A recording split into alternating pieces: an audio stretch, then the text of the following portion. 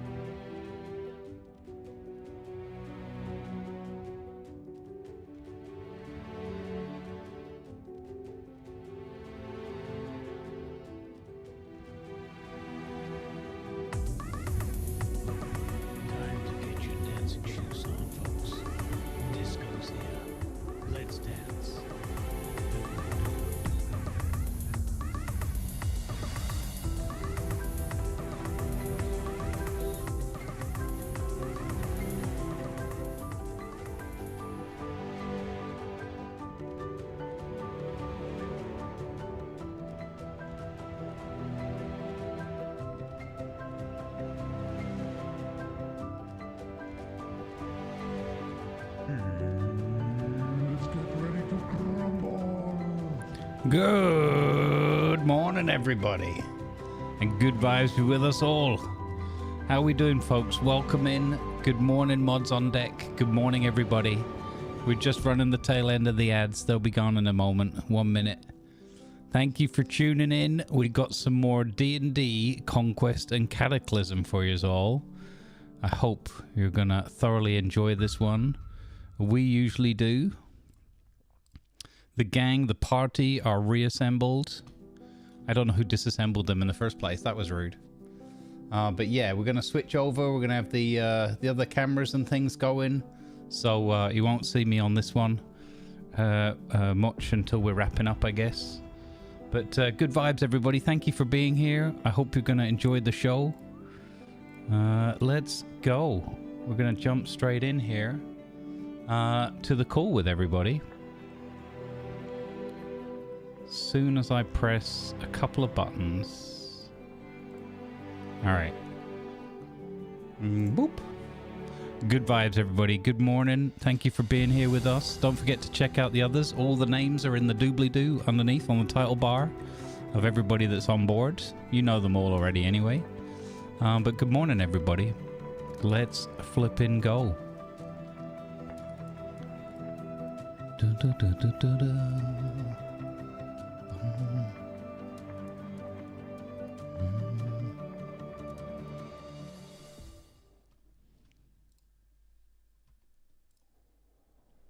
Hey boop. Hey boop. Hey boop.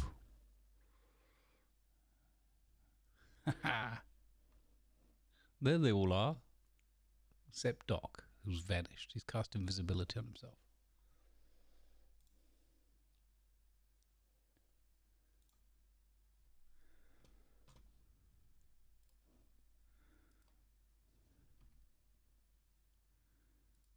Oh my god, I just realized we're the wrong channel.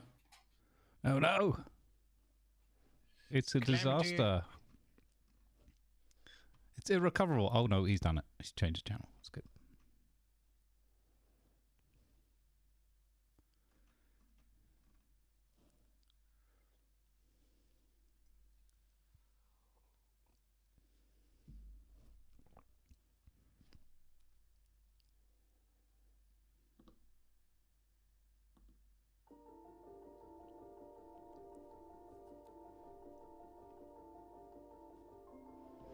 Let's go, gang. Good morning, everybody.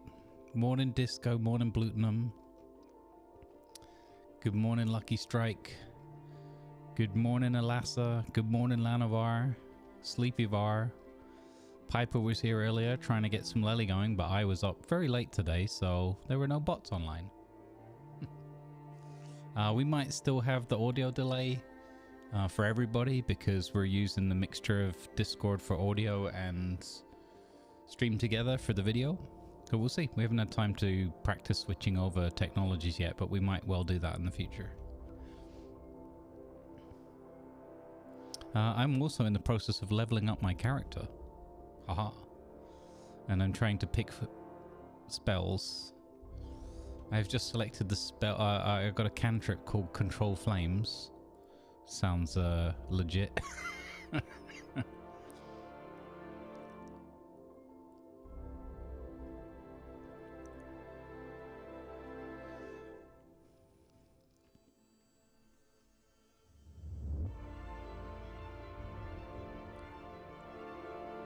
I'm not sure what else I should pick as another second level spell.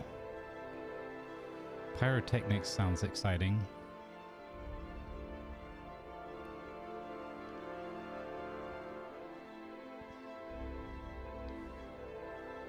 Oh no. Not Hello. Hello. How we doing? We feeling ready to be I'm adventurous? running ads. You're running ads. Yeah. Why are you running ads? Because I do double ads at the start of the show, and then I don't get any ads for hours upon hours upon hours. Oh, that's Well, so smart. Yeah. I wish I had that option. Yeah, I do 3 minutes of ads, and then wait for the cooldown 5 minutes, and then do another 3 minutes, and then I go and get ads for the rest of the stream. Yeah, don't have that as an option. Yep.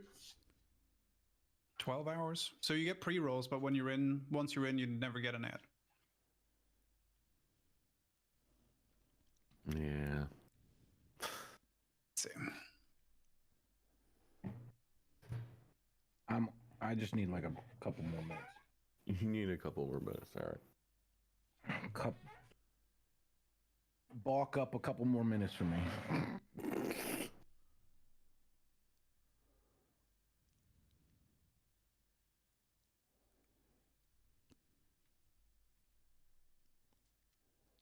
I'm gonna hop up into the playing room. Yeah, so we're just saying that. when you guys are ready and such, just hop on in there together with me. Yeah.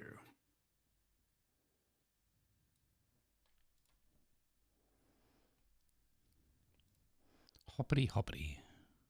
Hoppity hoppity, Mr. Grummels.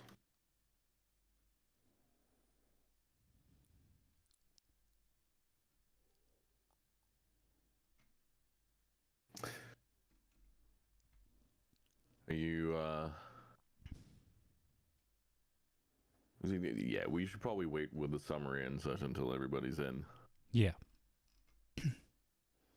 I'm just in that usual procrastination or analysis paralysis of which spells to pick for my final one. Well, I mean, as a wizard, you should have the ability to reread and just pick new ones. But yeah. Yeah. It's weird because it's like it says you can add 2 new spells, but it's like crossed out ones that I had. Like, I don't know.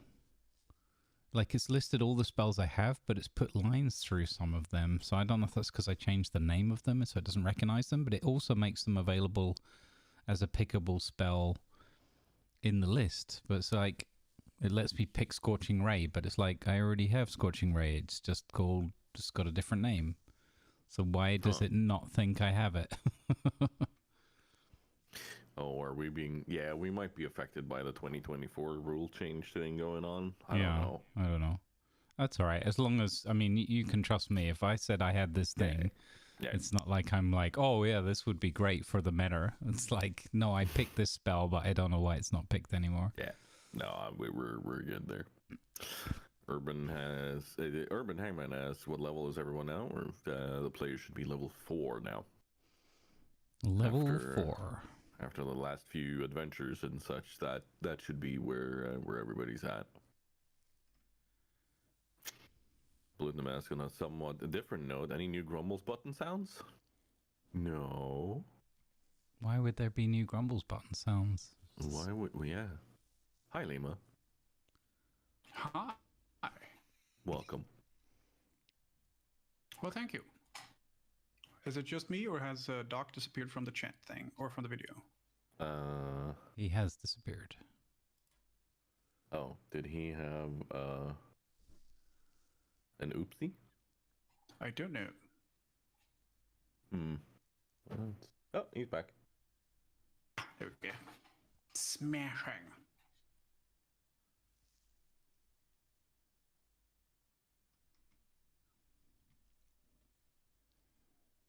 I won't go to the roleplay scene until we're all ready. That way, people. we do it that way so then people can... Oh, with the faces, you mean? Yeah. Yeah, Grumbles has been on that ready to scene do for like 25 minutes by now, I think. Yeah, well, I It's went there fine. about 6 or 7 minutes ago or something like that, yeah. Fair enough. It's just, I probably should have announced it. yeah, it would be nice. It's confusing. Just looking over and like, oh. Well, it's like I'm as not soon picking as my nose. we start jumping into the playing chat channel, it's like, well, we're live now. Yeah, until we can all stream to one and the same channel and have everything be Yeah. streamlined and funky, there's yeah. So it's gonna be a bit like, how do we start up? When Hi, do we folks. do intro? Good Who do we morning. say hi Welcome to? in. And so yeah. Thank you, Synchronized Delana. chaos. Having a good Yeah, fun indeed. week overall. Hey, Evil Trev, good morning. Indeed. Now we're just waiting for Damien to step into the room when he's ready.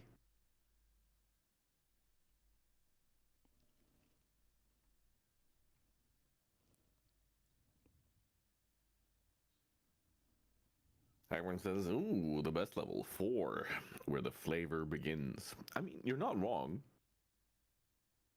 I feel like level 4 has been a place where you really start the proper journey of picking out your own character in both Pathfinder, D&D, and a few others. First ability score too, as far as I know. Yep. First ability score increase, yeah. Yep, definitely. Which kind of sets you on that path of, okay, yeah, this is where I want to go.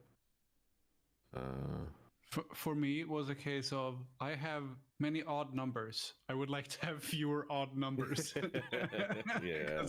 Because basically I spent 2 points and got the benefit of 4.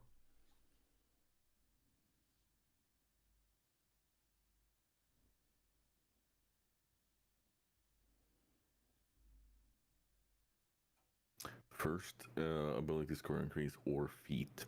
Oh, Yeah, we had a Wait. discussion about this. that is a question for me then, because usually it's been like, oh, at 4, that's when you get your ability score, and then at a different level, you get your feats. How is it in 5th edition? Do you, It's do you supposed, choose? yeah. You're supposed to be able to choose, but the Roll20 doesn't let you choose. Yeah, he give you a choice of a. Let you. It used to, Oh. but I think it's got itself confused with the 2024 rules, is what I'm thinking, because in the 2024 rules, you get your feet at level 1. I wouldn't be surprised. I think it's a Also, mishmash. I had the hey, guess what? You're level 4. You can unlock 6 new spells, but I only have 3 spells to choose from. Yeah, So- Grumbles had the same thing going on, so I something's fucky. Yeah. Also, good No, that- morning, everybody. That happens with certain magic classes around this period. Yeah, whereas I've got a list of you can unlock this lot of spells, and I've got so many goddamn spells, and only two spell points in level. I can do so many spells. It's like Congratulations, you play a caster. Well, the world we're in doesn't apparently use spell slots, so we're good. Yeah. well, I've got 10 second level spells and 11 first level spells. It's like Holy. Speaking of the world we're in, who wants to talk us through last session? I did it last time, so it's someone else's turn this time. I don't know what day it is. Well, that rules out me and Damien.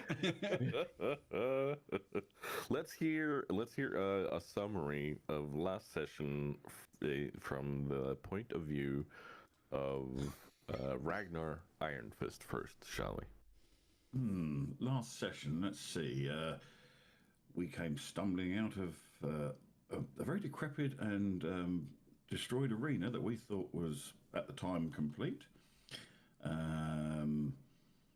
I met a character who healed me, and we staggered on to a town where Ragnar promptly found that they served very large mugs of ale, which he got merrily drunk on whilst falling off his stool and belching a lot.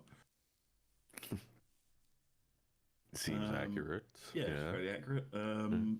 He started talking to the dwarves and asking about Deathwing or this creature. Shoot, I was going to give you a lore dump. Okay. Yep. And that's as far as he got. He didn't actually get the information he was after yet, but it will arrive at some point, I'm sure, for these dwarves. He just enjoyed the ogre-sized tankard of ale that he was drinking, and got merrily pickled. I don't want to be the backseat summary guy, but I feel we've glazed over a big part of what happened last time. This is why I want to hear from Funkin too in this. How did Funkin see last session? It was terrifying, but also exciting. We saw big dragons, and then we saw even bigger dragons that dwarfed everything and became essentially the horizon themselves. We learned of more of the magics that are being different. We saw orcs and golden dragons conversing. We saw all sorts of fanciful things, and in the end had to, essentially exit stage left in a hurry. We're fleeing. We're told to run away, run for our lives. But what's that over there? Surely there's enough time for a short shopping trip before we go. I bet Alistair would like a new gadget or two.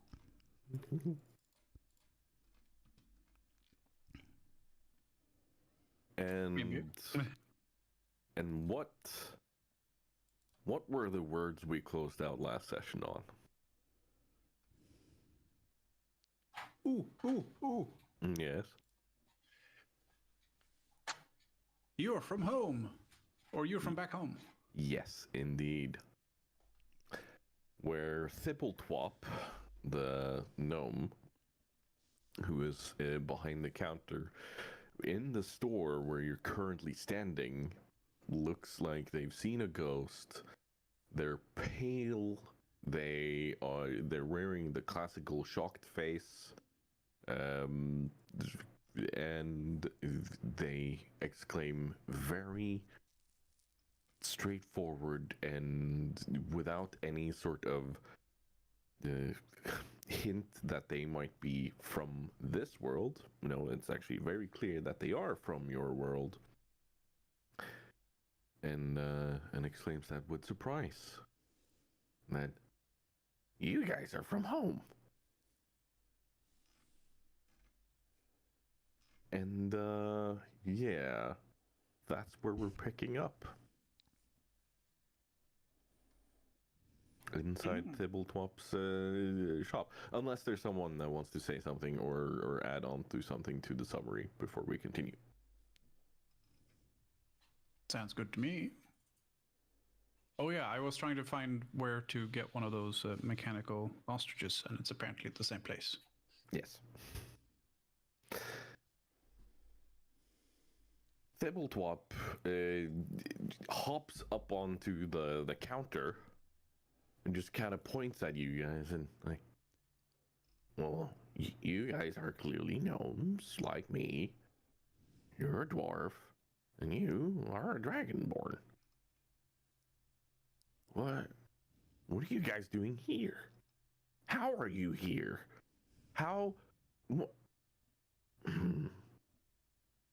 This is concerning, but also good news at the same time. Yes, good news. We like good news. This might be good. Good. How do you have a plan? Are you here to get me home? Why are you here? How are you here? Focus, Thibblethwop, focus. Right. Hi, I'm Thibblethwop. I don't really have a last name anymore. I used to be called Cobblepot, but you know, we don't really use last names around here. Anyway, yes, Thibblethwop. Who are you? He points to Funkin. Oh, Thibblethwop. Well, nice to meet you, first and foremost. He takes a deep bow while taking off his hat. Yeah. Funkin sort of does a little dip of a bow with his hair sort of flaring a little bit. Well, to tell you the truth, it's kind of a puzzle. We're still in the process of working a lot of these things out. I'm sure we all have our theories. Alistair probably has a dozen of them. But, yes. Who's Alistair? Oh. I lean out from behind and wave. Hello. Hello. You look familiar. You look awfully familiar. Have you? Did you study at the university in big city? Many gnomes. The university looks like a giant cogwheel. Did I study at that university? Probably not. But you have heard of it. Oh yeah. I said, no. But I did work there for a couple of semesters. Then is that maybe where I know your face from? Possibly.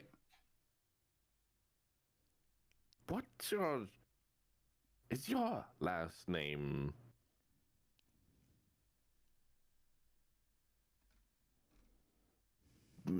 Christmas tree? No, not Okay, then I'm not thinking of someone else. Never mind. Yeah. What is Christmas anyway? I do not know. He hops behind the counter again, and you hear some muttering. And so, wait, I was talking to you guys. And then he hops back up on the counter. You there, start one, little one, the red beard. Who are you? Me, I'm Ragnar. I'm a cleric of life. Though people seem to be getting confused with the symbols. They keep thinking I'm some sort of inquisition. It's quite concerning, actually, because we don't go for that sort of thing. We try to help people, not harm them.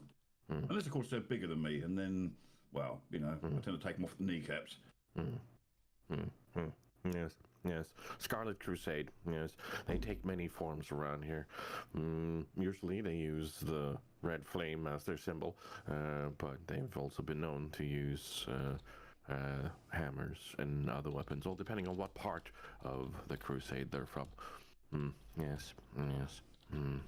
Yes, they've tried to get me to change this, but this is who I am. I'm not changing this. I'm very proud of my heritage and my religion. I would urge you until you're home to take heed to some of those words. If nothing else, find a way of maybe not carrying the symbol as a tabard. That is one of the main ways of showing your allegiance around here.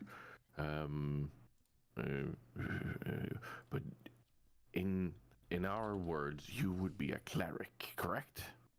Yes. Right. I'm a cleric of life. Right.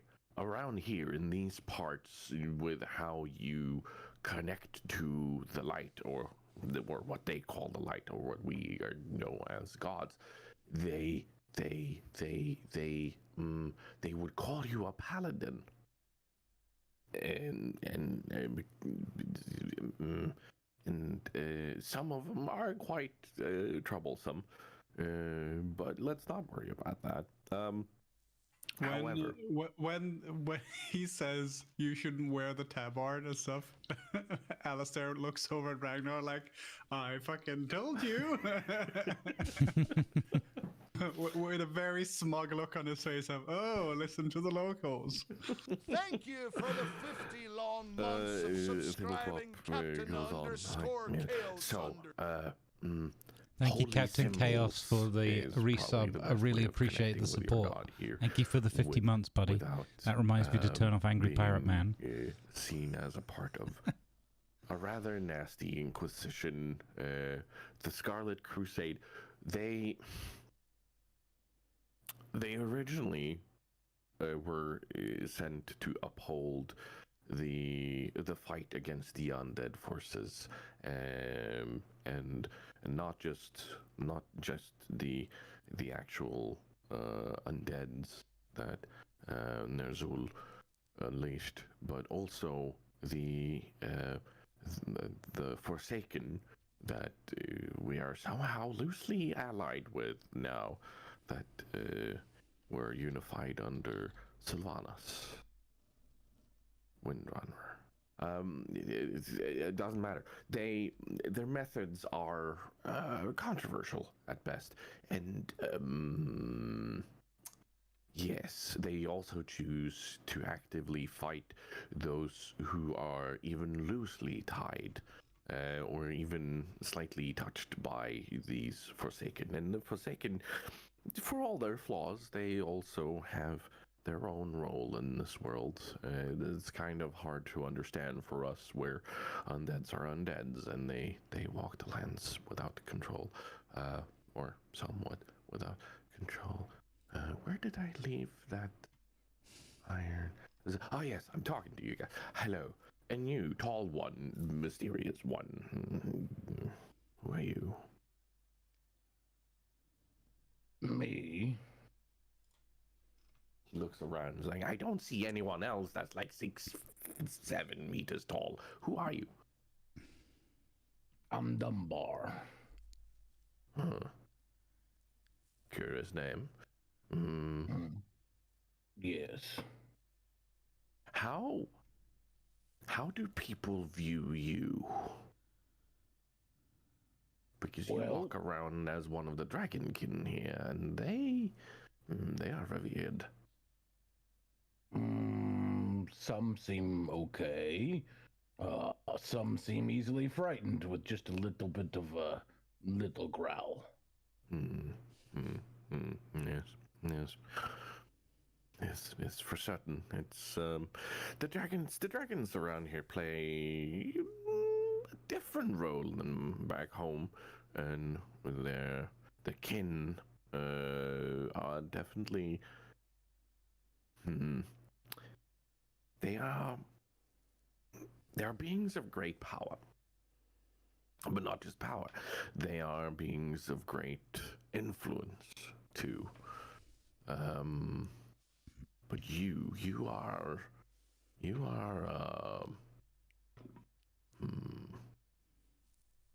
I sense something.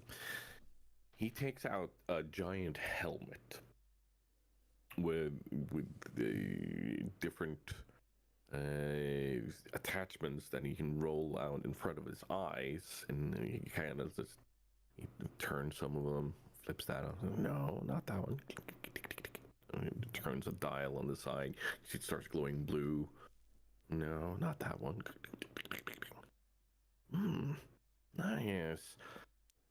You have attachments to a patron. You're a warlock. You are one tied to the darker parts of magic. Yes.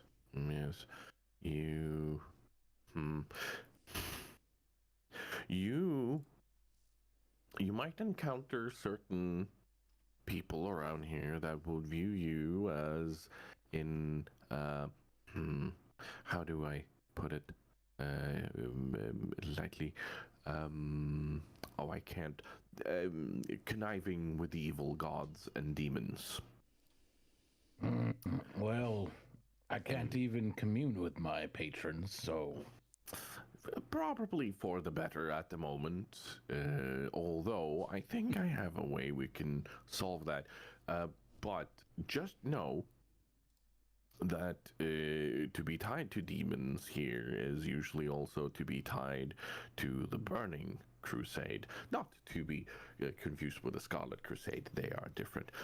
Different, very different, also so different. Yes, one being demons and infernals, one being, well, mostly humans, elves, dwarves, and gnomes fighting against undead. Yes, very different. Infernal powers. Where did I leave that power sword? I'm talking to you. Yes, hello. Right. Do you... Amar's looking around to see if he's talking to someone else all of a sudden. It's... Are you going back home? He says with a clear melancholy and sadness in his voice. How long have you been here, little one? I do not know.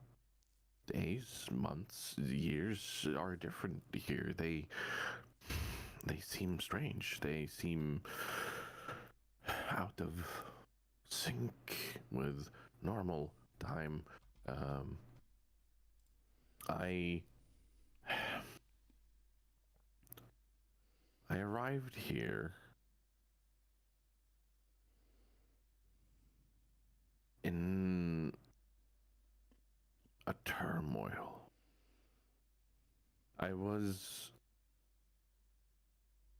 looking for a way of harnessing the rift in magic.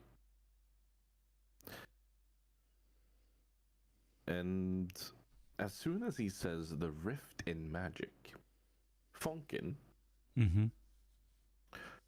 through reading of spell books, through reading of lore books, and so on, you realize that that is something that came before certain parts of magic were outlawed.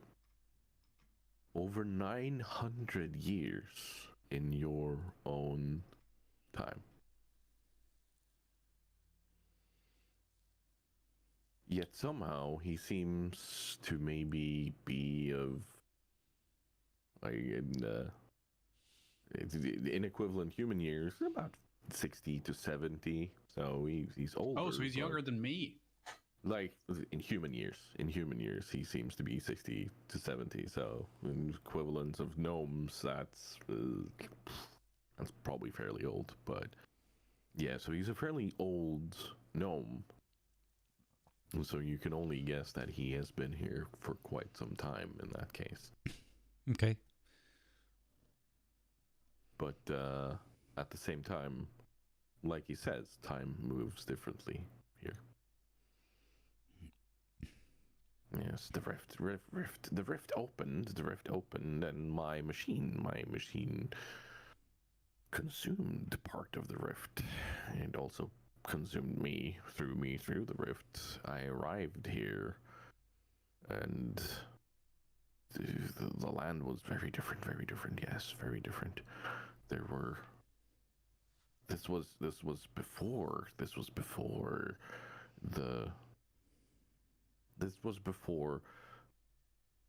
the fall of the Mad King. This was before the fall of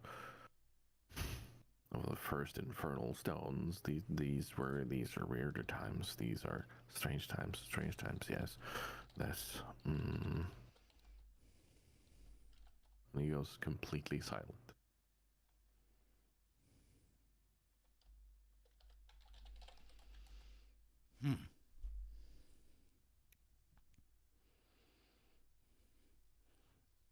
Well, I don't know. It sounds like you might have a lot of incredibly valuable knowledge and experience. I for one, I wouldn't mind going back home at some point, although there's a lot of exciting things here to see and, I don't know, discover too. It would at least be nice to know if there was like a, friendly horse and cart band that could take us home at some point when we needed to. Horses? Horses? We don't use horses. Not us. Not our people. No, no. I have introduced new things. New things. Yes, use news. We do not use horses. Horses are for humans. Humans, yes. Humans. Anyway, yes. So, let me. Ooh, we should go outside. Yes, outside. Outside. Yes, let's go. And he picks up 4 little boxes. About the size of this. Yeah. Okay. About 10 centimeters by 10 centimeters by 10 centimeters. All of them. And he waves all of you along. Come on, come on. Yes, yes, yes, yes, yes. He scurries along the floor. He stands outside. Now, these, I call them Mecha Striders. Yes, Mecha Striders. They do well. They do wonderful. Yes.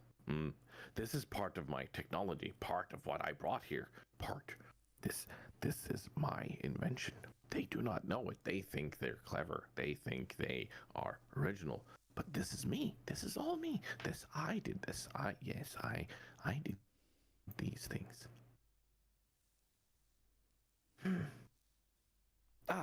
Yes. So, let me demonstrate. The box ties to you and your size. However, when you use it, nobody else will ever be able to utilize it. It is bound to you. Some people around here have taken to calling things soul-bound. It's very strange. Very strange. We do not believe in the soul. The soul is weird. The soul is intangible. However, it also makes sense on a science level. Yes. Alistair, would you mind? Not at all. He gives you one of the boxes. Now, Grabs the box. you hold it. Looks at it. You hold it, and then you simply click the button there. And he points to one of the sides, and you look around. You can't really see a button on any of them. I'll make sure it's not under my hand. Well, no, it's not. Well, and then, like, it's a mechanism, right? And that's kind of my jam. So Alistair looks at him and looks as like, because he's illustrating like where a button is, right? Yeah. Yeah, and then he goes, and then looks for any signs of a button. Like, even if it's sanded completely smooth, he'd still be like, oh yes, you see, these scratches here are going in a slightly different direction than these here, which means they've clearly been sanded at different angles, and therefore this is a button. Here, click. The cube is completely perfect, except for one grain of metal. One tiny grain that is pointing in a different direction than it should be. If this was Alistair just looks as if it's obvious. There's nothing weird about this at all. Clearly, this is something that everyone should know. Oh yeah, click. Very clever. You look familiar. Why do you look familiar? I do not get it. Anyway, yes. As soon as you follow through on the click, the box jumps out of your hand and falls to the floor. But before it hits the floor, you see 2 mechanical legs of... The only way I can describe it is an ostrich. They fall to the floor, and the rest of the box then forms into the body, and suddenly a head is up, and like it's all mechanical. It kind of just stands there.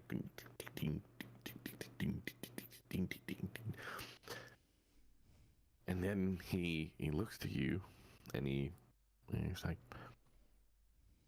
the power source is quite clever. It draws on the innate magic, the mana, as they call it here, of the world. This thing does not need to rest. It does not need to be refueled. It does not need maintenance. Because as soon as you're done with it, and because right now it is tied to you, if you now think the thoughts of not unsummon. What is the word we use? What is the word we use? Not summon, not unsummon, not pack, not repack.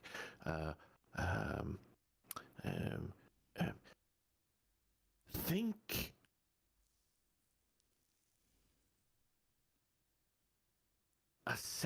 No, not assembly. What words would we use? Alistair, help me. I am old. My mind is falling apart. Alistair is not listening at all. He is very busy with the robo stretch, and because it's like tick tick tick tick tick tick tick. He's like, oh, I can fix that, because it's like I fiddle with things. So he's already got like a what's it called, the hydro spanner, or the fist combobulator or whatever. So he's already tinkering with things. So it's like, well, it's slightly backfire. I go like, and then he sticks up from the other side of the ostrich, kind of hanging on there, going, "What was he?" Oh, careful, very careful, very. Yes, I'm always careful. Yes, they are. They're not sentient, but they are almost living because of their connections to the mana. But yes, think, compact.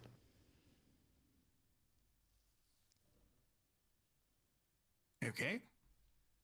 The instant the word hits your mind, the entire thing just kind of back into the box. And I fall flat on the ground because I was hanging on it. I go,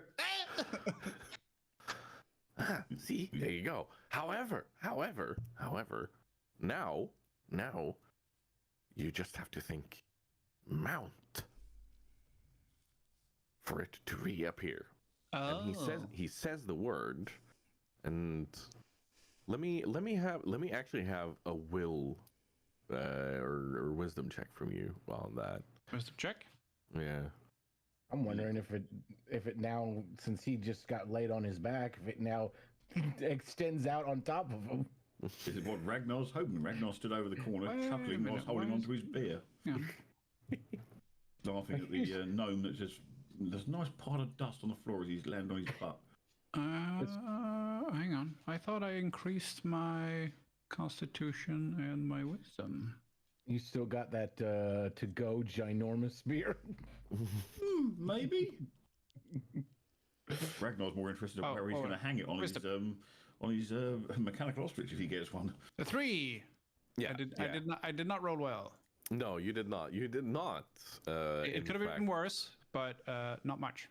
You did not, in fact, resist the urge to think the word mount.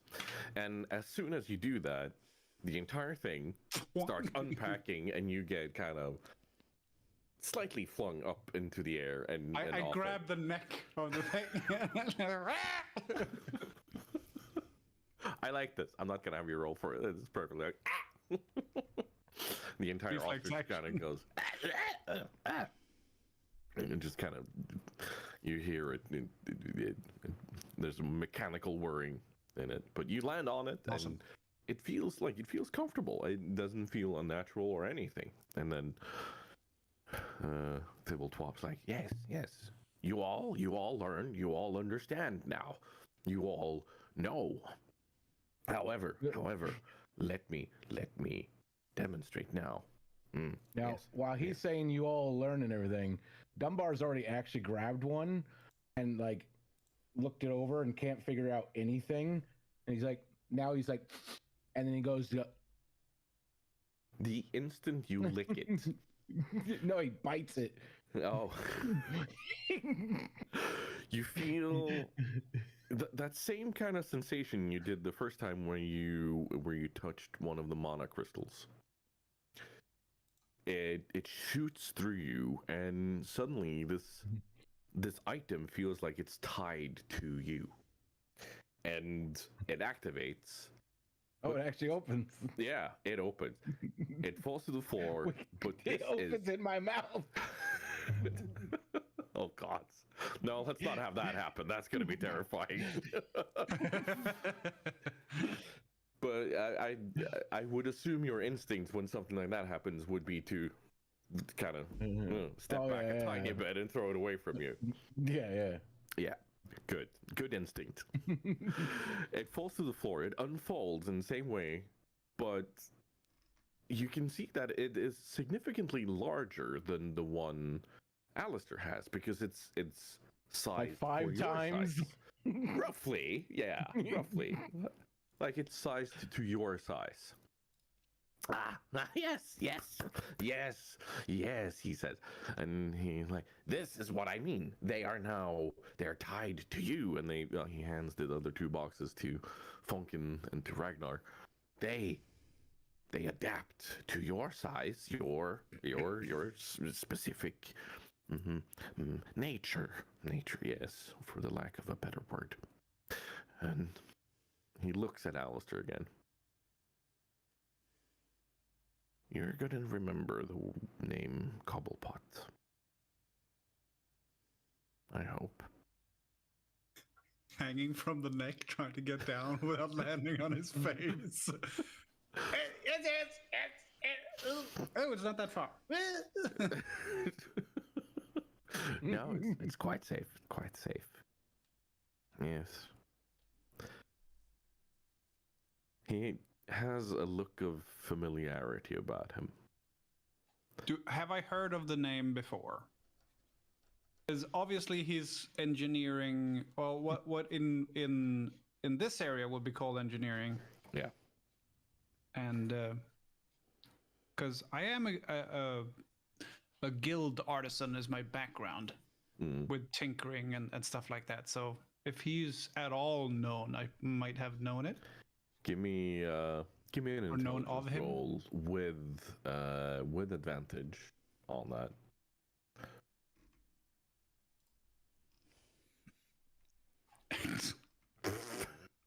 Well, it's above average.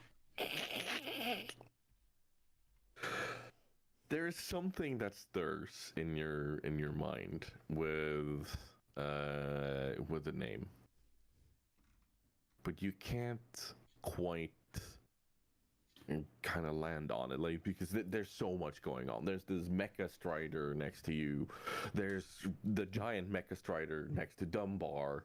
I'm trying to eat it again.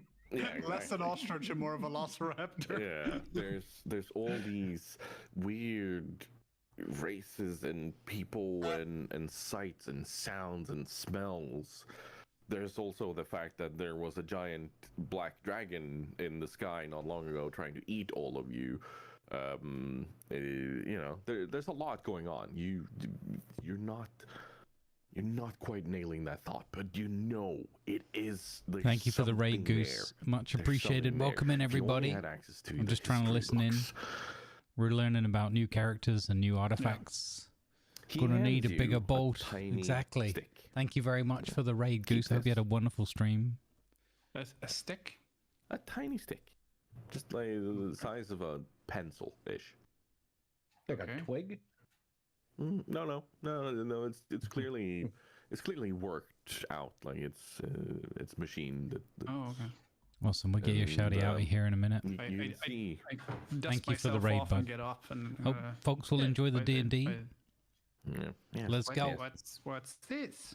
This is from home. We're just being given some and along mechanical mount devices. 10 numbers. Mechanical mecha chocobos or whatever. And he says, well,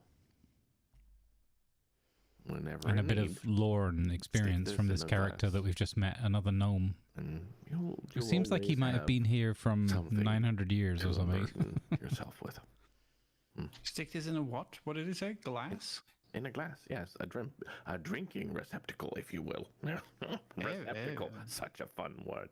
Yes, Funkin. Yes.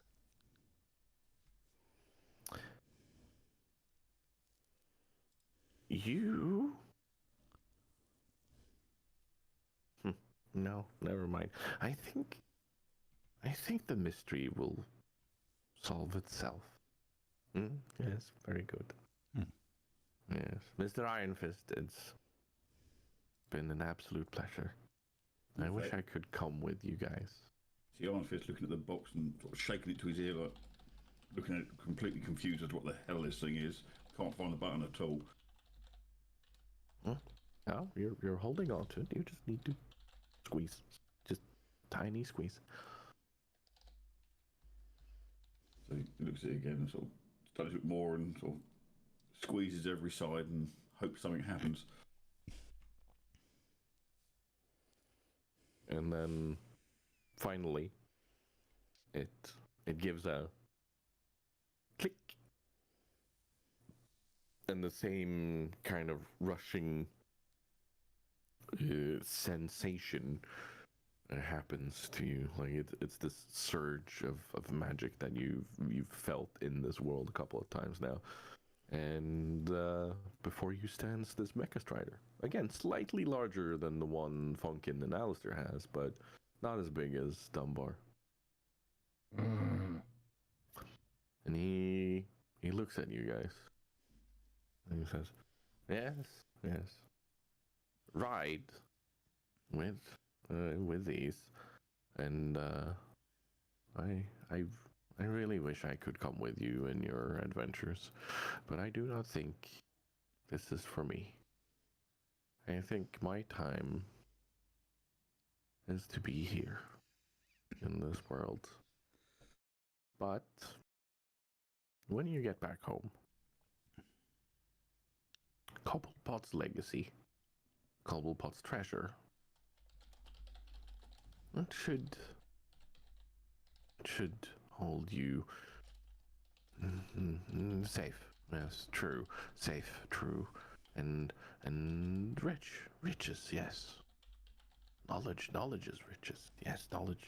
It's fine. And then he walks off into his shop.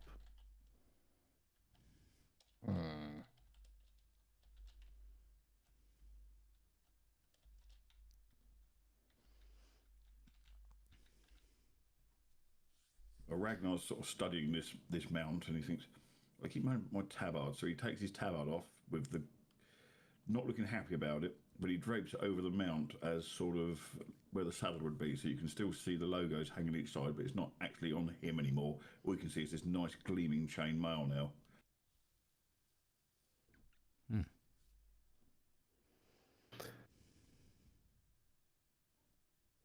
There is an opening out of the city, out of these walls, right next to his shop, and above it is written North Exit.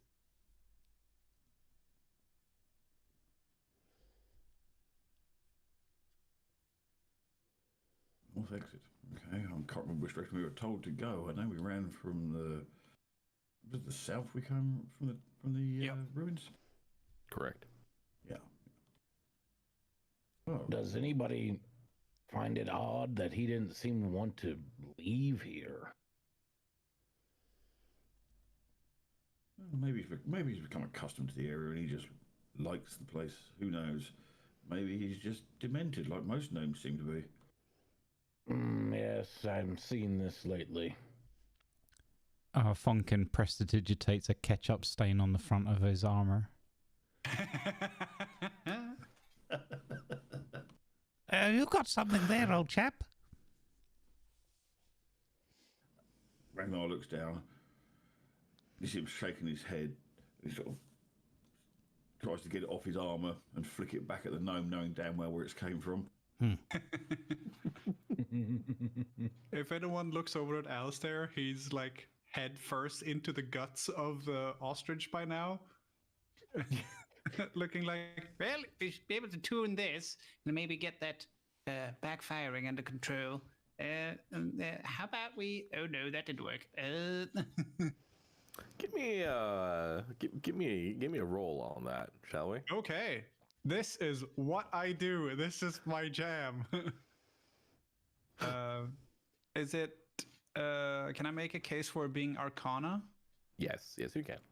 Okay. Do I get any advantage or anything?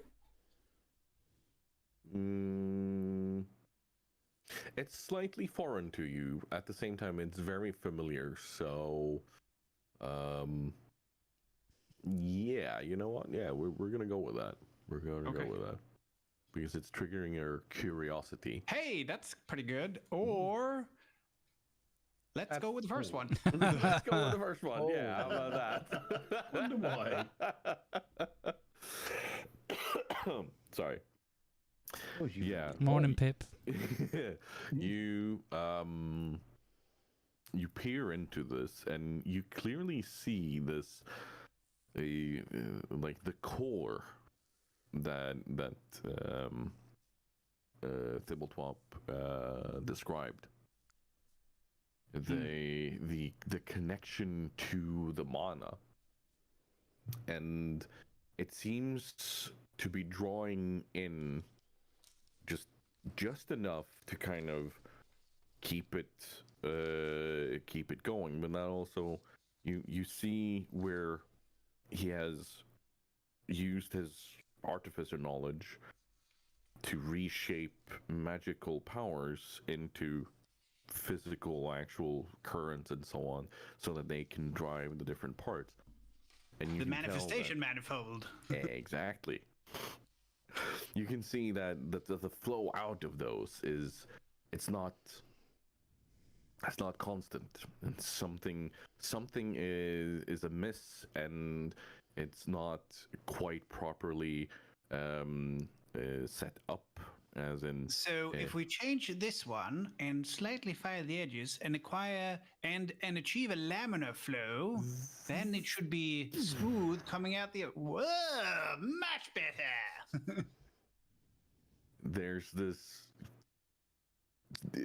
wonderful humming coming out of this after you see the entire core of it give a pulse, and just kind of stands there. Like, there's no backfiring, there's no jitters, there's no chicken-like behavior and so on. It's just standing there and idling. Yeah. It's a mechanical mount now. Like, it's just standing there. Yes. Oh, Alistair, you make it better. And That's what I do. I grab him and pick him up, and I throw him in the mouth of mine because it's, big. Fix mine, fix. I'm not sure it's the same parts. This is a different model. So I imagine he has a slightly different model, because obviously it has to carry a lot more, and it's not just going to be bigger. Do my or is it just a case that it's scaled up? So like, hey, this torque's 15 should actually now be a 25 because it's just scaled up. The ingenuity of this is amazing, because it is clearly magical in its way, because it's now tied to him. It senses his being as what it scales to, but somehow all the parts, all the inner workings are still the same. They still function the same way. They're still put together the same way, still the same sizes, even though it is a larger one. I'm gonna go, and then dives into the machinery. And if it doesn't work, I'm quite happy with that. I'm like sticking my nose in, like trying to look at what he's doing in there. Get your So I'm snout like, out of here. oh. As they are going through that, Funkin and Ragnar. Also, Alistair is muttering something about cold breath, more like bad breath. Wow. Yeah, he hasn't brushed in like 300 years, you know. Yeah. Funkin and Ragnar. As you're standing there and watching the other two work on the larger Mecha Strider, you see two of these goblin guards standing next to the exit. They're talking to a large cow-like being on top of this enormous creature. It looks kind of like a rhino, but it's not really a rhino. It's clearly a giant grass-eating being. Your attention, please. But you Advertisements are now overhear running this to support conversation, good causes. and Thank you, please. and this being on top of this creature is like, well, I need escorts as I'm going north, and I always come here to get escorts. When can we leave? And the two goblins, one of them, he's just like, well, the normal escorting party has been kind of disrupted by Deathwing flying around. But if you post on the local posting board, you know, you might get someone to help you out. That's all I can say. You know, you post the normal details, going north, blah, blah, blah, need guards, blah, blah, blah. Must be able to defend against blah, blah. You know, you've done this before. Why are you talking to us? Whatever. No loitering. You can see this giant creature as it walks past you, and he climbs off this giant mount and posts a paper onto the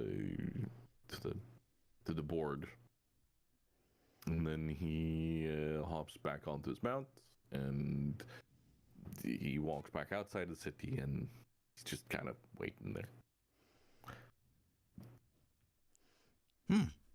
What do you make of that? I think I just spy somebody that might have knowledge of a path north. We want to go north, and we don't know where the heck we're going. I think that sounds interesting. I mean, might even want to pay us. You know, I always want money for my god, you know, to pay my tithe. So yeah, it might be a worthwhile endeavour. At least there'll be more of us. You know, safety in numbers, because we don't know the area at all. We don't know the roads. Mm-hmm. All right, I'll go and attract his attention. You let the others know. Yes. So I'll go and tell the other rest of the party when they finish tinkering with these weird bird creatures we've been given. You definitely come back to Alistair probably yelling at me at Dunbar because I keep trying to stick my head in to see what he's doing and blocking the light. Like I'm making it dark in there, and he's, I can't see. Or it's you've become my tool assistant, and it's just holding out a hand, going span up. Yeah. Yeah. And every time I'm going, Spanner, and I hand you a wrench. Yeah. And he just slowly takes his head out and looks up at you and goes, oh dear. And then reaches over and gets the spanner out of the box and then looks at spanner. His tools are probably so small in my hand too. I'm just like 2 fingernails just holding the box. For you, they're precision tools, I think. Yeah, pretty much. You finally get the right tools, and you're able to get it to kind of stop doing the absolutely the worst of the hopping around and jerky movement. So, yeah, you have a pretty clear understanding of how to do it now on the others. Cool. But I don't want this one to be as good as mine. Fair. Not that Darnbar would be able to tell. No. And if he gives me any shit, then I can say it's a different model and it's not capable of the same uniform hum as mine. It's just going to be like so. Like basically, if I can get mine to run like a smooth V12 idling engine, and his sounds like a 2-stroke moped, I'm good with that. Wow. Ring, ding, ding, ding, ding. That's not a slight difference. That's not a slight difference. If I can get his Mecha Strider sound like an old German Zindup moped, 50cc 2-stroke, I'm happy with that. The way I've kind of always imagined these is more like the ones that run well have the old, I think it's called the Union engine, the 50 Union, which is a 2-stroke engine, but you hear the. Yeah, it sounds like a heartbeat almost. Old fishing boats in Norway, you usually run those, and they such a good sound. And then the more less well running ones is like Lima said, where it sounds like an old old moped, maybe somewhat trimmed so it backfires every now and then. Exactly. Funkin.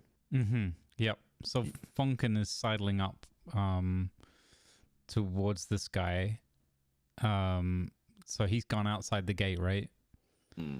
So he's walking up there, but he's kind of got the beast in the line of sight kind of thing. And he goes up and once he's outside of the gate, he turns around, and on the wall, he casts a minor illusion that looks kind of like what we would consider a neon sign on the wall. And it just says dinner party escort service.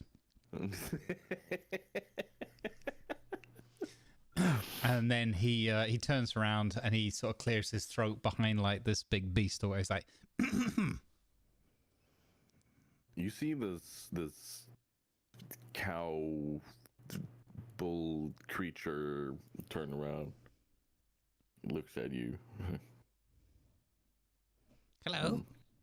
That sign's new. Oh, Peace be with you. Who are you? yes, be with you too. My name's Funkin. I'm a member of the dinner party. We're a incredibly capable, if somewhat, how would I put this? The cartographically challenged group of adventurers looking for safe passage north from this place. Offering our services, for a reasonable fee and or, hopefully not getting injured. That would suffice. Well, my name is Longstride. Good to meet you. Oh, nice to meet you. Me and my Godo here, we're just looking to get past the Salt Flats and further north. Where are you going exactly? Well, as luck would have it, exactly that way. Or rather, what I should say, to be completely transparent, is north. Yes. You're looking to go north. You don't sound like you're a local. No. I mean, I'm a local somewhere, but that place wouldn't be here. Fair. Well, as long as you can help keep me and my cargo safe, then that's all I ask for. I'm not gonna ask any more questions. These are strange times anyway, so. Yep.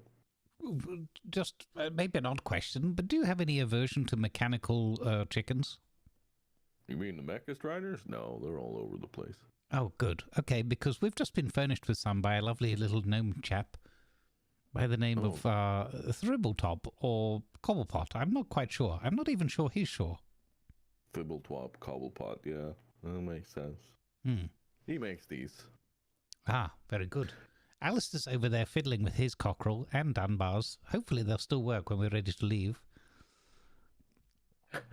Well, I'm looking to set out before it gets too dark, so if you could tell your associates, then you will be paid handsomely. Oh.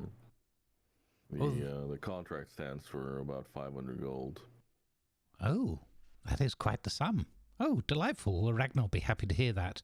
Oh, nothing against dwarves? No, again, strange times. We all have to unite under this guy. So. Very good, very good. Because I was concerned when you said we'd be paid handsomely. It's not exactly aesthetically pleasing, the dwarf. You know how they are, kind of rock-faced, like they've been mining out in the deeps with their face. Anyway, one other minor point, because I want to avoid any misunderstandings. He's got, let's say, he's very, very in tune with his god and his oaths and his honours of a clerical ilk. He's a goodly person, by all I can judge, but for some reason, the symbols of his gods seem to have a different meaning in this place from where we hail from, and people have been agitated and somewhat irate towards him. I hope that's not going to be a problem for us travelling together. I vouch for him myself. What do you mean, where you hail from?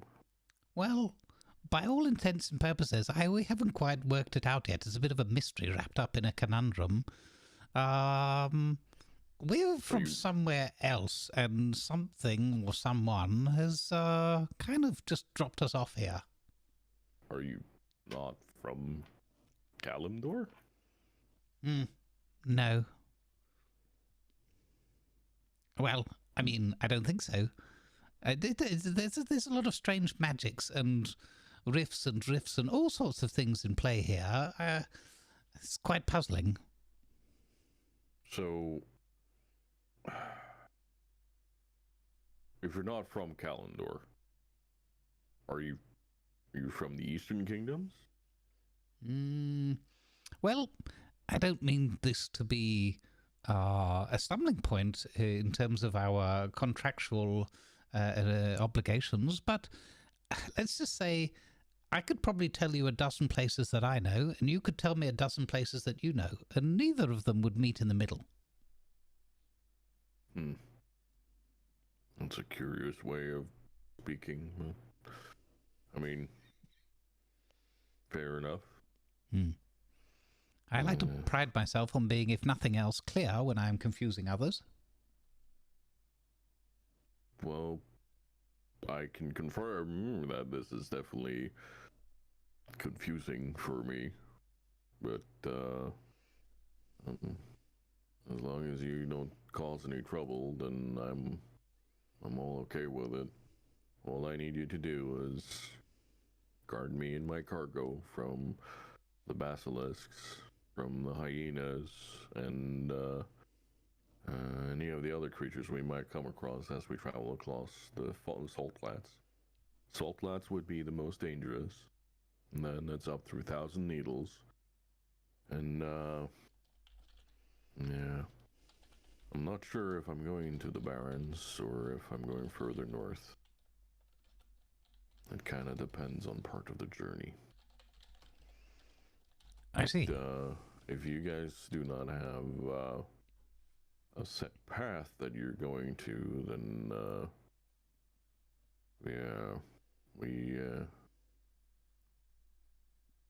I guess you're sticking with me for as long as I need you.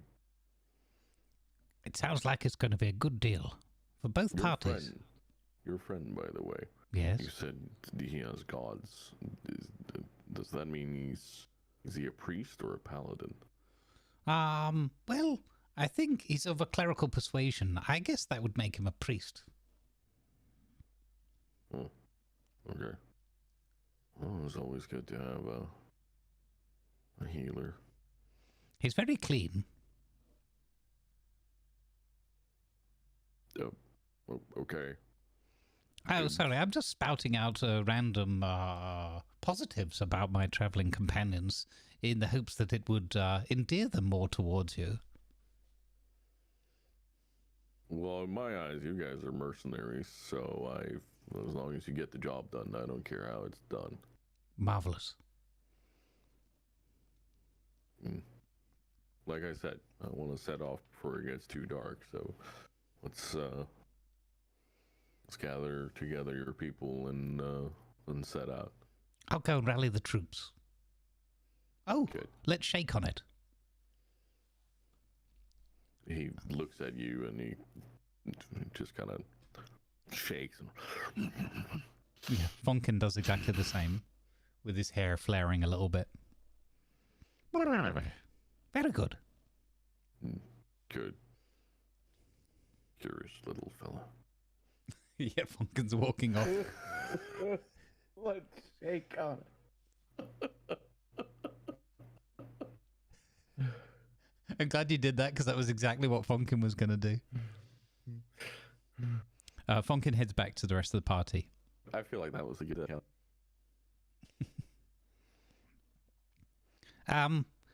Gentlemen, I have secured us knowledge and hopefully a capable companion to guide us north. Oh yes, I was just telling the party about this, that there was an advertisement or something put up asking for guards for somebody travelling north. What exactly is the job apart from guarding them? Is it anything specific we're guarding? He's got a load of cargo. He didn't explain or express what it was, and I didn't think it was appropriate necessarily to ask him or want to take stock. He has a large beast of burden, and I mean, he's quite the sizable fellow himself. Sort of a man-bull-cow thing. Ah, man-bull-cow thing. Interesting. Yes. And what are we guarding it from? Did he specify bandits or creatures or anything like that? He mentioned basilisks, and he mentioned hyenas, and then he broadened it out to say pretty much anything. I'm assuming he means anything that is aggressive towards us. Not just killing anything. Just to be clear, Dunbar. Is he going to pay well? Yes. There's a princely sum on offer. 469 gold. What? That's like more gold than Dunbar's probably ever seen. So he immediately just jumps right on his mount and like grabs his sword and just like kind of charges towards the guy. The problem is the mount. When he gets on the mount, it doesn't go anywhere because Alistair is still inside it. fiddling with things. So instead of tail feathers coming out the back, it's a couple of legs. Why is this not going? What? Alistair. And he bangs on it. Ding, ding, ding. Then you hear from the inside, Get off!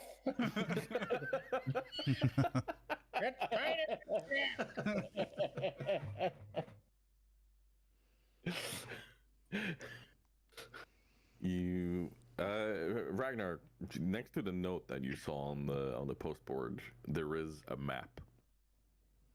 Oh. And if you look in a certain channel on the Discord, you will see said map. Ooh. I'm not going to look because I didn't see it yet. wow, that's a really well-made map. Okay, now I'm going to look. Got him. Got him. That's very nice. You faded the paper and everything. Oh, wow. So I got a lot of nipples. I would assume we are. We ought to share this somehow. We are south of the Shimmering Flats, I'm assuming. Yes. Let me see if I can just bring this into Roll20 somehow. Oh, yeah, probably could make it the map, the battle map. Well, Oh, I'm yeah, not you really could looking just- to make it the battle map, but I need a scene to show these things that I do. Where was it I did that again? No ideas. I Sorry. just have battle map and I just put it up on the background. I can Yeah. highly recommend putting this as and using this as like a scene that you go on whenever we're not in an actual encounter or whatever. Just having it as a background map. Yeah, that's what I kind of want to do, but you know, art library. Oh, there's art library. I can upload here at least. Yep. Bear with Don't us, worry, chat. everybody. You'll see soon, chat. Don't worry. It looks really good, and it has a lot of nipples. If I can't get Dunbar's Mecha Strider to work as well as mine, as I said, that's absolutely fine. Actually, preferable. If I can't get his to work as good as mine, because I want mine to be special. See, save picture first and foremost. Then we go there. Then we go there.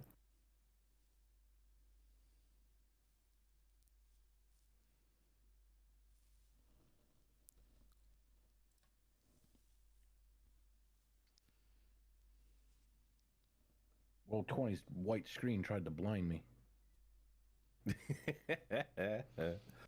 Yeah, I got my character sounds sheet about right. expanded to cover most of the way on the screen. I've done exactly the same, Grumbles. Yeah.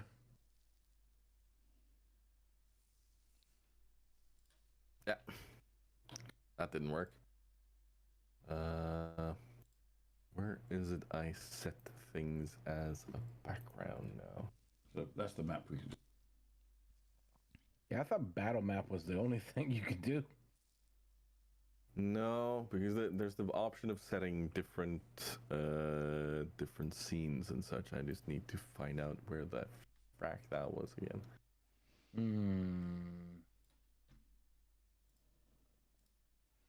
Oh, when you're looking on any of the pages you're on, at the top right we've got the zoom, plus minus and all that. There should be a button somewhere up there, I think, that looks like a little paper page.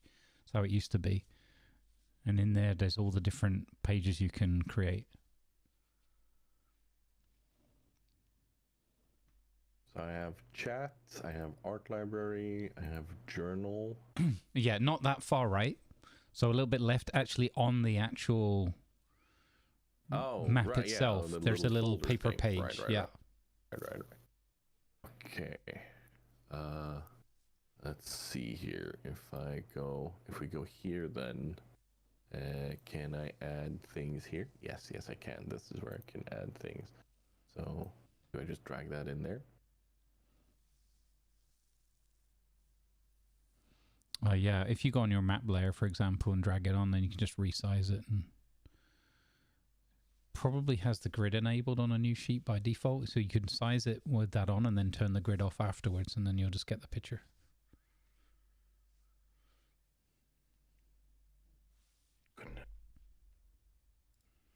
Why has it got to be so white? It's not going to be white very much longer, but I agree. Even when I have my dark reader mod thing on, and that doesn't get that either, so it's literally just a blank white page. There we let's see here.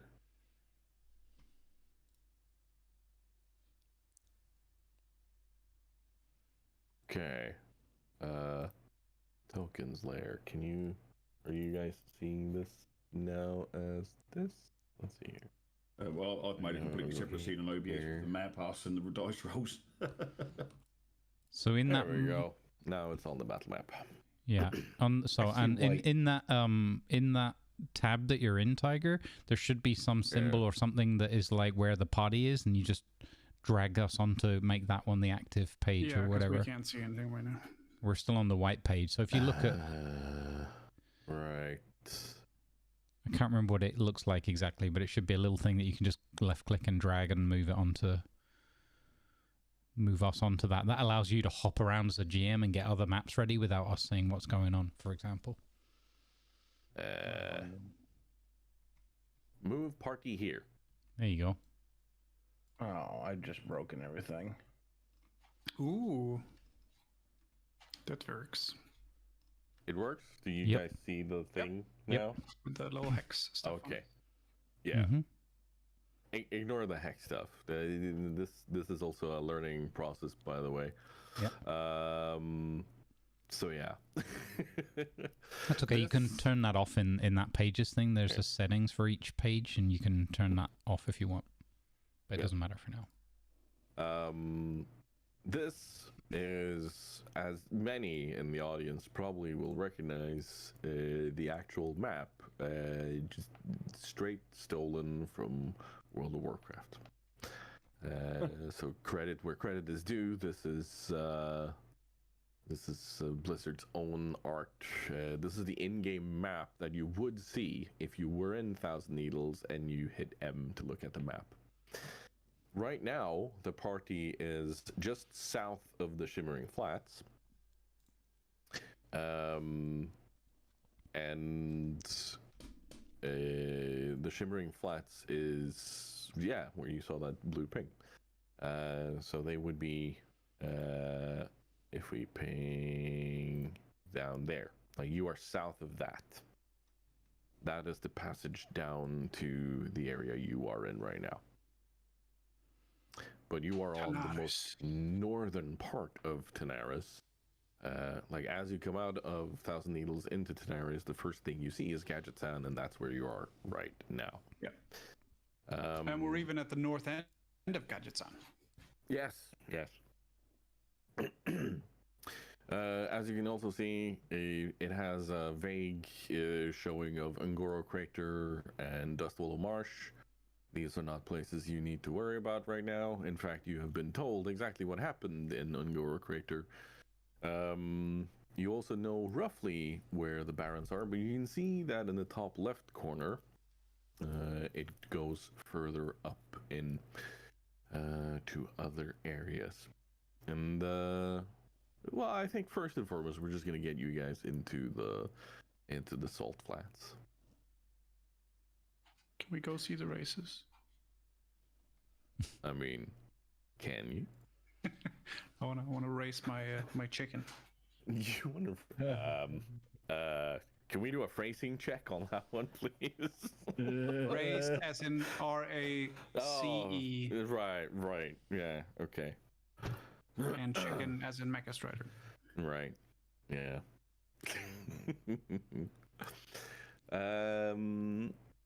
I, however, really need to pee. So I think this is a good time to have a tiny break. If Grumbles, I don't know if you want to grab your. Yeah, I'll grab while your we're breakfast off. and stuff Yeah. now. Yeah. Okay, I'll do the Yeah. same. So this is going to be the introduction or the encouragement to people to go refill water and grab some food and stretch your legs and so on. Hey, We're gonna Nick be Pro, how back you doing? in a few minutes. Yeah. Yep, see you in a bit.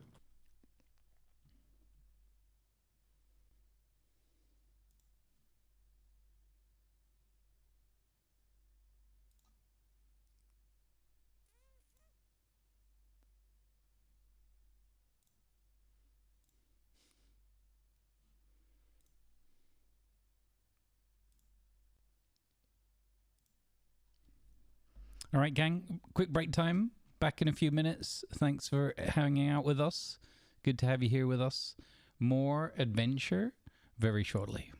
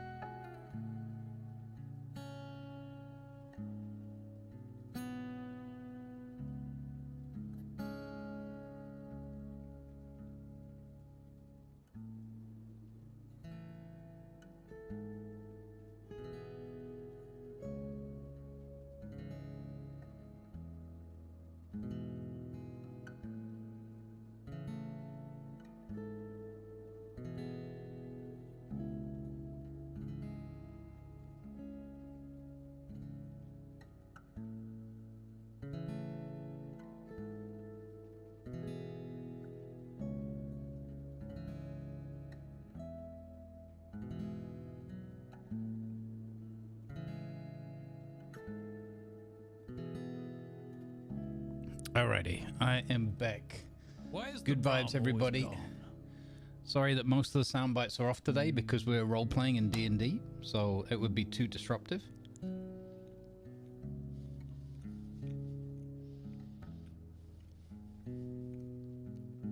Good morning, everyone. Hope you're all doing well. I'm just going to eat a little bit of bread. And hopefully not be starving later in the session. Will be good.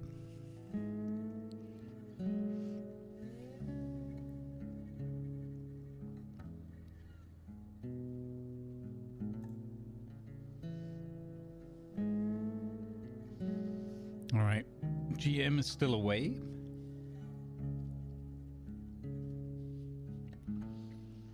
Looks like a cool map, though. Your knee's doing a lot better again, Joint? Excellent. Really good to hear, bud. Really good to hear.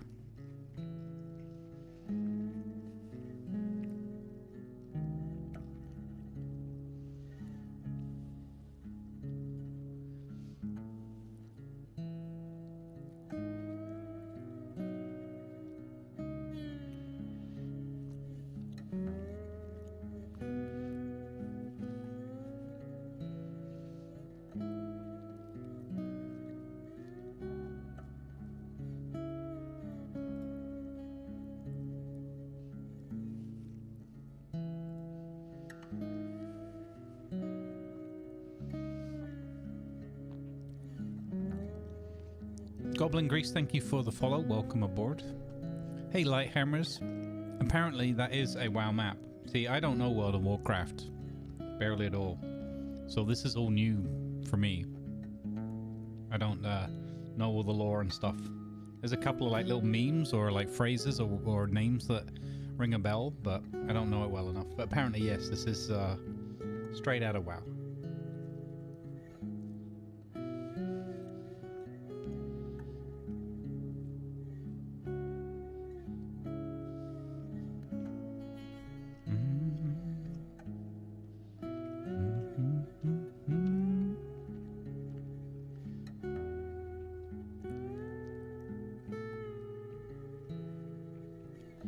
Which I think is pretty cool because we got a lot of geeks and nerds.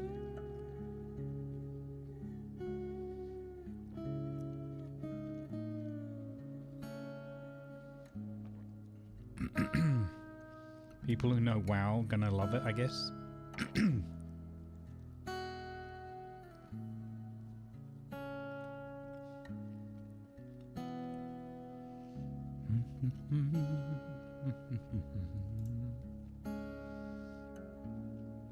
How is the audio desync today for everybody? Like, is it really obvious or is it okay?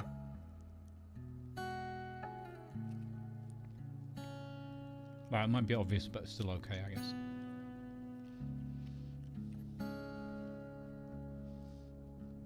Because we just, we're still using the same technology setup, but we adjusted slightly. I'm hosting the call because I'm closer to the Twitch ingress point in Europe. But maybe it doesn't matter that much. I know no one's on the screen right now because I'm giving everybody a chance while we're having a break.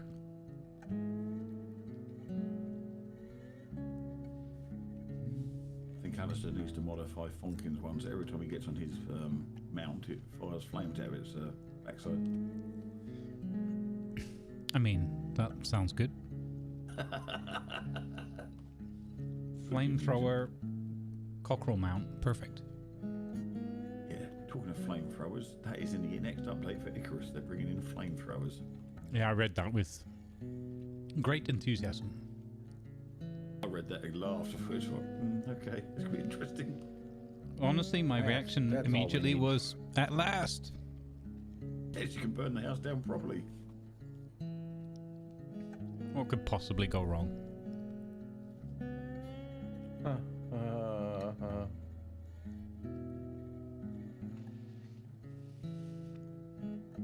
How are you guys capturing Roll20 where it doesn't break every time you have to close the window and reopen it?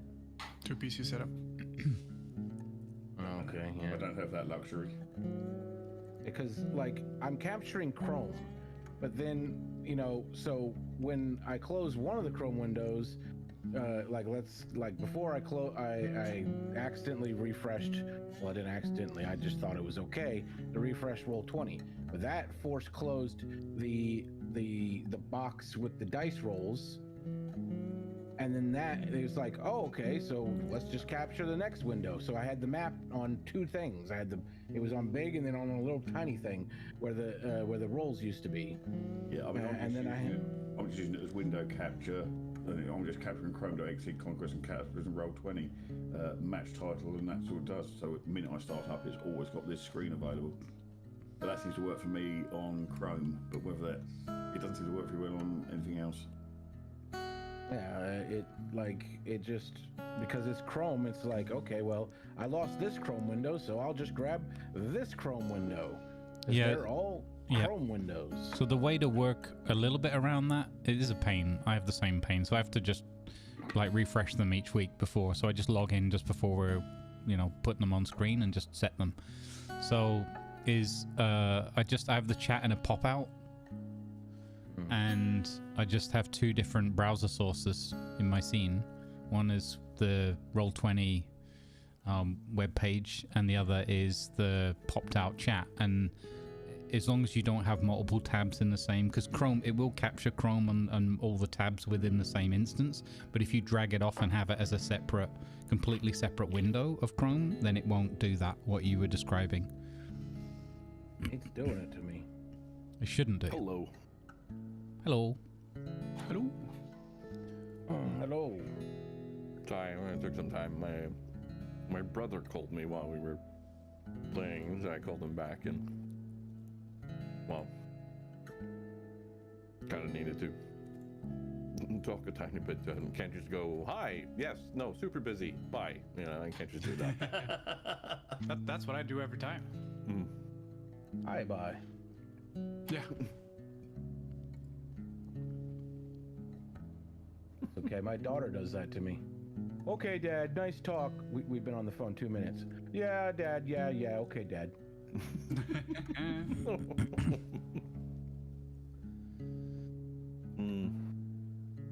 Urban Hangman says, so, Tiger, me and you are no longer friends. You have given me the bug to play Finn, a thank new you very D&D much campaign. for the But Marcus 49 Dialogue, months, buddy. I'm totally not going to work on this. The more most than anything I enjoyable need and to work on engaging right now. labor with the wonderful This dwarf. is not a serious Thank you so comment, much, FYI. buddy. I really appreciate the kind words and the support. Let's That's go. nice. The alerts are turned off for today because we're D&Ding. Thank you for the 49 month, man. Really appreciate it.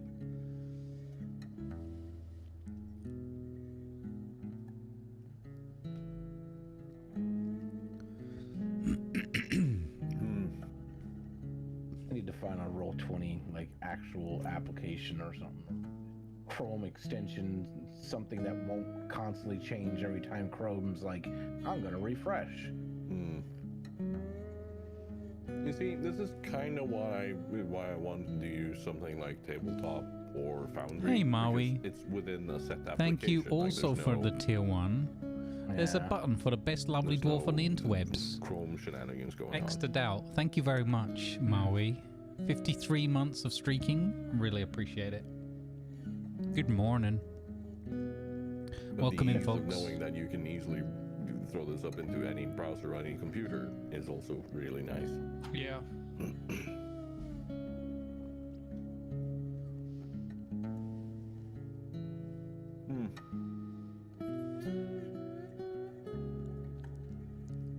Do we have any comments and questions and thoughts from the audience out there?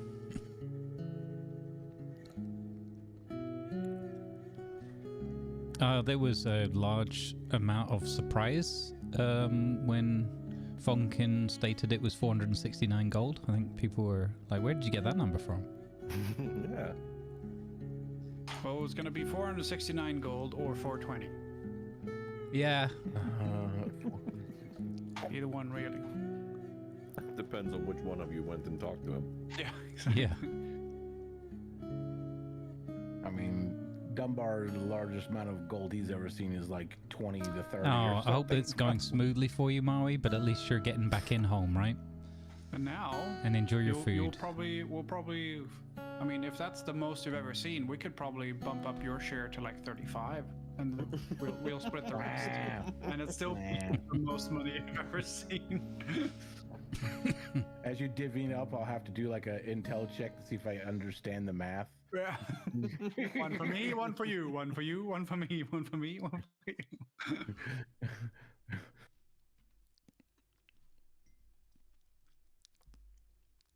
Dutch says, my comment, Tiger, you have a really good voice to listen to. Not meant in a negative way. It is relaxing enough to make me fall asleep. You know what? I'll take that. I'll heckin' take that. Oh, I got you. Well, hopefully it all goes smoothly, and Their I'm forum sure is that at filled least with you've got your people folks asking there as for a desktop app as an or option, right? some kind of desktop tool. Even if you might not choose it. I'm not surprised. That's cool. It would be really nice to have this in a dedicated client. Yeah.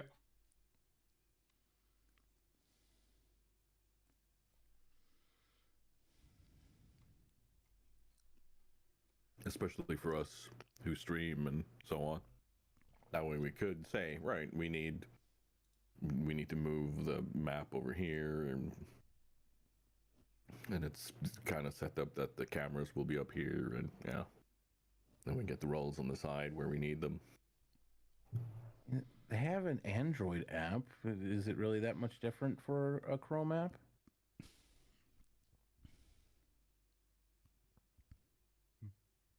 I've never made an applet once.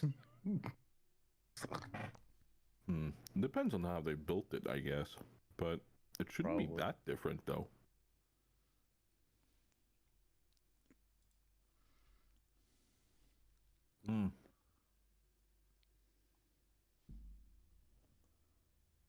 Peanut butter and Nugatti.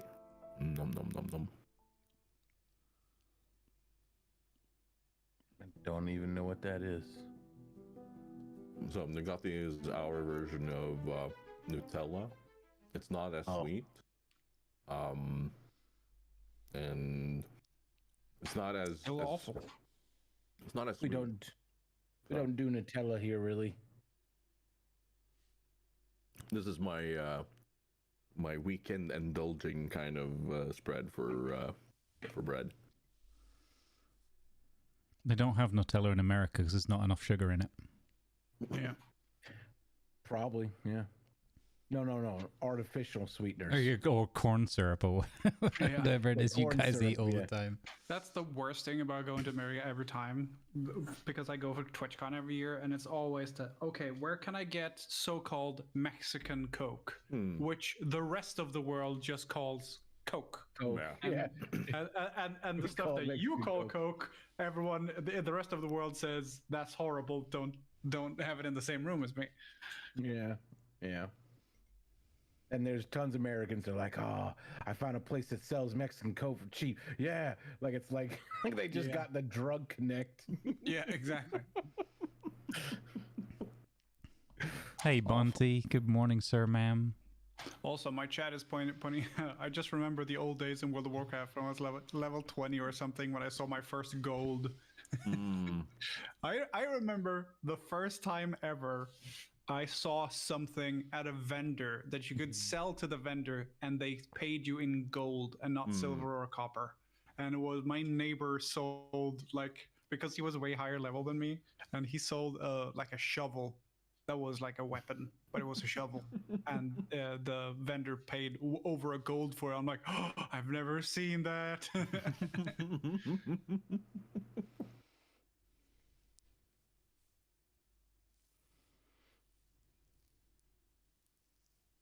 Yeah, now- Midnight Driver, that's what we were saying. Mexican Coke is made with normal cane sugar, not fructose, high fructose corn syrup. Mexico actually has higher health standards than America.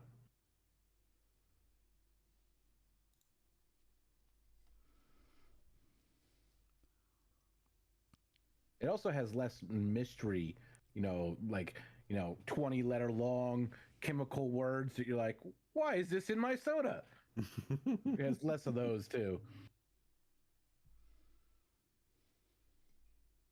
Yes, it's called preservatives. Tomatoes are full of them.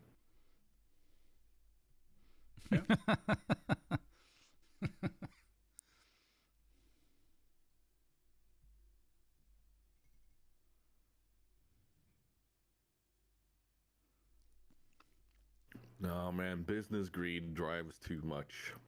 It's weird. That was a good sandwich. Nom nom. Nom nom nom. Yeah, nom nom sandwich. Sorry about making people wait. You just remind me of the Ninja Turtle movie. The two what are their names? Bebop and something. Rocksteady. Num nums. Oh, num nums. Bunch of nerds. Wow. I just love it. No, I love how much you guys nerd out over some of this stuff, and I'm like, man, I had an insufficient amount of nerdage in my life. Okay. You have Formula One.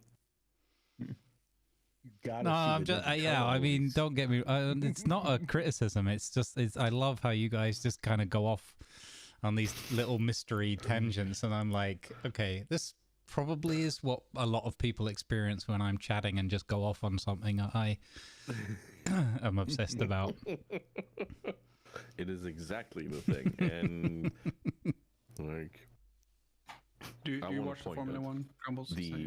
The unbridled when I was younger enthusiasm for a topic is exactly what being a nerd and a geek is about. Mm-hmm. Yep. Yeah, I love that. I have those. I have those. It's just funny that I don't have a lot of this lore and just big gaps in like my video game and internet kind of memory. But I embrace them.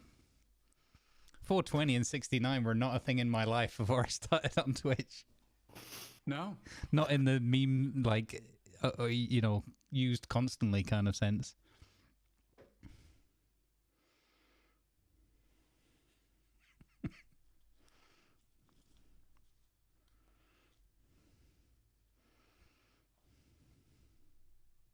Midnight Driver says, I hear NASCAR is coming to Europe to push out Formula One. Good luck.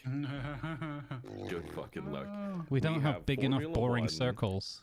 We have Rallycross. We have World Rally. We have so many more exciting things. Fucking Tour de France is more exciting. Yeah. Look, they're making another left turn. I'm making another left turn. I wonder what's gonna happen next. Hey, They have one NASCAR track that's got a right turn. It's probably the one that has the but most they're going accidents every year. Yeah, they do, but it's because they're driving it the wrong way around. And then it's all right turns. Technically, all NASCAR tracks have right turn. You just turn the car around. No, they actually have one that has a switchback where it changes direction like a weird. It's weird shaped. It's very weird shaped. Oh, how many of them crash when they forget they're supposed to go right, not left? There's a lot of signage. I wonder if by pure coincidence, it's also the track with the worst safety record. Yeah. It is. There you go. Yeah, because all of them are like, what? We spent all year just going left. What's this right turn business? It's in 69 meters, turn right. That's what they're sat there saying. They got painted lines and everything, pointing right. I am having weird internet issues right now. Please hold. Yeah, you've turned into a potato. I just dropped a ton of frames. Holy shit. Okay, I think it's stabilized now. Guess it's a good thing that Grumbles think it has the camera. Yeah, everything seemed to stay working in the call. Yeah, no, like you guys went super robot for me and everything, so it was. Yeah, mine's stabilized. Yeah, I was dropping frames here too, so everyone's gone really blurry on my end. It was definitely on. It was definitely on my end though. So. Yeah, it did show a performance issues thing again, but it's recovered. Yeah, I'm showing Tiger, Grumbles, and Lima really blurry on my end now, but me and Cold Broth seem to be okay. Yeah, no, I've dropped 1,600 frames for over like 3 or 4 seconds, so this is on my end. Don't worry about it. Yeah, I've dropped 3, so yeah. That's not good. I'm so tired. I forgot my guy's name is Cold Broth. I literally you could have gone the other way with it. You could have called him Bone Broth, and then we would be like, "Oh, are you the party cook?" This name was on the first roll of a random name roll for dragons, for Dragonborns. All right. Speaking of rolling, we're ready.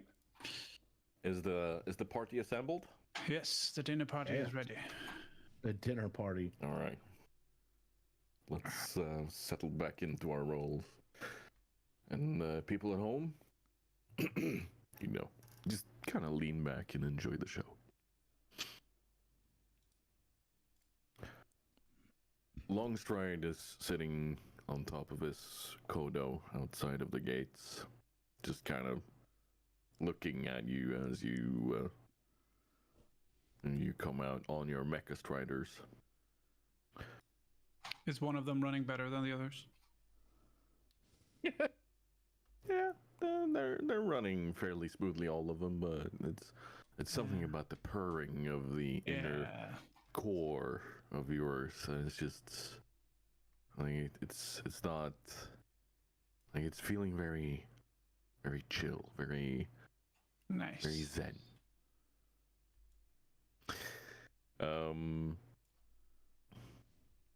He looks at you and he goes, "Hail, I am Stride. I have already met your friend Wonkin, and who are the rest of you?" I'm Alistair. "Greetings, Alistair." Hello. Lifts his hand, puts it back on. I tip my sword up a little bit. Dunbar. It's an odd way of rating people, Dunbar, of the Dragonkin. Where I come How would from. you feel if I raised my war axe at you and said greetings? Where I come from, you bear your arms to let people know that what you have, what weapons you have, so they're not thinking you have anything hidden. I wear my axe on my hip. You can clearly see that I am not aggressive. That is how you know. And you, dwarf, what is your name? I'm Ragnar. I'm a priest who tries to keep this this rabble up on their feet. But I'm mainly here for the beer. So I hope there's good ale on this trip. As soon as you say the word priest, you see he's just kind of eyeing you up and down a bit. And a priest wearing chainmail? This is curious. Well, I'm a bit of a war priest. I like to heal and look after my part of the party, but if somebody upsets me, I like to be able to take it to them toe to toe. Well, I think we would normally call that a paladin around here, but I've understood as much that you are not from these lands. You're not from the Eastern Kingdoms, you're not from Kalimdor, you're not...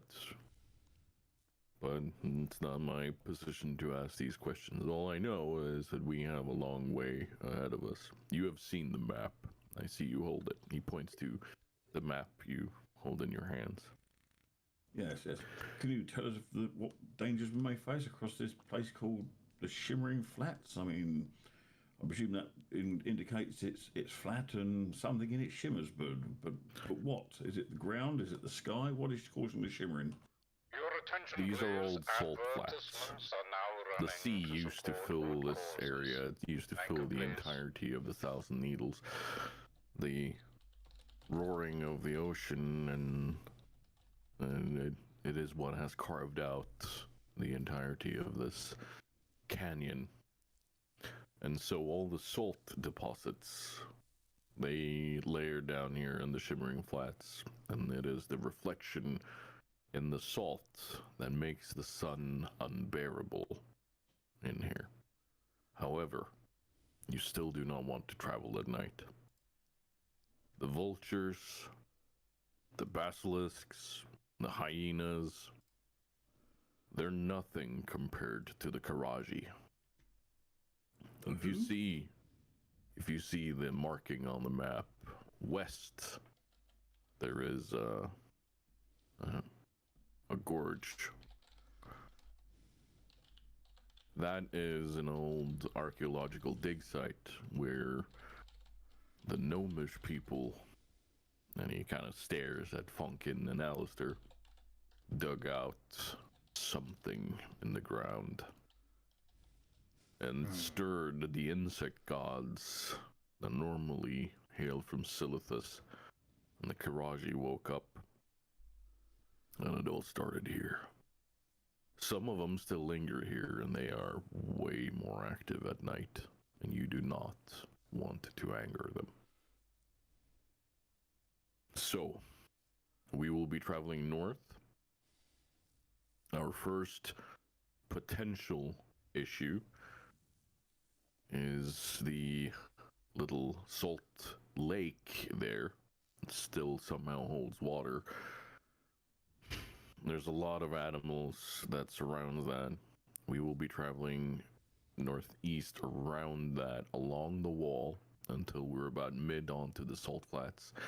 And then, I do believe there is a little marking there of some, let's not call it a village. There's a few buildings. Some of the gnomes and goblins hold races there. And, well, we might need to travel in there. Because part of my cargo is, meant for them. But that all depends on how safely we're able to get along this wall. I'm not going to lie to you and say that this is going to be easy. This is, in fact, going to be perilous. Are you all comfortable with the idea of quickly mounting and unmounting on your mecha striders? I wouldn't say I'm comfortable. I prefer to walk. I don't really trust these mechanical Ujima flips, but I've been told that they're quite safe by Alistair. I'm not sure I fully trust him, but I've seen him tinkering. No, my luck, mine will probably explode halfway along, but we will find out. I think at this stage, Alistair is so in tune with his Mecha Strider that he collapses it and then expands it again so that he never hits the ground in between. So he just goes foop foop. Well, one of you have clearly mastered it. No, yeah. That's about how easy it is made. However, you should know that should you be in danger, should you be under attack, these mounts, because mounts in these lands they're tied to us, they're tied to our souls. They are not meant for combat. You have to have a very special kind of mount for that to be a thing, and none of us are warriors of that level.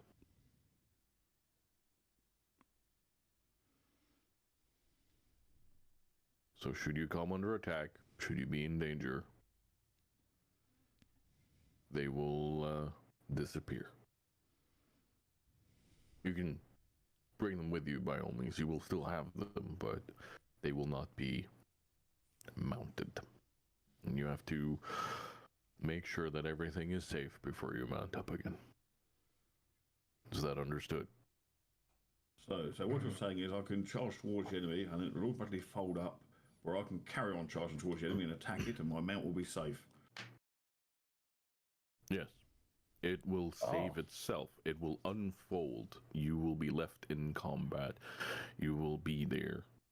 But the mount itself will fold itself up underneath you. Let me demonstrate. Sounds like fun. When do we get into combat? I can't wait to try this. As soon as he says that, as soon as he says demonstrate, the Kodo underneath him disappears. And he stood there with his shield and his axe out. And you fully see this giant bull creature for its giant stature and all the armor it has on it. And then he looks like he's ready to fight. And then he puts the weapons away. And the Kodo reappears underneath him, and he is mounted, and he's holding the reins again.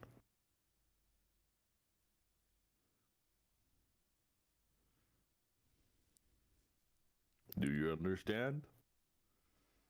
Yes. Good. Let's go.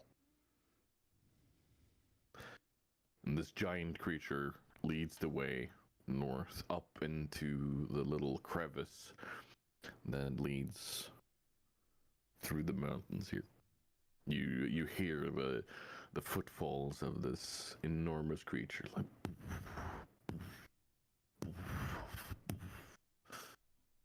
and the Mecha Striders are walking along.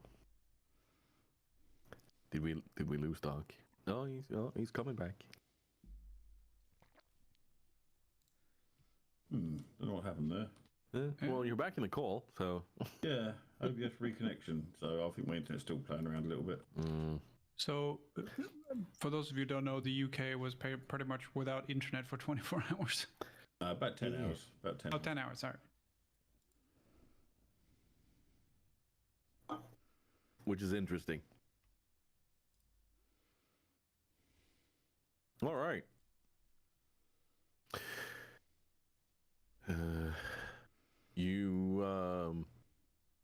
You follow him in this weird entourage, and as you crest the hill, the heat of this landscape and this bright, like this shimmering brightness hits your eyes. And it's instantly, like, you can feel just how warm it is. You've been in a desert climate now for the last day or so, but this this is something else. You see across the flats, you see kodos, much like his, but they move in herds. You see other creatures that resemble vultures flying around. You see something that looks like crocodiles, and they're all spread out all across the flats. You a bit forward in front of you, you see also this watering hole that he talked about, and very clearly towards the west part of the flats, you see ruins of an old dig site and so on. You see nothing moving around there, but that is very clearly the area he warned you about.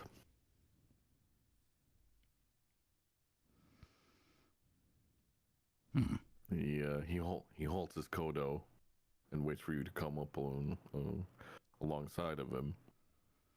He turns to you, Funkin, and he's like, "So, little one, what do you think?" I think I would very much like to go and investigate all of these interesting places. You never know what might be found.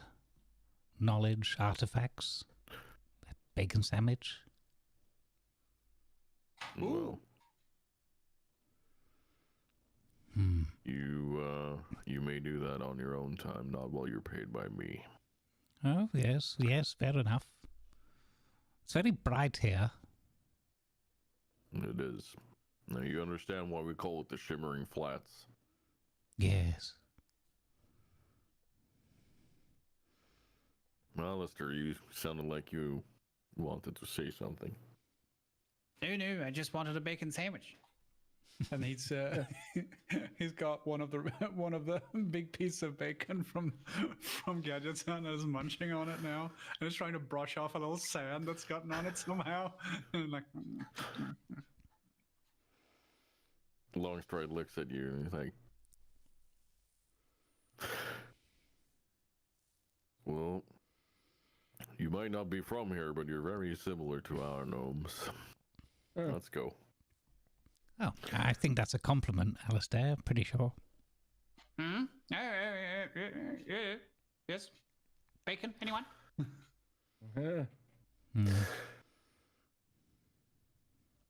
He puts the kodo into motion. He's walking fairly slowly, but it's not unbearable. And in this heat, you can tell that it would not be comfortable to walk normally.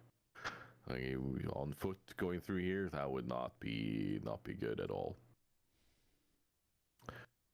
And he turns back and he says, "Any of you attuned to hiding in the shadows? To how should I say it? Going unseen?" I am. Be aware that some of these creatures, if you see, and he points towards one of these crocodile-looking creatures, the basilisk here, there are different colors to them. There are some teal, there are some that are almost bright orange, and there are some that are black. And he says, "Do you see the teal colored ones?" Yes. They are attuned to the magics of this land. They will sense you. They will see you if you're trying to hide from them. Yes, that seems to be happening a lot lately. What? He gives you a curious look. Okay. Just know, if we need you to scout for us, to find the route forward, Good that morning, we need Otto. to follow, stay far away from those, because they will see you clear as day. These are aggressive creatures, and some of them hold the ability to freeze you, or to stop you in your tracks. You're frozen in fear. Basilisks? Yes. Yes, we have those. Quite nasty. Yeah, they are. All right. Let's try to follow the wall here to the east as closely as we can. The cliff sides are almost sheer straight up in this sandy but also very hard rock face. It doesn't seem to have a good place to climb up, and it goes far up. And you see that it's very clearly been a huge basin of water, because the flats are all cracked, except for that one water source. And you clearly see the striations of water wear on the sides of the mountain here.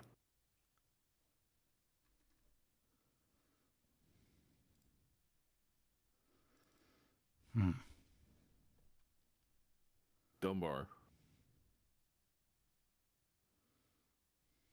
do you mind taking the front? No problem. And I just start riding ahead a little bit. All right. Wonder if I have anything. I'm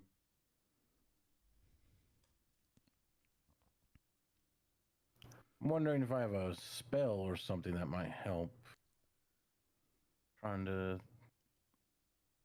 find my character sheet. I can't find it. Oh, that's right. I had that horrible refresh before, which apparently closes all the extra tabs you have open. Fun.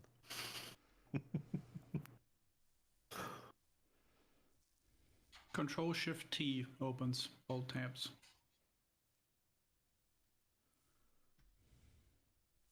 Or it doesn't. Oh, actually, I do have an idea. Yeah. Could I use my unseen servant as kind of a guide ahead of me? An extra pair of eyes to alert me. I guess. I want to look at its text here and see how capable it is. Does it say? It's mindless, so no, never mind. Mindless is definitely not the optimal term there. Never mind. Perform simple tasks.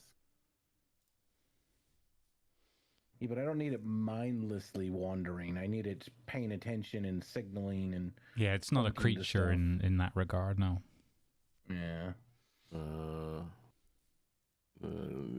Tasks on human services, just fetching things, cleaning, mending, folding, lighting fire, serving food, and pouring wine. Yeah, no. Yeah, it seems like it can do commands. Yeah. Like it's a gopher.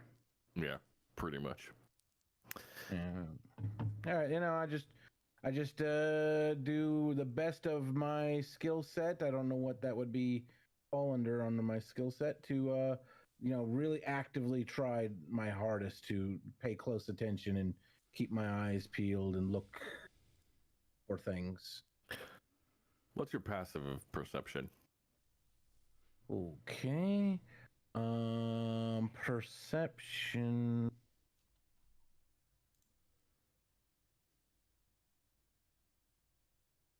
Actually, what's all of your passive perceptions?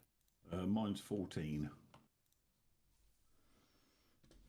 Where is that? If you go right down the bottom of all the skill lists, It's 10 plus your perception modifier. Yeah, if you go down below your list of all your abilities like acrobatics and survival, below that is a bar that says passive perception. No, okay. 13.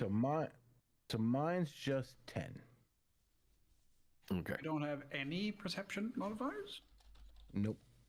My wisdom is a flat 10. Okay. Maybe we picked the wrong front man. Oh wait, but I have I have a +2 to my wisdom saving throw. So wait a minute, how's that? Yeah, but that's from your class. That's not that's from for your. That has got nothing to do with your skills. Yeah.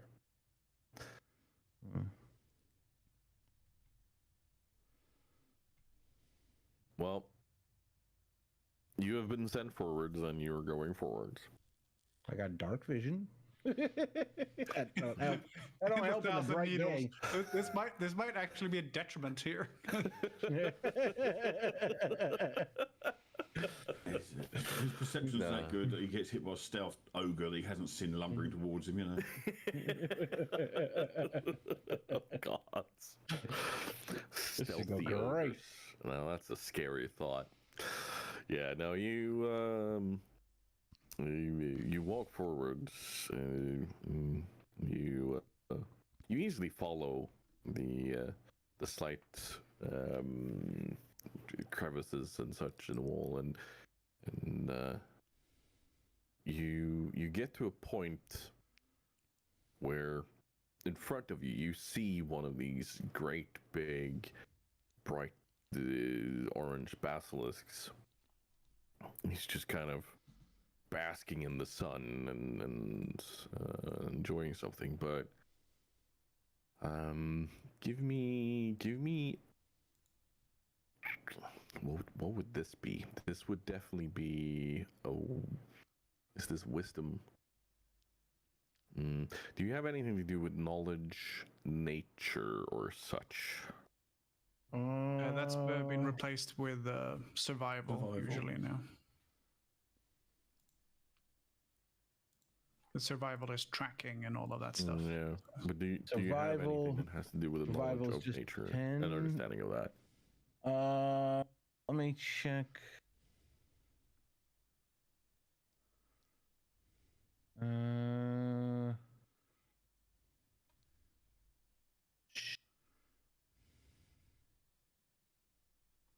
No, mine. I have street knowledge. I have city knowledge.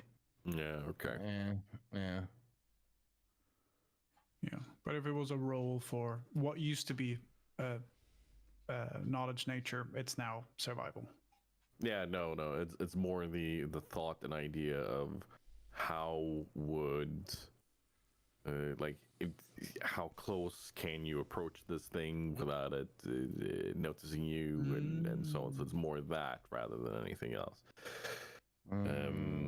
So I think in this case, this is probably just straight up a wisdom throw from you, to see, do you have the innate smarts to understand how close you can get to this.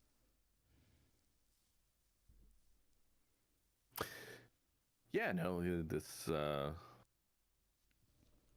seems like a very docile creature for all you know, and you can probably pass right by it.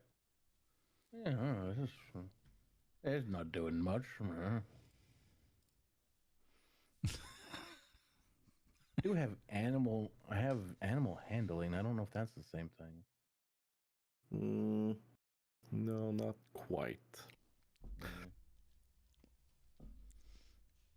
I don't want to handle this animal. Dunbar does Crocodile Dundee, but he gets eaten.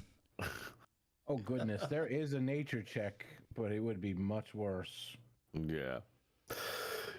You motion your Mecha Strider to go forward, and 2 steps in, and this basilisk turns straight towards you, hisses, and goes, And roll initiative. Oh.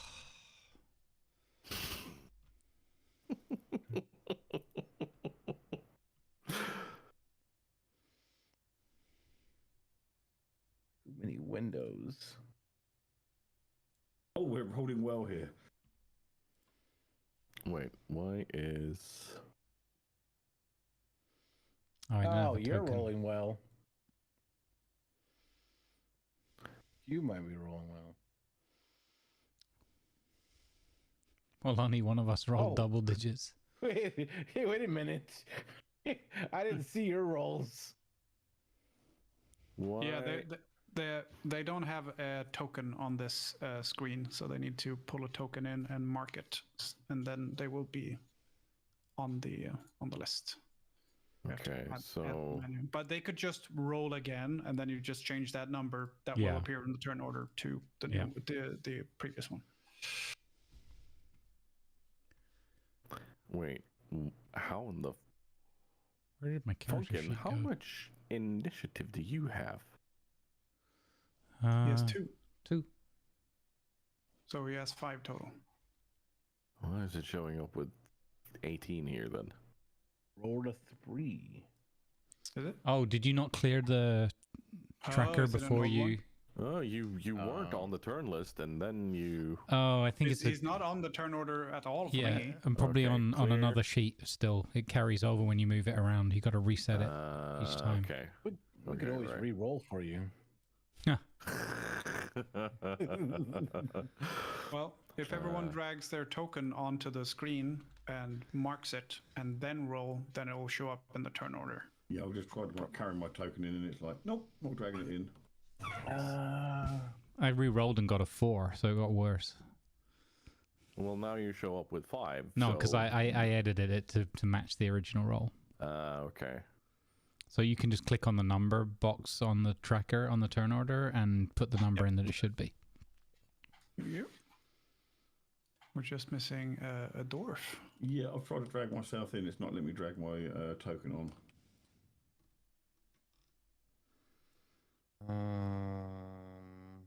We can just keep you guys in like in a cluster there. We're not gonna necessarily have an actual battle map for this. Just so that's it. Yes. Oh shit. That's very nice, but that's not accurate, Damien. You know that's a reroll, and you're gonna have to change that number to your actual number, which was 5. No, it was 7. He had 7. Oh, okay, well, it was Yeah. definitely less than 20. I love that was a nat 20 with a 0. You Yeah. just wasted a nat 20. Can you drag me on if possible, please, Tiger? Repeat last. Can you drag me onto the map? Because I can't seem to drag myself onto the map for some reason. At least if I'm on the map, I'm not showing up. I don't know, can I? Question mark? Where the frack did we do that again? There, and Ragnar. Ta-da! There you are. Excellent. Now if I roll again. Oh, look at that, I got the same damn roll. Consistent. Well, shit. I Oh, don't know if my character sheet's been updated, because I still have 24 HP, which is what I had before I leveled up. then I don't think it's been updated. No, I don't think it finished its update by the sound of it. Oh, it says level 4. It means the token probably wasn't linked. Because No, but mine's my character updated. sheet says 24 HP maximum as well. Then it hasn't added the hat points Oh, in when you've done your that's level weird. up. Attribute Very strange. HP. How did we link the tokens again? Name, Alistair, Bramley. There we go. No. It's showing all the accurate information from the sheet. I just don't think the sheet's The sheet correct. didn't take the update. But I'll do that offline. okay. Don't worry about it. I'll do that offline. Does it have your new spells and stuff? Yeah.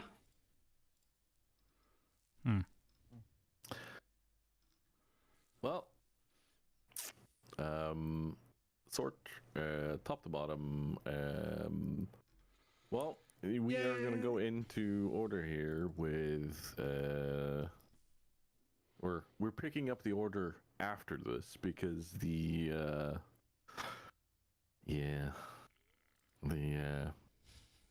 slight failure in the observation of how the basilisk behaves allows it to take initiative here.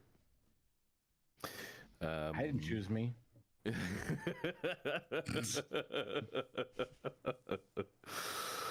It hisses at you and charges forward. The instant it charges forward, the mount underneath you disappears, and you hear the clunk of the item on the ground. The basilisk charges into you and hits you snout first, midriff, and you are knocked back.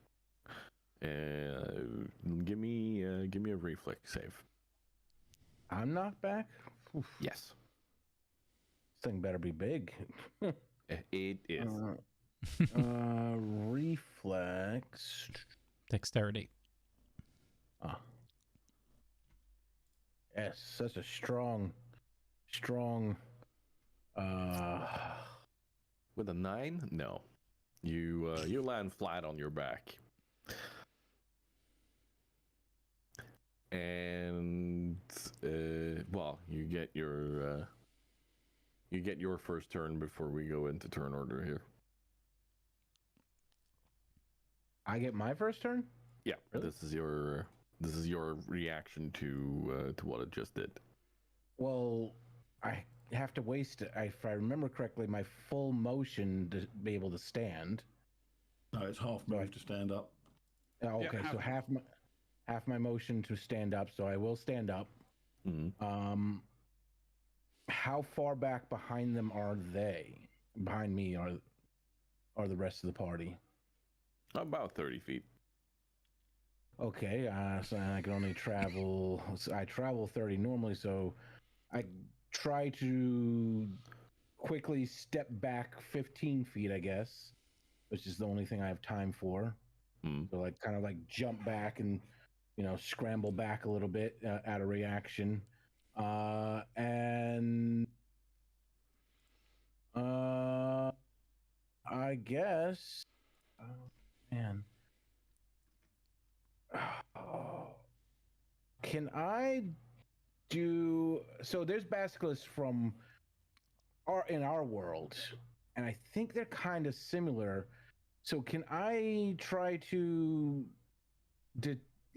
deduce the type of basilisk, like to see if I can figure out if this one would be weak to my ice breath or something like that?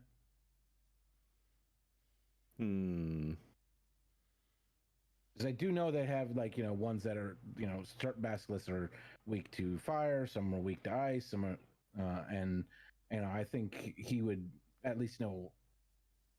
He might know some of that. I don't know. You're gonna have to give me an intelligence roll on that. Oh yeah, that's gonna go great.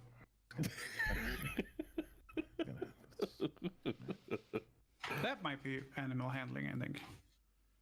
What would it? Oh, and negative 2 as well. Yeah. I was like, hey, he rolled a... Oh, okay, never mind. He rolled a 13 and a 0. Yeah. But with a 13, you can clearly tell that they are akin to lizards. They are akin to the basilisks of your own world, and that they are like there's a reason why they're hanging around in the sun so much. And they would be very much susceptible to frost or cold spells. That's what I thought. Yeah. Okay. So yeah, a lot like our basilisks. Perfect. Yep. But yeah, I wanna use my breath weapon. I wanna use. How do I cast this? How far does your breath weapon go? Here, let me click on its little bubble for details.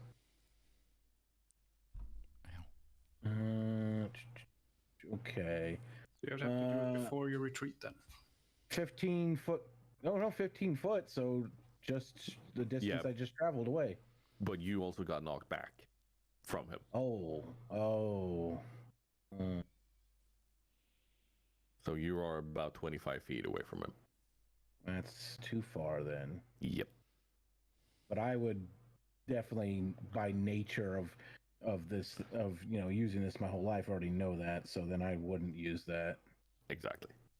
All right, then my agonizing Eldritch Blast, then, which that should be set up right there. Oh. Ooh. Yeah, 21 is definitely a hit. So yeah, go ahead. Roll me a damage. Ooh, nice.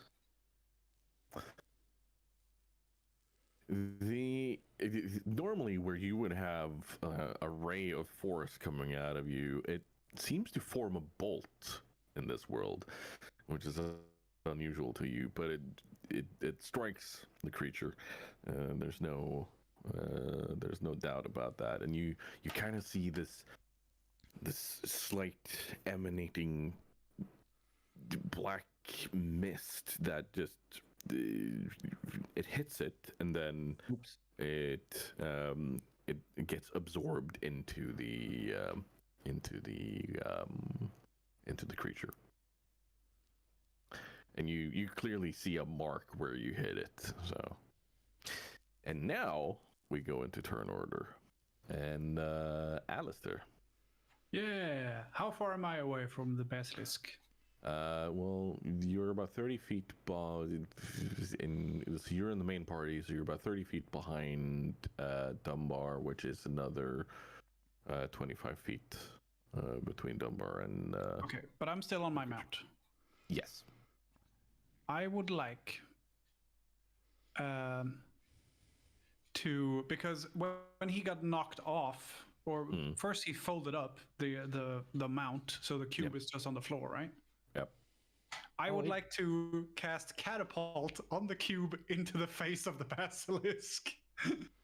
Yeah. It actually didn't do the damage right for mine. It just did the normal Eldritch Blast, but I have Agonizing Eldritch Blast. It's supposed to do another, I think, 1d6. I don't know why that's not set up right.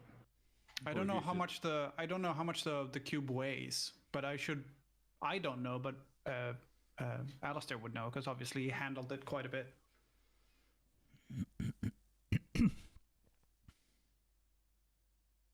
The cube is light. Like it's something that you just hold in your hand. It's not even a pound. Yeah. Then I would I would cast Catapult on the cube straight into the face of the basilisk.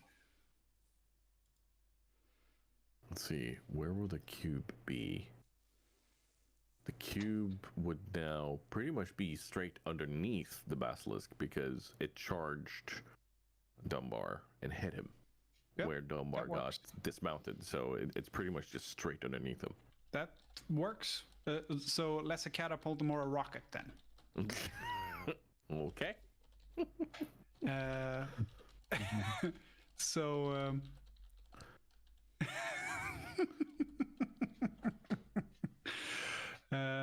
you need to do a save. Against 14.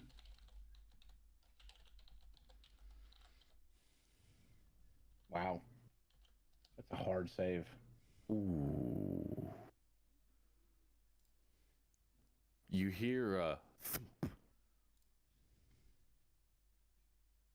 And the creature doesn't move. It doesn't even flinch. So you succeeded on the save? Yeah, it did. Okay, so that basically what happens then is the cube If the object would blah blah blah blah blah, where on a failed save, the object strikes the target and stops moving. Wait, what? Yeah, the cube just goes, instead of going twang and doing a bunch of damage, it goes doink. Oh. I just kind of imagine it kind of going boom, and then falling straight back down again. No, Yeah. no, yeah. Pretty much. Aw. And Alistair just goes, back And this is where we're gonna add in our friend. How do I add? Wait, I can also do this so we can see the description for it. But obviously, no damage taken because it's a dexterity save, and he succeeded. So I'm gonna get Longstride in. Oh there. yeah. So by the way, it's a dexterity save. It's not against his AC. Ah, okay. So I don't know if you want to roll for it, but It still rolled a 15 on it. So. okay. As soon as the basilisk has hit Dunbar and he flies back, in the middle of this chaos, in almost slow motion, you see this giant bull creature. The mount disappears underneath him. He hits the ground in a running stride, picks up his axe, charging forward. You swear you see a red line following him, like as if it's hanging in the air as he's charging forward in towards this basilisk. Does it sound like whoosh? Strangely enough, yeah. It's weird. He barrels into this basilisk, and just this giant shield that it has just absolutely thwops it across the nose of this thing, and they are staring each other down. And now it's Dunbar again. So I think I fixed the spell, if I understand how this sheet works correctly, by adding the thing, but it should have been 13 damage it did. Okay. And I'm going to do another one of those because I really want to test to make sure I fix that. Yeah. So it's just adding my charisma to it. So in the damage I put plus charisma. Correct. So I'm assuming that's what that means. So we're going to do it again. And 12, that probably doesn't hit. No, you see this bolt of magic leave your palm, and as it strikes the side of this giant creature, it somehow harmlessly just bounces off, as if it's slightly resistant to magic, but yeah, It just glances. yeah, like Okay, a blade would. I think then I would end by, since Big Fella here has charged up on it, I think I would move my full motion to get up in the mix as well, drawing my curse blade, as I'm just running towards it, you just see me pull. It seems like nothing out of my waistband, but then black mist flows out and fills the air, and a blade, black and steel blade, just forms out of nothing. And I run up on it and brace and get ready to fight it. As you draw your blade, the strange effects that you've not seen before, the sound it makes is as if a raven is cawing, and you swear you see feathers as you draw your blade and charge forward. You see the raven feathers kind of fall and dissipate into thin air as you're charging forward. Oh, wow, okay. And you have a flashback to the arena where you, through one of your Eldritch Blasts, and a raven charged through your target. That's right. It turned into a raven. Mm-hmm. But yeah, you have charged forward, and you are now, do you want to be in melee range of it now? Yes. Okay. So, I'm assuming you're taking it up on the side or behind it? On the side. Since he's going face to face with it, I'm going to try to get on the side of it, so we're starting to surround it. Right. All right. Funkin'. Okay. So, having seen all that he's seen, well, he's seen it be hit by magics. I wonder if it burns. Oh no! Why did I get this close? He's just gonna fire a fire bolt at it, not a fireball. Just trying to hit it like, I don't know, wherever's most visible, just in the body, I guess. Here's my question. Yeah. In 5th edition, how do they handle casting magic into an area where you have friendlies close by? So, for the most part, it's just no risk, no fun. So, they're at risk depending on what kind of magical effect. So this is a targeted spell, like a bullet shot or something. So it wouldn't be so much of an issue. But if this was a fireball, for example, they'd be at risk. Funkin specifically is an evocation wizard, which gives him the ability, he has a special ability called Sculpt Spells, which allows him to create a protective bubble sort of thing around people as per what it's written there. Right. But only a limited number of people. So again, there could still be a no risk, no fun scenario. We're gonna simply treat this as there's no direct risk to the people around unless you completely super fumble. In 5th edition, they also did away with the disadvantage of casting in melee. Yeah. So that's not a thing either anymore. Yeah. Usually not something I'm a fan of anyway. So, but it's like, since we have 2 people in close, I wanted to make sure. But yeah, no. Then we're just gonna go ahead. But I still want to roll for it because it still might be a 1 here. Does a 25 hit? Is that a crit? What does your dice say? 25. That is a crit. It's in the chat. Oh, no. 18 plus 5 plus 2. No. Okay, no, he's got 18. I didn't see the dice at all. Okay. Yeah, that's what I figured. Hence your question. It's in the chat though. Okay, yeah. Oh, right. I can mouse over it and then it says, right, 18 plus 5 plus 2. Yeah.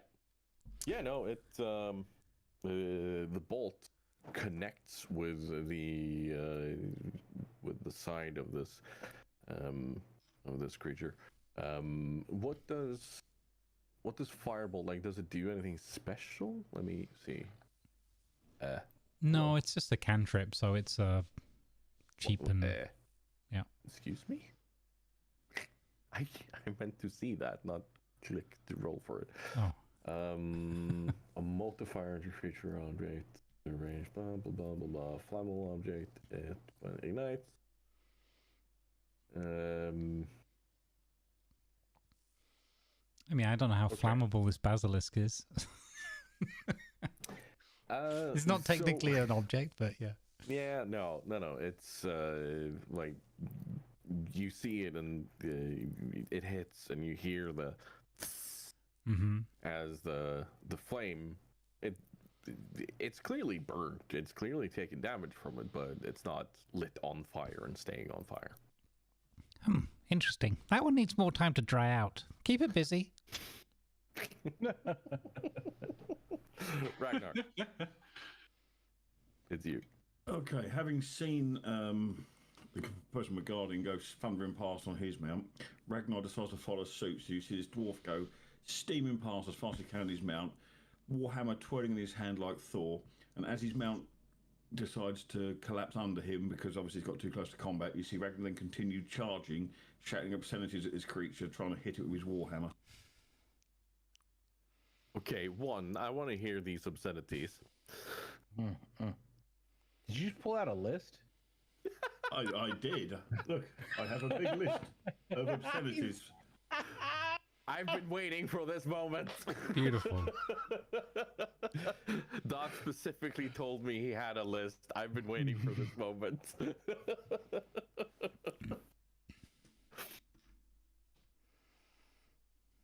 Also, I was wrong about the no disadvantage in melee thing. You have disadvantage, but you don't provoke an attack of opportunity anymore. Oh, like that. Yeah, okay, fair enough. These aren't in Dwarvish because I can't read Dwarvish, but yeah, you see him go thundering past, shouting, "You'll wish you were shorter when I'm done with you."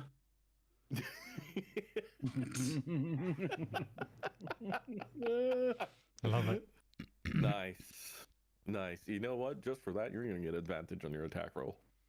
Fair enough. Rule of cool, baby. I love that. There's no warhammer. There it is. That must be the attack.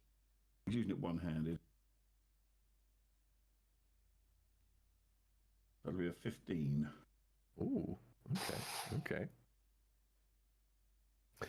The warhammer, you definitely strike the side of this creature, but like you just kind of feel it go, and like it's as if hitting something soft and like it doesn't seem to impact like it would on armor. It doesn't seem to impact hard like it would Silver. on something that would take a lot of damage from it. Like it's Happy Sunday, bud. doesn't even seem to mind with that hit, and you can see clearly the hide is thick on this thing. Goodness. Okay. You see Ragnar Saddler looking really confused, look at his hammer, looking at the creature, and you see him slide his hammer away and put his axe out for the next round. You should have said, "It's hammer time." when in Rome, you know. I realize you haven't played World of Warcraft.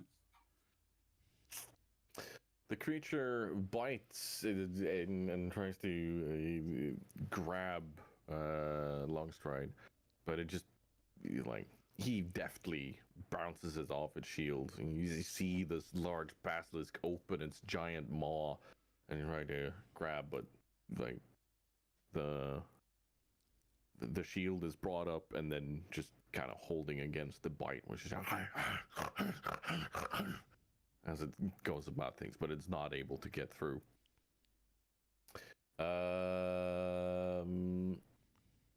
Who's on its right side?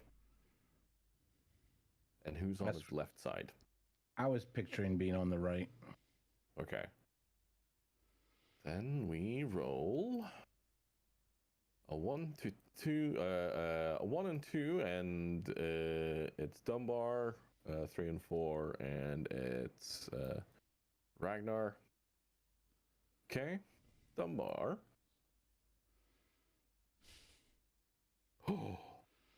Uh-oh. Whoopsie. We're gonna roll that again.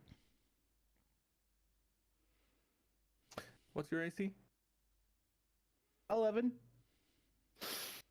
Yeah. The tail of this thing whips around and cracks into you. Okay.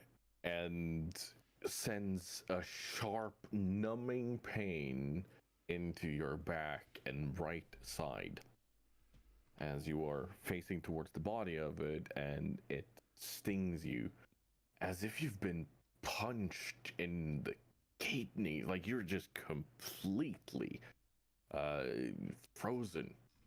But it's like a nerve-wracking pain, and Well, I'm not.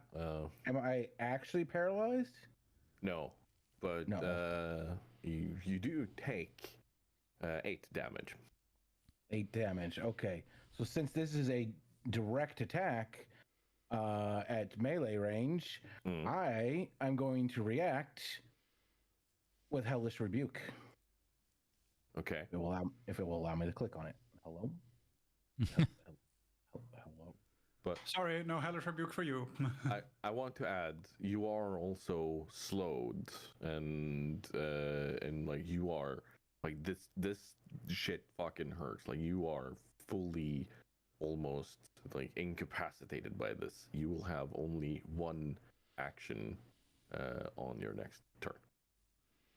Because of how badly this hurts. Why is Hellish Rebuke not working? I cast Roll20 Rebuke. Yeah. I'm clicking on the name of it. Oh, maybe it's not a target. You have to select a level towards the middle of your screen.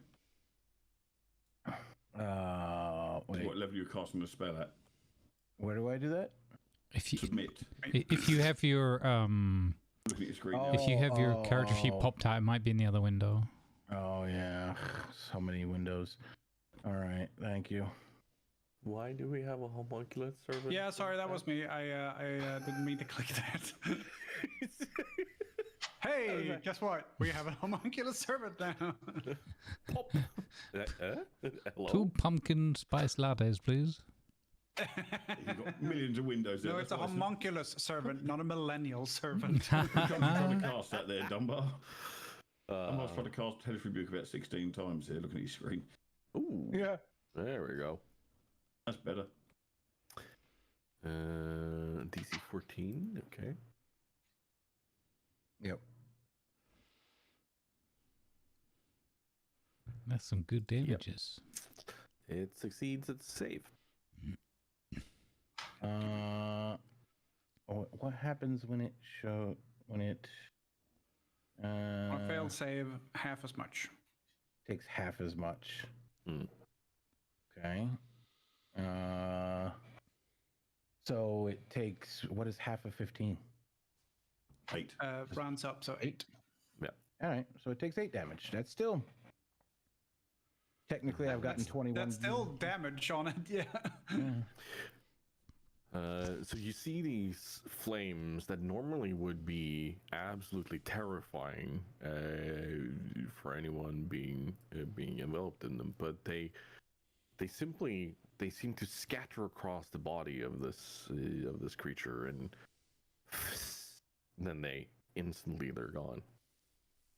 And I think like I'm still holding the finger, pointing at it, after yelling Hellish Rebuke and casting, and just kind of going, what? Like, because normally that's like a big, giant thing that's like horrible, and it's just like, that's not how that's supposed to work. This creature seems unperturbed by your magics. Alistair! Yes, sir. It is you! When I cast Catapult, did my mount fold up? Yeah. Okay. So I don't want to leave it, so I will use my free object interaction to pick it up and put it in my bag. Mm-hmm. And then I will cast. How far away am I roughly? Because I haven't moved, so like 30, 55 feet ish. Yeah. Yeah. So I will move closer. Use my full move. I think I get 25 as a no. Yeah, 25. So I'm 30 feet away instead. Mm. And then I will cast. Let's see. Not that one. I will cast a. Well, Firebolt works, and it's a cantrip, so it's nice and repeatable. But I was thinking of. Oh no, that's a touch spell. Oh no, I had an idea, and then I didn't realize there's a touch spell, so it doesn't work. Talk to me. What's the idea? I was gonna use snare to like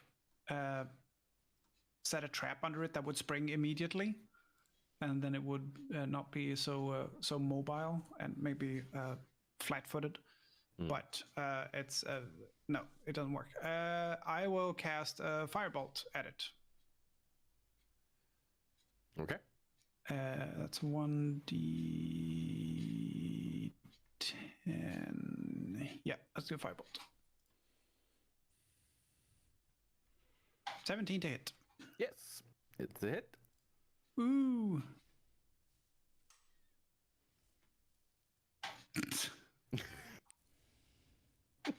2 damage. Stop stealing my rolls. Your firebolt. It seems. I love the idea of it going like a tiny little fucking firecracker going. Dunbar cold broth is Funkin' just actually looking at me like, what are you doing? dragonborn. Fire spells, that's my shtick. Does it not? You cast your firebolt on. I think I may have omitted that information from the. At first, you're kind of, yeah, he's a Hexblade warlock, but he's struck the tail of it. Which he's a dragonborn. That's my bad. I couldn't fit it on the token on the information banner. Yeah, it's a good spot. I didn't notice that. It's just struck Dunbar too. Yeah, he's a dragonborn. So, yeah, that's a pretty decent hit. But then it just kind of there's just a tiny flame. I like that you're trying to dress this up, but it's a really shitty roll. Yeah, no, it's just like you see the tiny flame and then it's like, oh, are now running to support good causes. Oh, that's pretty much it. It's a minor action. I puff on my pipe. The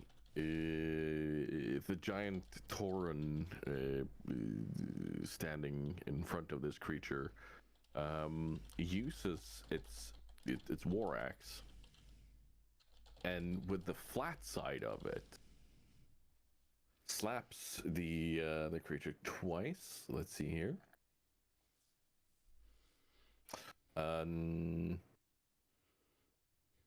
Yeah, no, he does twice.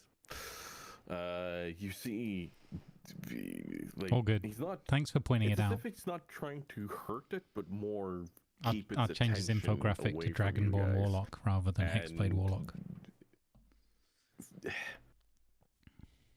It's almost as if the creature looks annoyed with being hit like this. Like it's almost insulted. And he takes like he kind of tries to take half a step back and braces for the creature to follow him, and it seems to hold attention on him. And he Would you describe it as a taunting attack?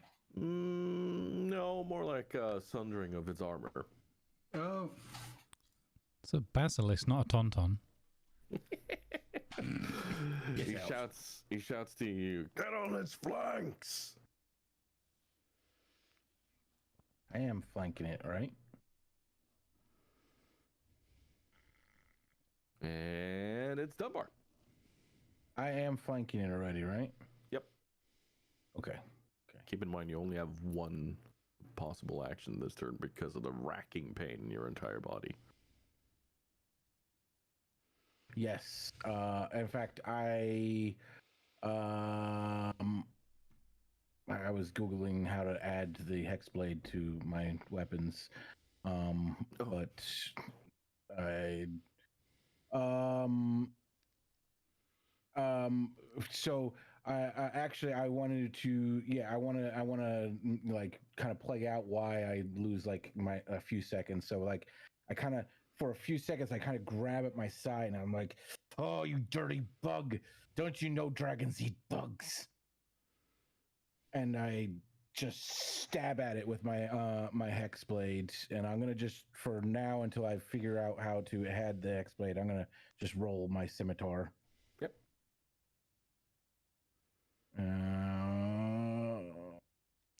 It's not good. No. I guess I'm just like so in so much pain. I kind of like wince as I go to stab, and kind of deflect right off of his side a little bit. Yeah. You're not able to bring the blade down in a proper way because like you are wincing as you try to move it. It clearly actually fully struck a nerve, not a mental one, a physical one, and this shit hurts. Like you've been hamstringed almost. Like, I don't know. Well, it's I guess.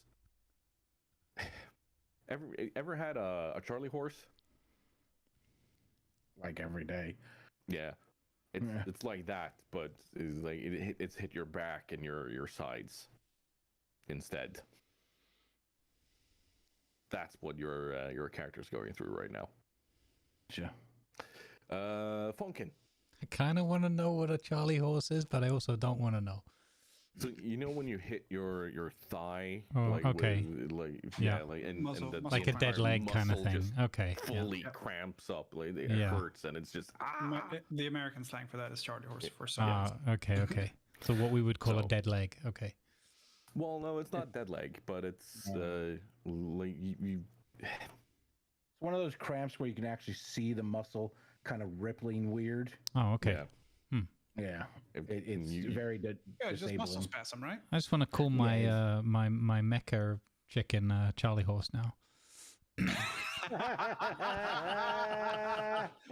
I like that. Yep. Because it's always twitching.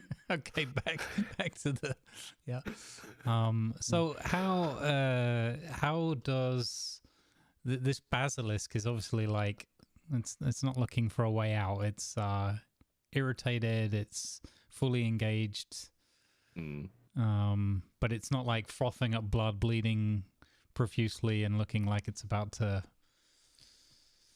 it's damaged. It's definitely damaged, okay. But it's being a new creature and such for you, it's hard for us to tell. That's fair.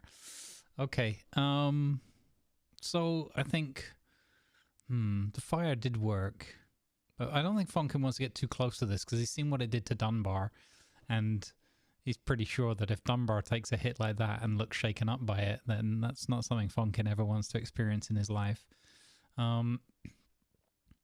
So I think he, just says, maybe time to up the ante a little. And his hair flares up a little bit. And he holds out his wand and his free hand, and he just does like little finger guns, and for some unknown reason goes pew pew pew. He can't explain it. And he does magic missile, which is 3 of them. They can't miss. So which one do I click for? I click for this again, right? And then one more.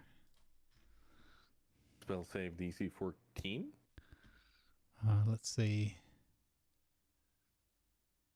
It says down below magic missile. Oh yeah, sorry. Spell save DC 14. Yeah. So, all right. Lima, help me out. What is that? Spell save DC 14. Yeah. What does that mean? The thing does. So in case of what? The basilisk. Is it what kind of a save is it? See, I just thought this was an auto hit. It should say. Yeah, I didn't think this had a save. That's why I'm confused by the spell save part.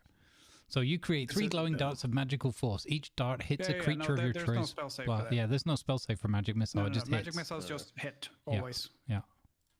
I don't know why it's got that spell save info at the bottom of the spell. That's just misleading. That's weird. Like I'm weirded out by that because I've never rolled magic missiles have always hits. Yeah. Okay. Unless it's Jim's magic missile, which do more damage but don't always hit. Which is now a legitimate spell. It's so weird, but it's from hacking, but it's a legitimate spell in D&D now. Yeah. Yes, Jim's magic missile is fun because it does a heck of a lot more damage. Yep. So you have to hit. But I want one missile hits him in the face, another missile hits him in the side where Dunbar is, and the other one just hits him on the butt. Okay. These three magic missiles shooting forward. They take on a light purplish color as they fly through the air and they strike the creature. One on his face, like you said. The other impacting just below where Dunbar tried to hit it with its sword, and another striking towards the back of the tail. You see these marks, and the creature is very bloody at the moment. Don't worry, Dunbar. I got you. I hit it for you. Ragnar? So where exactly are the characters now? We've got Dunbar on one flank. We've got Longstride. Is he at the front of it? Yeah. Yeah. So Ragnar's on the other side. So, okay. Ragnar will stay where he is because obviously he's going to try and support Dunbar. He's put his warhammer and shield away and he's holding his battle axe in both hands now and roaring, "Where justice won't prevail, vengeance will." And with that, he takes a massive swing with his battle axe at it. Okay.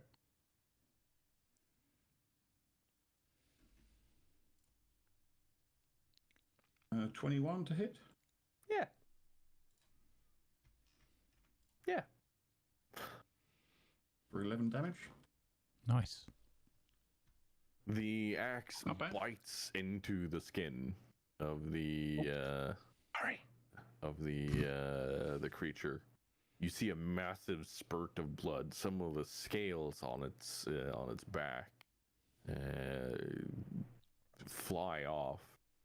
You hear the creature roar, and it instinctively whips its tail around to try to hit you. Okay. Ouch. That'll be a hit because I'll put my shield away, so I am only on plus 16. Yeah, well, I mean, you still take 6 damage though, but this thing is strong. It's a D8 plus 5. Holy shit. Yep, this thing is strong. Ow. I could have rolled twice as much damage when it hit Dunbar, but it has an option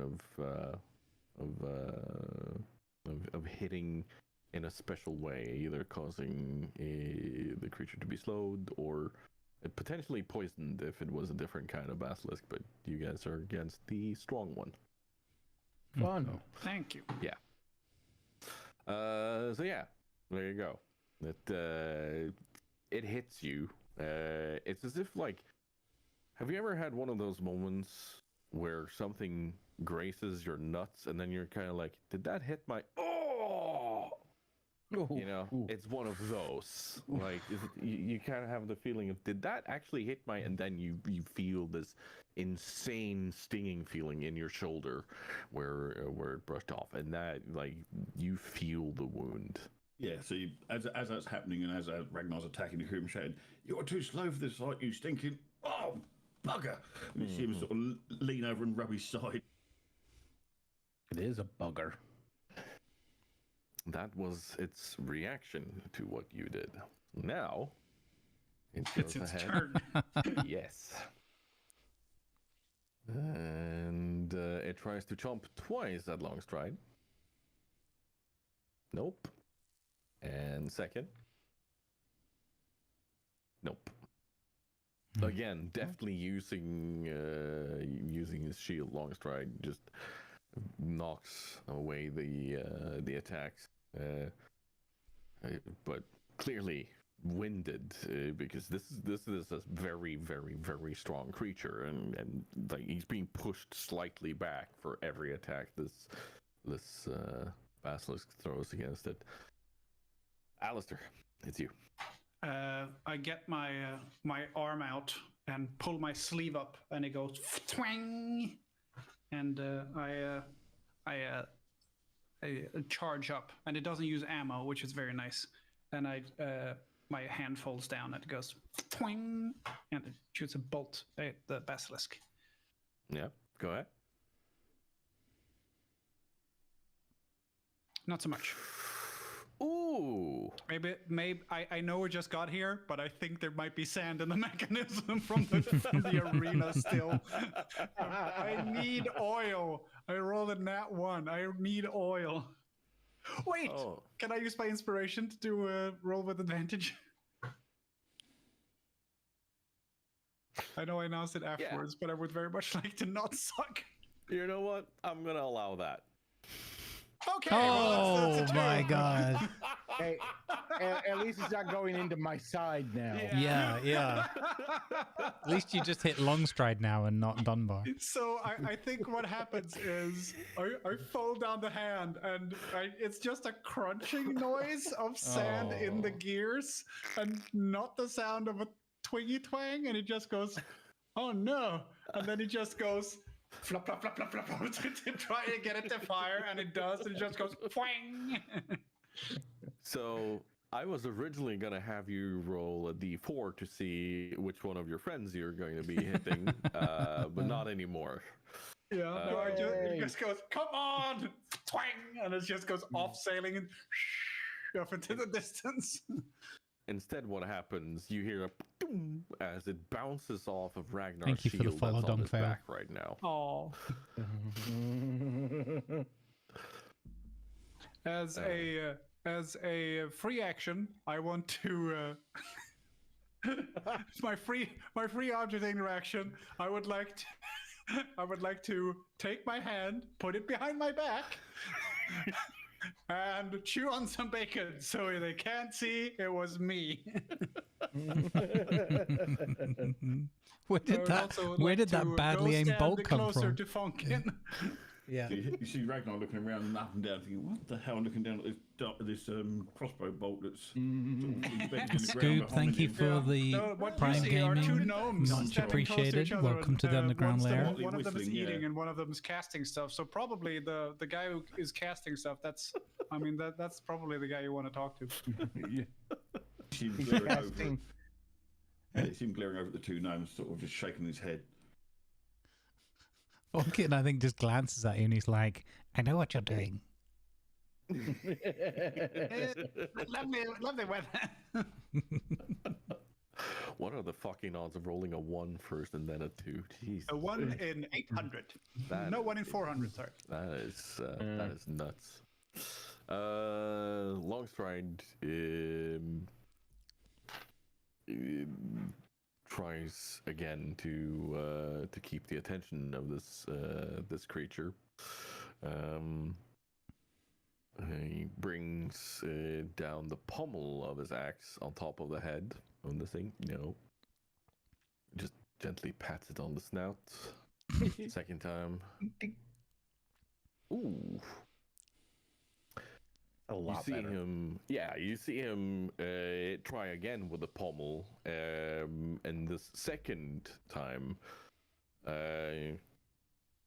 you see there's a spike on the pommel of it, and drives it through the snout of this thing, and it now has 3 nostrils. Ooh. I got you. It's I like bleeding that joke. profusely, and it's pissed off,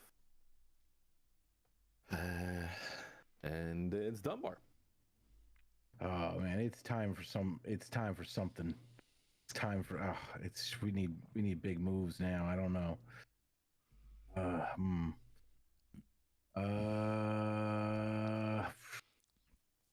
You know what? I'm actually just gonna try to hit it again. I have the weapon put in, so I had to do some searching. But a hexblade is just any other weapon that you choose that you're proficient in. You can turn it into a hexblade by making it the +1 magical version of that weapon. So I just added I just added a scimitar, a +1 scimitar, and then changed its name. So I now have my hexblade, and I roll a 15. It's not that bad. Not bad. That's quite good. Yep. Does it make its way through? Yep. Barely. Okay, and 6. and I'm like real angry. Like I'm still grabbing my side when I'm doing it. I'm like, ah! Like I kind of just hold it in there when I stab. So that well, on the plus side, that's the lowest amount of damage you can do. Yeah, that is. It's a 1 plus a 4 plus a 1. It's the lowest damage. So you could have done 11, but you didn't. You didn't. No, this is true. Well, you know, I've done quite a lot. I think I've done like the highest damage here to it. So, in total, you crack into it. You slice, and there's a spurt of blood coming out. Like it's clear that you've done some sort of damage, and it's clearly worn down now. So, is that the only action you're taking? well, I can't do another attack action or spell. So other than just cursing it out and calling it an ugly bastard, no. So no move action or anything like that. Yeah, no. I want to stay at its side. Fair enough. All right, Falcon. Well done, Dunbar. Now watch this. I reckon I can make this thing burst into flames. Yeah. He fires another firebolt at it. Oh. Alistair, could you eat that bacon sandwich somewhere else? You're putting me off. No, is that oh no. It's a critical failure. Now, I was looking and interacting at Dunbar, just saying. That's still a 1 on the die, though. I want to point that out. So, Grumbles. Yes. Could you please roll me a d4? Uh-oh. And I feel like I'm gonna have to heal myself soon. 4. And 4. It's a crit. So it doesn't hit Alistair. I mean, I'm standing next to him. It would be very hard for it to hit me. If it's going to include me, it should be D5 because it should be able to hit the basilisk as well, right? No. A critical fail should not be able to hit the basilisk. So, this can hit Alistair, Longstride, Dunbar, or Ragnar. It hits Ragnar. Oh So, no. Singed his beard. Ragnar is not surprised. Let's roll a damage on that one, shall we? Oh. Singed his wow. beard.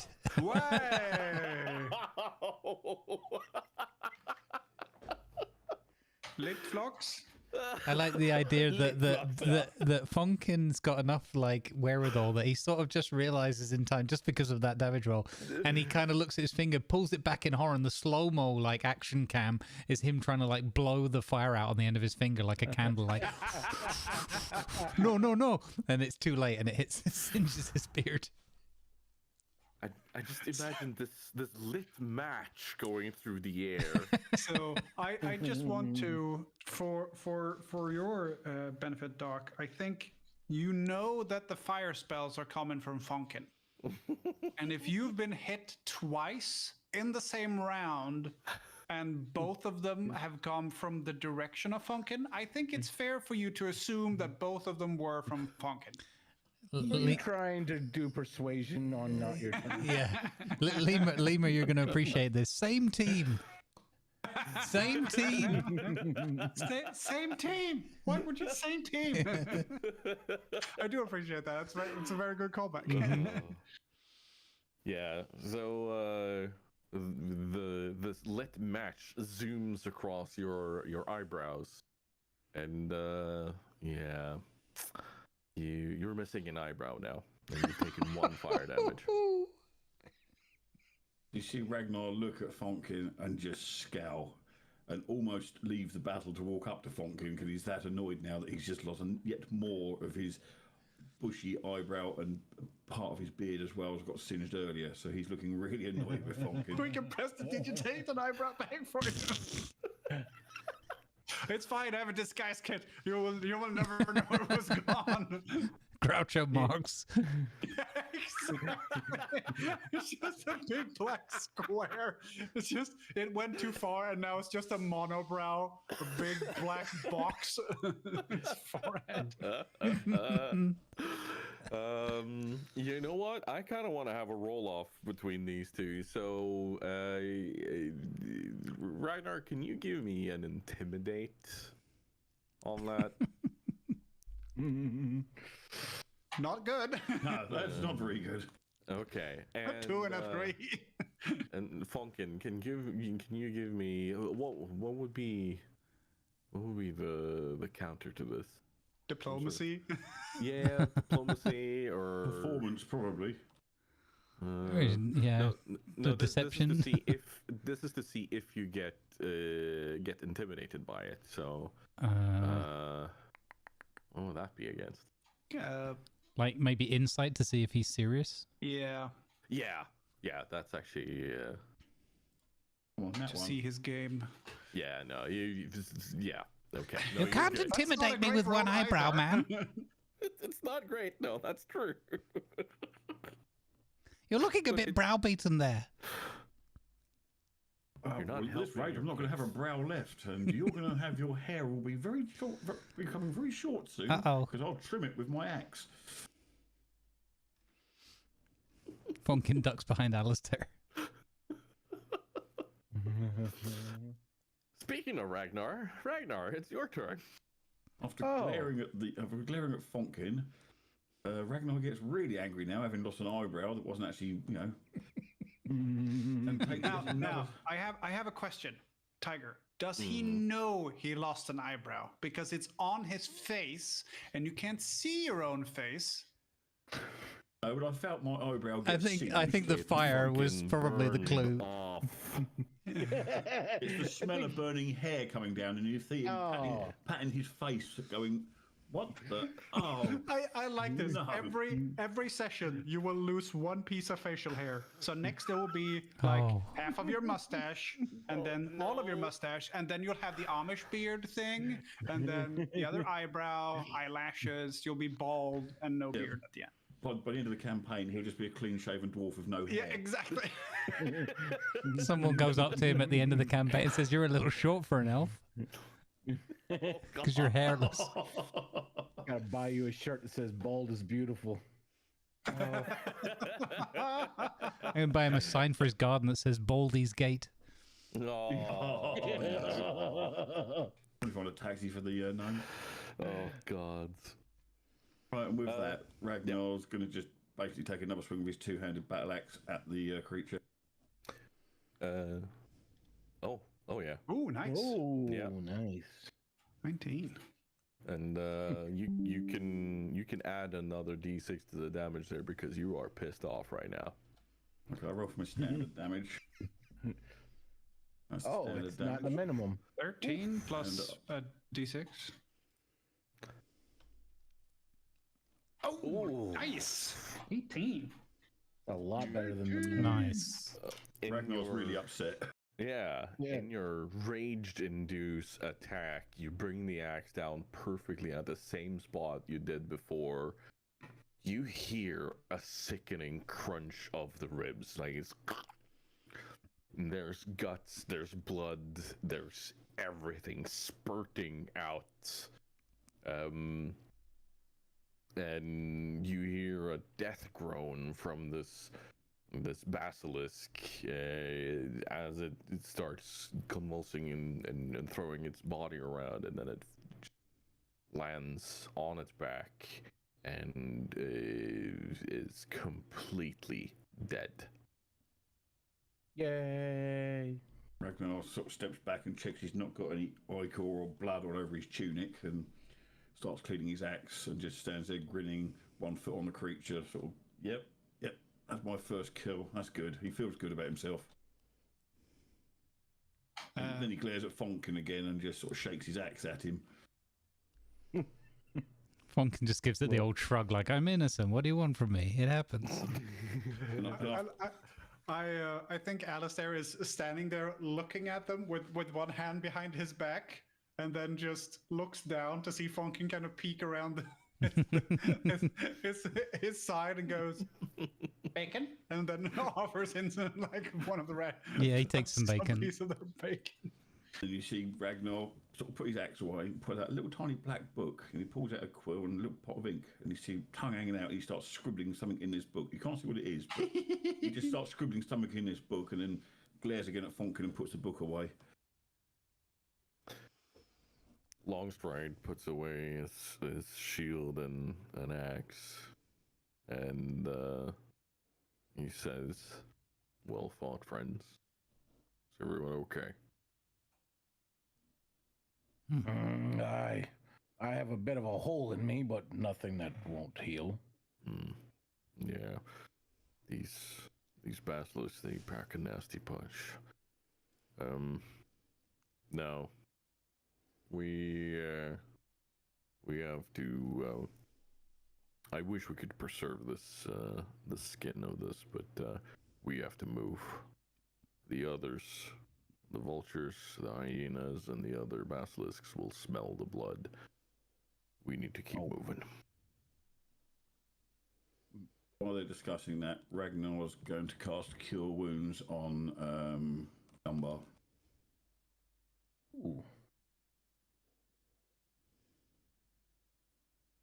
I don't gotta heal myself. Is it doing the level thing to you? No, it says I've got to select a token, but it's not letting me select a token for some reason. You should be able to just cast it without selecting a fucking... Yeah, no, I've got a macro set up because I get +2 when I heal because of my healing cleric, and I set up a macro to do it, but it's not working now. It was working the other day. Yeah, I can't select... why did you change it?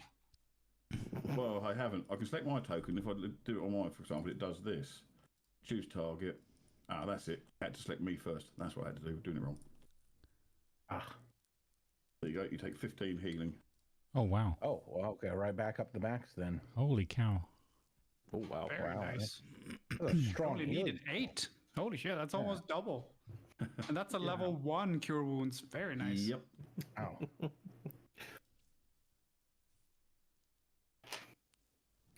Yeah. The That was max D8 I rolled there, so... I'd like to have Alistair walk up to Ragnar and tap him on the shoulder and say, "Well done, big guy," and cast Cure Wounds on Ragnar. You heal 8. Oh, wow. There you go. Puts me back up to max. Hey! Yay! Everybody's healed. Does his eyebrows grow back? No. No. Yes, it does. No, it's not fair. Preferred it didn't. Can I cast Cure Wounds and shape it in a way that it does not actually stimulate follicle growth on his face? I would love it if his eyebrow did not grow back. Honestly, this is something that I've always been kind of curious about in healing in D&D, because it seals wounds and heals and stuff. How does it deal with hair? It doesn't mention hair, I don't think. No, nope. I've always assumed that even though it heals you, it still leaves you still left with scars, etc. You're not perfectly healed from it. Yeah, you are supposed to scar. You are supposed to be covered in blood and whatnot. Still after healing. Yeah. So it doesn't reverse time. Then you're still left without an eyebrow, but the skin is singed at least.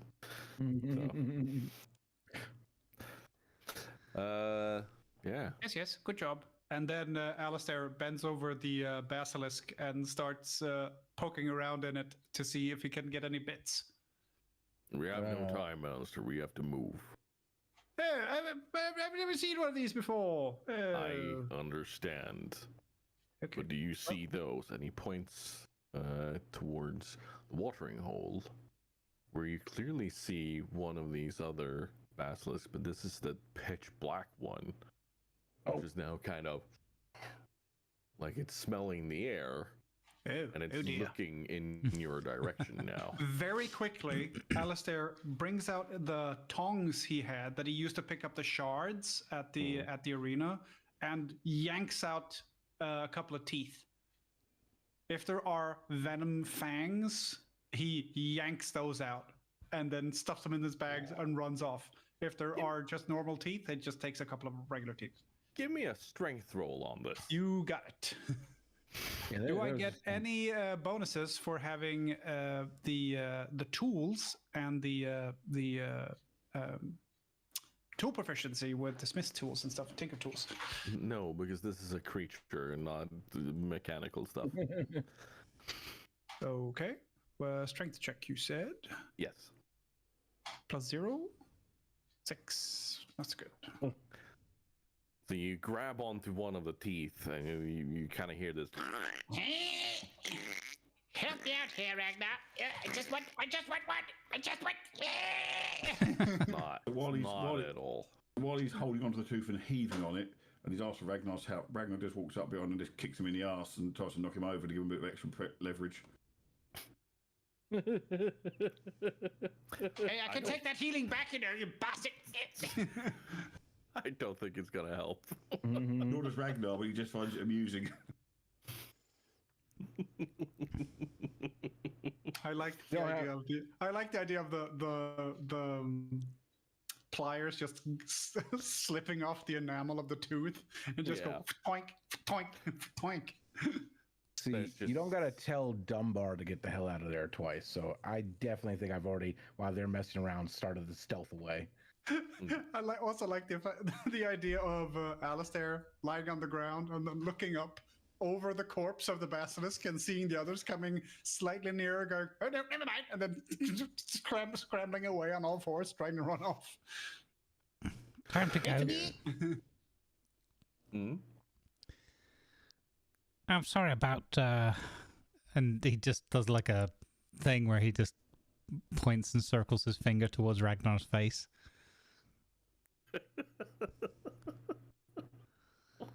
It's not intentional, you know. Magic's just, well, magic.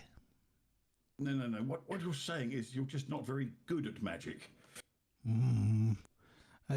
Sure. You're irritated right now. The sand gets in everywhere and you wear that heavy armor. I'm sure that's not helping. We'll talk about it later when you've calmed down. Yes, it's very distracting. You know, middle of combat, and then one of your allies takes off a part of your beard. You know, I've been growing this beard for 150 years. You've taken nearly 3 months off the end of it, and now an eyebrow. You know, what more am I going to end up with you? I'm thinking in future, I'm going to give you the armor, and you can stand in front of me. I think you'd look good with a goatee. Whatever you do, if you don't mount up and get out of here, we're gonna be eaten. Oh yeah, go gadget chicken. I really wonder like how far while they're messing around I have snuck off. Like we can see you. You're walking in the sand. It's easy to see you. You're like I bolted.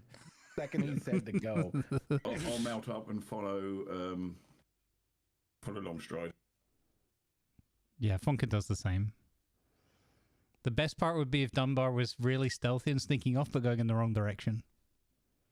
Oh my god, that's definitely. no. It's very easy to kind of tell where you came from and where you're continuing to go. So Yeah, there's just a big wall we have to keep to our right, right? Yeah. pretty much. Now we've had our fun encounter, and you've seen how these work. We're going to do a few group rolls to figure out if you're able to stealth your way up to the place where you need to be without angering more creatures of different types. And yeah. Don't let me down on these stealth rolls. A question. Yeah. Can we split the party into two teams? One team is Dunbar and the other team is everyone else. No, I agree with that. I'm They just clearly kidding. can't see my stealth proficiency. We've seen your rolls, sir. I'm more concerned about the fact that a certain gnome has been tinkering with Dunbar's chicken. It now makes a lot more noise, so his stealth rate is going to be at disadvantage. I don't know if I ever got to your chicken. No, you had time. Like it was. Oh, thank you. At Thank you least for in throwing my me under the head. bus, Tiger. Thank you. It's nice and comfortable down here. At least in my head, you guys went through the whole hour. Let's try to fix these chickens so they're not, twitchy and jerky and stuff. But none of them are as smooth as mine. By design, because I didn't make them as smooth as mine. I didn't make them as good as I made my own. Also, I've been tinkering with it when we've been traveling. Smooth chicken, is that some sort of euphemism? Yeah, I wasn't gonna go there. I wasn't gonna go there, but you never know. I'm an artificer. Before we get to our destination, there's going to be a mounted ballista on the back of my robo chicken. That's gonna be a very tiny ballista. I mean, I'm not very big myself. How about a sidecar with a ballista? A sidecar with legs. It fires paper clips. Oh god! Like that thing you did when you were in school. Yeah. Oh yeah. There you go. But this is the evil one. It fires thumbtacks instead of caltrops. But I am going to need a total of 10 checks. Oh damn! 5 of them are going to be stealth. 3 of them are going to be perception. And 2 of them are going to be whatever you decide between these 2. Like, do you want to do more stealth or do you want to do more perception? Oh. And we're going to do it this way. If you fail on 3 or more, you're going to end up in combats, but we're going to pretty much auto-resolve them. I'm going to do a couple of rolls here to see if you take damage or some nasty things happen. This might include crits, crit failures, or such. And but yeah, let's start with the stealth rolls. I'll give you a stealth roll right now. That's right. That's right. All right. Good. So it's 1 each, is it? 1 stealth roll each? Quick question. I'm in chainmail. That normally gives disadvantage on stealth. So. Yeah, but you're on the back of a giant mech chicken, so Yeah. that's not very stealthy in itself. No, exactly. So I'm just wondering why I should be rolling disadvantage on this. No, so this is for your scout to see if he's able to guide you through this in a way where you do not end up in more combat and issue.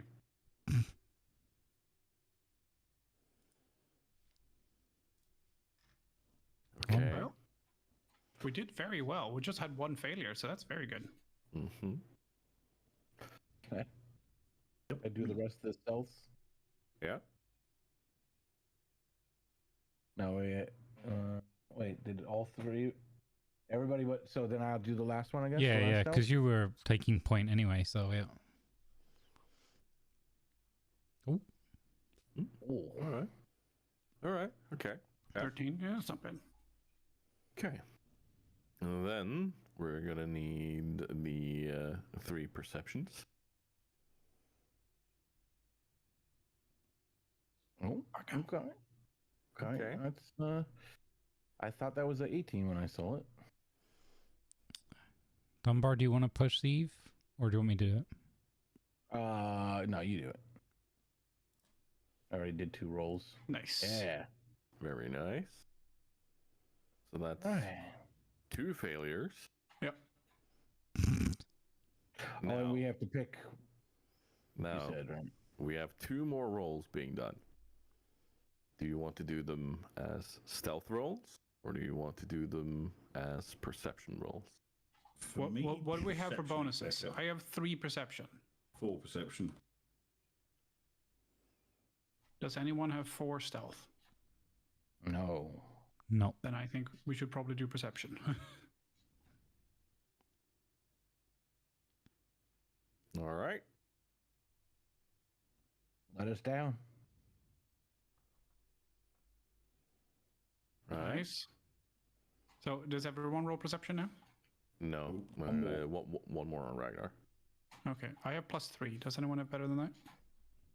No, same. Okay, well, I've been rolling like shit, so you go. Oh, okay. All right. Okay, but see, we got 3 failures, not more than 3, so we should Exactly. You are good. Nailed it. You had a couple of really close calls where one of the mecha chickens crushed a rock, and you hear a pack of hyenas that are kind of just idly walking by. You hear one of them look towards you, but because the flats are so bright, because of the heat and such, they just kind of, instead of seeming to take an action towards you and go for you, they ignore you. Can I suggest a scenario that happens? Sure. when I do stealth, I have on the back of the Mecha Strider, but I have lowered the Mecha Strider, so it's basically it's on the ground, so the legs are up on the side, so it's not on the ground, but it's very, very close to the ground, and its head and neck is down, so it's trying to stay as low as possible. So you see over a rock, with some flowers on it and like some herbs and berries and stuff, and then you just see the hat come over first, and then the rest of Alistair comes up, and then the Mecha Strider head comes up next to it. And then you go, woo! And then the focus shifts to the hyenas about 35 feet on the other side of the bush, and it just goes back down again and sneaks off. I like this. Yes, I'm all for this. I like this. Cool. I have low rider chicken. You've invented the low strider, yeah. Oh, low strider! Oh, nice, very nice, Grumbles. Very nice. Low strider. You also have a couple of moments where vultures pass overhead. You see the massive shadows of it as it passes in front of the sun, and you clearly see the Kodo being a bit weary of it, and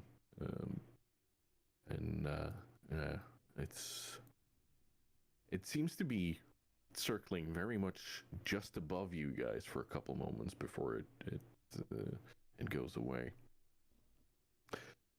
And the last failure was one of the basilisks, and we're actually going to roll which one of them, because it's going to determine how dangerous this felt. On a 1 to 2, it's one of the orange ones. On a 3, it's the black one. On a 4, it's one of the teal ones. Yeah. So it's one of the orange ones. One of the ones you've just fought. It seems to walk towards you, but it kind of stops and just it doesn't seem to go any further, because all of you stop in your tracks as you've been given the signal by Dunbar that, okay, halt, just don't move, don't let it catch wind of you right now. And then it turns away. You hear the snarl of it, and then it walks away. It's as if it catches wind of the smell of the other corpse and walks down towards it.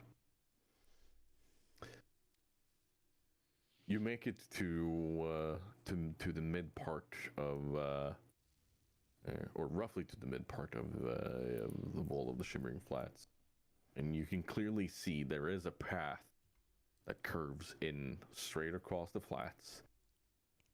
And in the middle of the flats, you see a couple of huts You're not sure what else is going on there, but like you swear this is an arena of sorts because there are stands for people to watch things, but yeah, you see a dust cloud that is moving swiftly across, and like there's a lot of weird stuff, but it's kind of hard to make out between the heat shimmer and everything. And you walk in on your mounts. You come up to the place where it says Shimmering Flats Race Circuit. Goblins versus gnomes. And I think we might as well. No, don't you fucking dare. Yes, we are going to call it there. God damn it. Pod racing. Boom, ba ba boom. No, it's just I know it's late for Damien, and I don't want to push things too much here. We've already had much happen, and so yeah. So Doc, are you working next weekend? Unfortunately, so yes. But then I'm off for 2 weeks after that. I am probably going to be very busy with the charity event next weekend. Yeah, David's already got a charity thing going on as well, so good timing on both our parts in that respect. Synchronized schedules. That's good. Yes, always handy. That's the biggest boss fight in D&D. It's scheduling. It's always a problem. It really is. It's always a problem with my live group. It's the hardest part of D&D is getting the group together in the first place, not actually playing a game. Absolutely.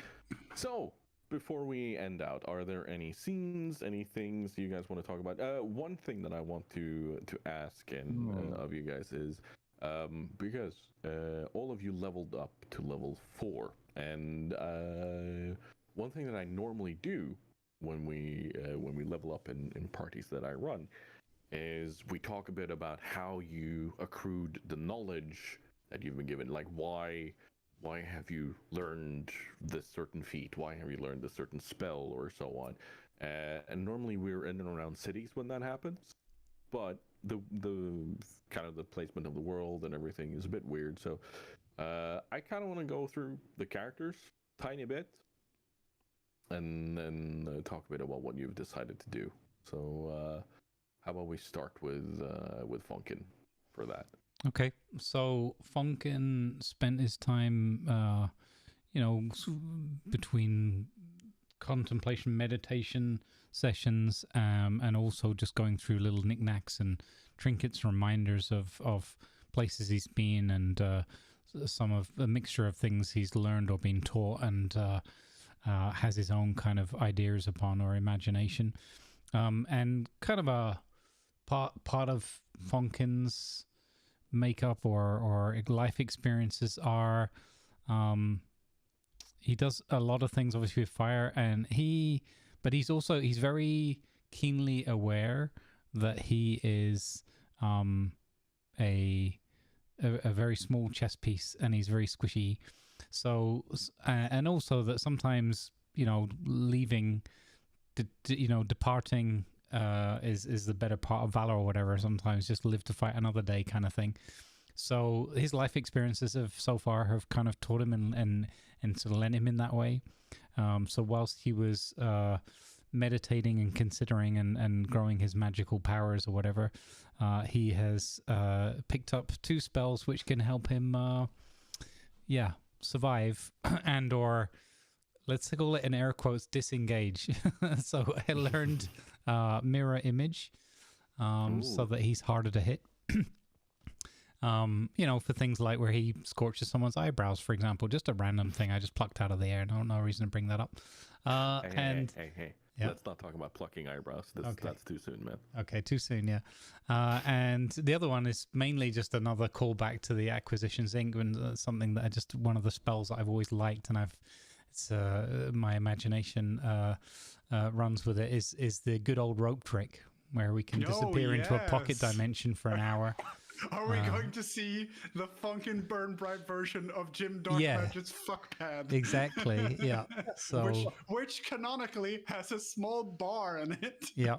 So I haven't spoken about it with the GM yet, but I picked that spell up today thinking that it could be something that's, it doesn't give any real benefit other than it's just comedic effect of what's inside the also, you have space. your own personal dimension for an hour where no one can bother you. Yeah, exactly. So I feel this is something that relates to Funkin's life and life experiences, where sometimes it's just good to disappear and just go somewhere quiet, get out of the way for a minute, let everybody else cool off.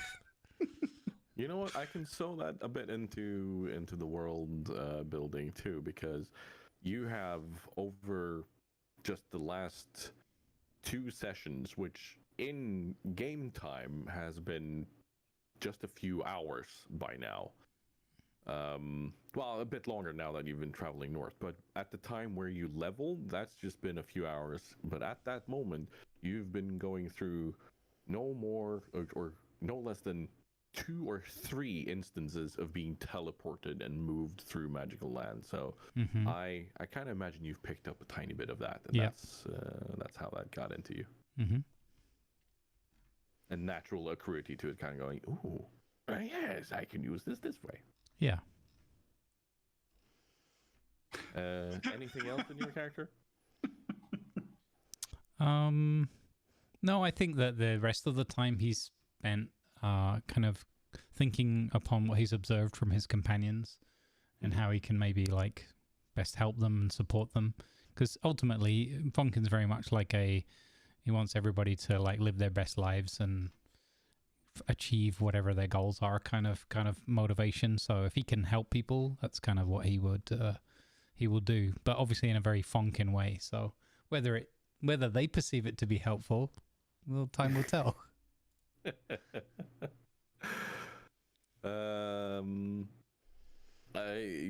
Before I go on and talk to the others, honestly, such great role play between you guys today, and I that. That's always something that I enjoy, and it's such a joy to be in this group together with you guys. Yeah, exactly. Exactly. Excellent way of playing your characters and doing things. I want to point that out. It's so good, so good. Ragnar, how did you choose to go about your character level up? Ragnar basically spent time studying a book, soon TM, about Zul'Grub and the Scarlet Crusade. So he's been studying this fictional book that, well, it's supposed to have arrived, but he's not actually seen the full works of it yet. He's seen a few hastily scribbled notes. So by doing that, he's become a little bit wiser about what's going on in the world. Being a cleric of life, he gained quite a lot of spells when he became slightly more aware. Most of those you've taken are to help the party. So he's got some things as lesser restoration he's taken, silence, hold person, and aid, just to help the party control situations if need be. But he did take a few offensive ones. So he's obviously got he's taken Toll of the Dead, which might not sound right for a life cleric because it's a necromancy spell, but he does dabble a little bit in the dark. I was going to say, that sounds very grave. And he's also taken Guiding Bolts, so that if he is at range, he can hopefully hit something at range and help out if he can't quite get into combat. Most of what he took was just, stuff to protect and help the party hopefully survive and flourish. He also did a lot of practice with his weaponry, so he's become a little bit stronger. Not that much stronger, but just a little bit. So he hits a little bit harder. He can swing his axe a bit tougher, as you saw with the basilisk, and he's just studying any tomes or information he can find to try and just better himself in the realm and know a bit more knowledge about this strange realm that he's never been to. I like to think that the kind of lesson you got on it being the light and how that interacts with healing in this realm has helped you have an understanding of how to heal better, and it I'm just going to snooze the ads for 5 minutes so that people can catch the wrap up in this world. So that's cool. Who wants to go next, Alistair or Dunbar? You go for it, Damien. Can't. Button. I've got. Oh, there's the button. Hello. Oh. So actually, I did put a lot of thought into how he would like choose stuff. And so his first, like the first spell that he chose, was through a lot of thinking. Like he was really thinking because of the scene that happened at the auction house. He felt like completely embarrassed because he considers himself to be stealthy and manipulative and able to like he's got, you know, a +6 in intimidation, and like he's usually finds it like doesn't find them in those situations where he's like somebody tells him to get the hell out of the way and he feels like a mouse, like he's got to sit down, you know, like, oh, you know, like, so he really like put all his thinking like really like, you know, like his brain was hurting from how hard, you know, because it's hard for him to think as it is. And so he was like, oh, what can I do? What can I, you know what? I need to get better at manipulating people. Yes. So I took level 2. What's the spells? Suggestion. Spells. Suggestion, level 2 suggestion. Nice. Level 2 suggestion with a character that has 18 charisma. Oh no. Yes. Oh no. Oh wow. Okay. And then you need to convince Funkin that his spells aren't working, his fireballs don't work. So he stops using the damn things on Ragnar. And like I said, he had to use all his thinking on that, and he did have one other low-level spell he was able to get. So you know, all his thinking went right towards that, and like his head's hurting afterwards. And he's like, you know, I don't really have anything that like goes well with my dragon breath. I never thought of that. Why don't I? You know what? I'm gonna get thunderclap. Ha! So he could just breathe and thunderclap.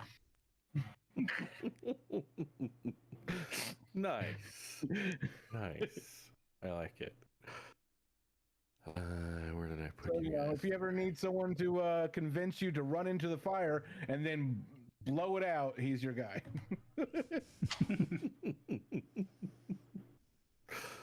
Very nice.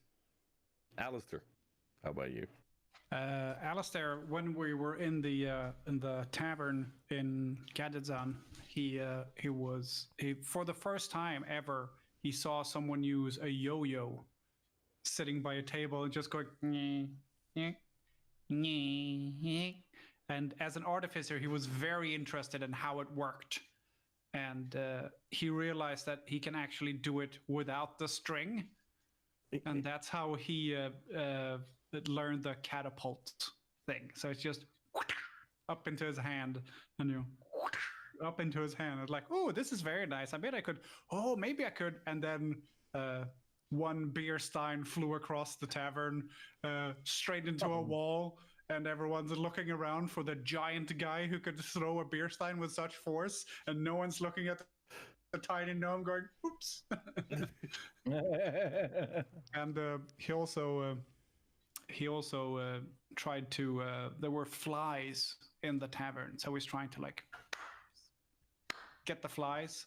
And one time he got very angry and smacked his hands together and cracked a couple of glasses that were standing nearby. And then he was trying to do it on purpose later, and so has learned Thunder Wave as well. Ah, very nice. And I think that's it. I can't remember. I can't remember what I picked for level 4 either. I'm full on level 1, but I can't have any level 2 spells yet. So yeah, it's also he's been tinkering constantly while we have been writing. He's been either A, tinkering with the Mecha Strider, what we shall now call the Low Strider, Thank you very much for that, Grumbles. That's 11 out of 11 out of 10 there. Absolutely fantastic. So he's been either fixing with his low strider or fixing with his crossbow arm, trying to get it to work. So he's worked out a lot of the sand and stuff that was obviously in the mechanism because it's not supposed to misfire like that. And when he isn't doing that, he's had his parasol up and trying to stay out of the heat, because I know in World of Warcraft it's like a 30-second run from the edge of Tanaris to the racetrack, but in actuality it's like a 2-day journey. Yeah. So a long ride yeah. for you guys. So I imagine that it's been a lot of downtime when we've just been traveling and trying to stay on the road or path or whatever and trying to not attract any attention. So he's been fiddling with things essentially, and he thinks he has worked out the problems with the crossbow arm, and it's probably like a gasket or something that's gotten fouled up, and it needs to get some lubrication, some grease or something, probably oil in there, and yeah. Probably have some bacon grease and throw in there. See if that helps.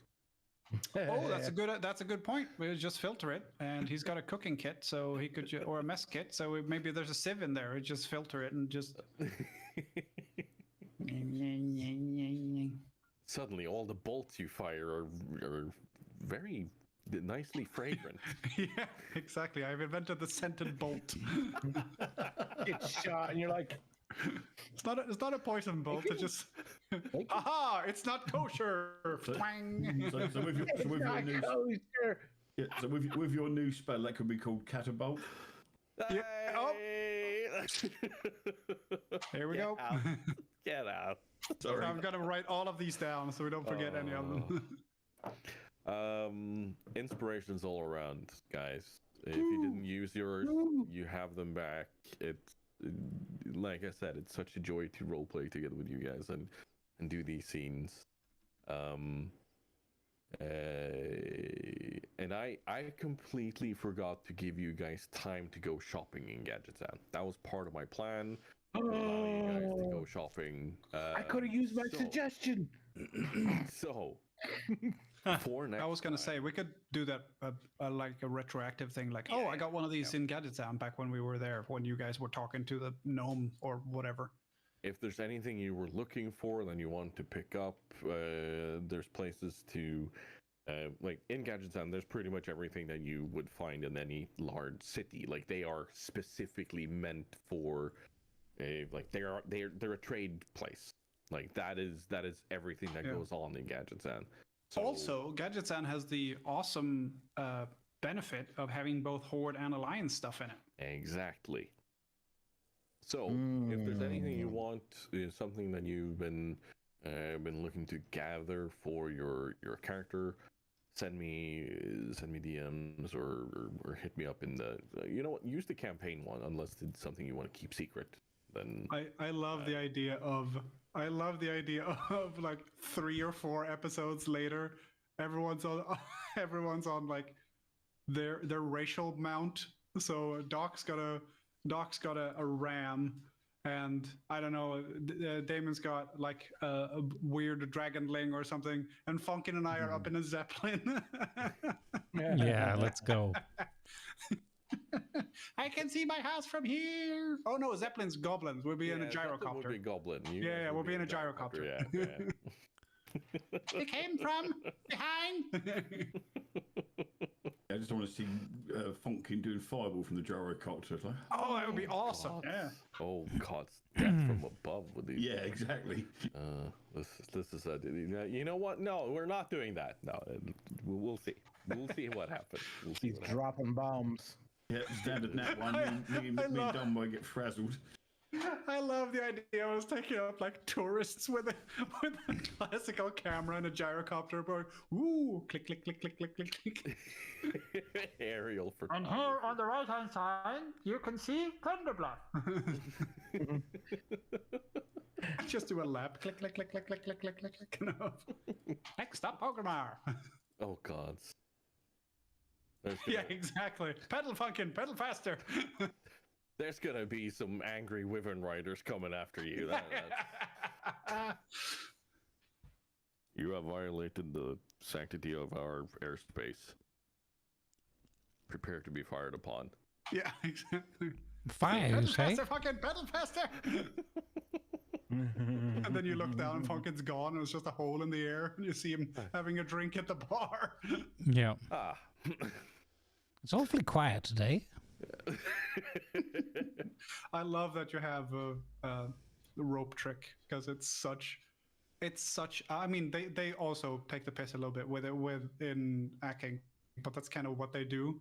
But for those of you who don't know, a rope trick is like a hole opens up in the air, and a rope falls out, and if you climb up the rolls, you go into a pocket dimension. But in hacking, they've fleshed that out with, yeah, my pocket dimension has a bar. It's not a big bar, but it's like, it's a wet bar. I could mix you a mojito or something. So the first time they use it, and Jim goes up first, and we don't see anymore from him, and then Omen goes up again after, and Jim's in a bathrobe with a mojito. And they have like silk ropes you see out of a nightclub. He's got those hanging up there, so it's like, oh, I'll just borrow this and use it as a rope. It's like a VIP lounge, yeah. Yeah, basically. Any scenes that need to be played out amongst you guys? I would love to have a scene where, well, not necessarily a scene, but I would love to have the ability to incorporate a sun parasol as an extra fold-out thing to my parasol. So it wouldn't be like an extension of the shield or anything. It'd just be shade, essentially, just so that I can sit on the back of my Low Strider and not be burnt alive. You know what? I think that should be fairly easy. Like just a very thin sheet of either leather or yeah, something like that, where we're just it's on top of everything, and then it just either that, or I was thinking, like, have you ever seen those tables that you spin the table and it gets bigger because there's a mechanism and the sheets go out and then a section goes up and fills in? I was thinking that, so you just click and then you just spin it a little bit more and it goes. That is kind of how I imagine the shield part first, like where it kind of spits out there, and then you can just and then it just folds further out with a tiny bit more. Yeah, no, I like that. I like that idea. That's awesome. Sit on the back of the Low Strider with this going. Also, no one has to worry about food because Alistair has all of the food from the last like 2-3 days is all in his bag. So if anyone needs grapes or frog legs or like bread or a bunch of cheese or like the Swanson, the turkey leg with the bacon on it, he's got that. The Kodo bacon, he's got that as well, and lots of drinks and stuff. Now you guys understand why we call them the dinner party. Yeah. Well, Ragnar has create food and water as one of his spells. All I have is rotten frog legs. I'd rather it was create food and beer. You have create food and water, and I have purify food and drink. So if you make something and it's not quite to our taste, we can just fix it up. There's one little scene I want to play out. Let's imagine this is at some point in the distant future, even though it's going to be retroactive. Ads coming in. 1.5 minutes, gang. I can't snooze them anymore. I used my 3 snoozes. And Alistair are sitting on a bench somewhere. Ragnar has a giant pint of water, like a giant stein that's just full of water.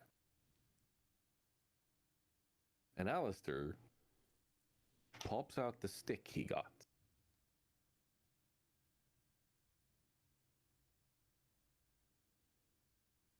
And I'm gonna add the stick to my inventory so I don't forget it. The words of Mr. Cobblepot pops into your brain. when in need, just stick it in a glass.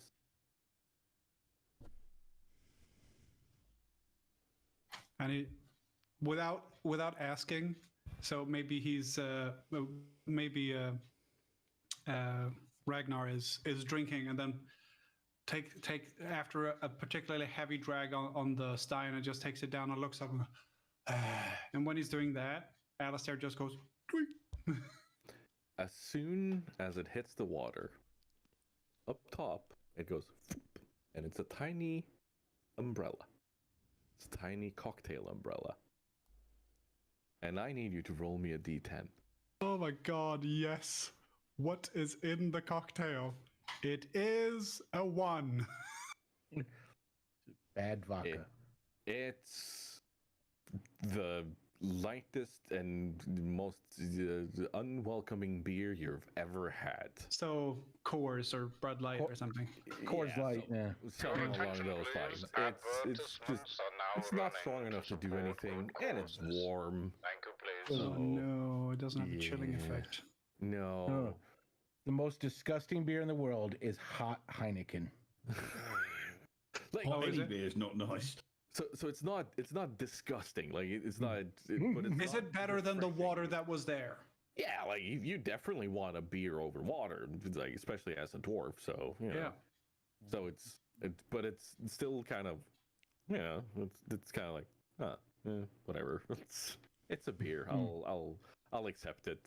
It's one of those. It's really hot outside. I'll just have a beer because I want to have a beer. Cobblepot's drink stick. I got it. Yep. Yeah, Ragnar sort of drinks it, thinks, nah, this isn't good. And you see him rummaging around in his backpack. And because he's got brewing supplies in his backpack, because that's his special ability, you see him putting out some little tiny ingredients, which he's sprinkling into it and stirring in and tasting it. And you can see the look on his face, he's still not overly impressed. And he keeps adding bits of different herbs and things into it until you see him sort of settle down and think, yeah, that's not too bad. That's at least palatable. I like the idea of you going, this is not the beer I wanted. I will make it into the beer I wanted by adding stuff. Let's a few herbs, a little honey, juniper berries, and just stir it around. And ooh, delightful and fruity. Ultimate dwarf beer hipster. Yeah, there you go. It's not. He also doesn't just want to brew beer. He wants you to know that he's brewing beer, so he does it in front of you, out of your beer. It's to just basically say that, yeah, he's just gonna be a really shitty beer. It's warm. It's not nice. God like damn it. It would be better if it was cold. You have that feeling. It's like, yeah. Unfortunately, I only have shocking grasp, and that's not going to make it colder. You'd have to ask me to cool it down for you. Yeah. I can cast grease if you want it to be thicker. The feeling of, like, you know, when you eat something fatty where it's just you use that coating on the inside of your mouth. Oh. That's what you would end up with if you drop that with grease in it.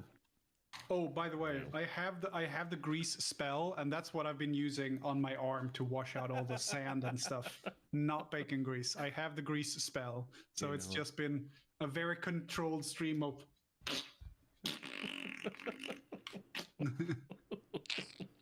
No. I have to try to sleep with that image in my head now. Well, I think this is where we're going to be calling it. Who's going on? Who's continuing? I am not. I'm going to do a little bit of beavers. Oh yeah!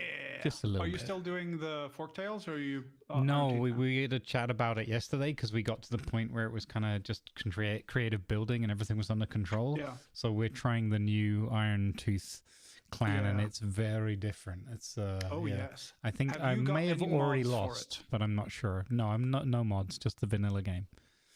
I have one mod that I can recommend, and I've played about 80 hours or something like that without the mod. There is a ladder mod. Oh, okay. And Yep. it's very, very good.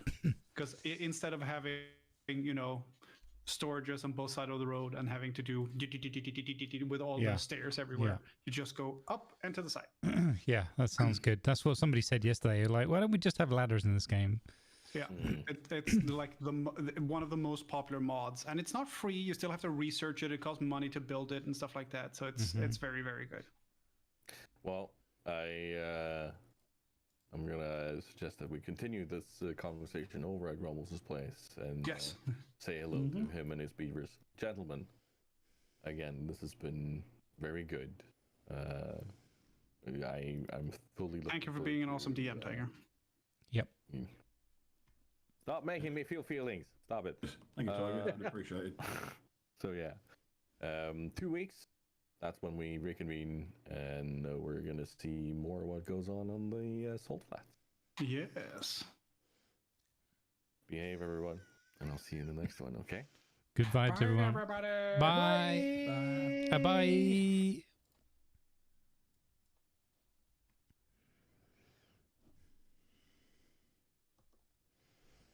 All right. So.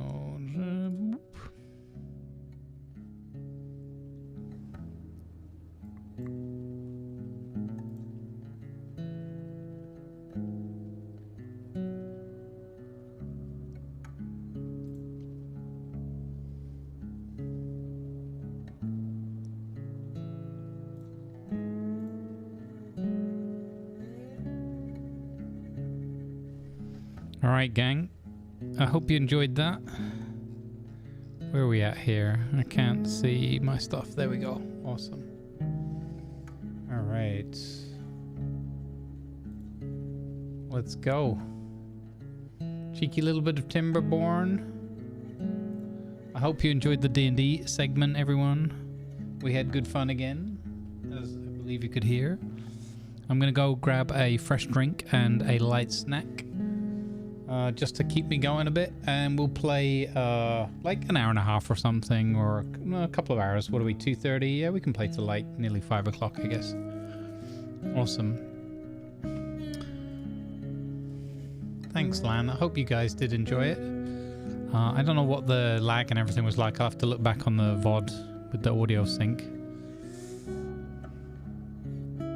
A light snack, like a photon sandwich. Yeah, a photon sandwich, but with slightly more cheddar cheese in it, I suspect. All right, and we'll get some, we'll fire up some Timberborn for you in a minute.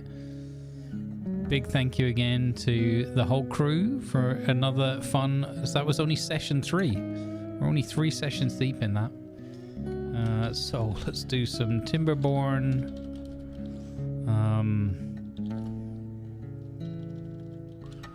Ferrous Fangs was the name of our clan. You're going to need a bigger boat.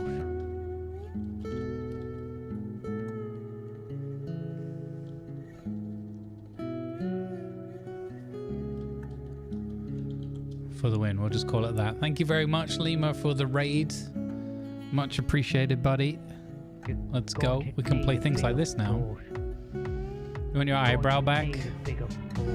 Welcome in, doctors. I'm sorry about your eyebrow, doc. That's my first nat 1, I think. First one I remember.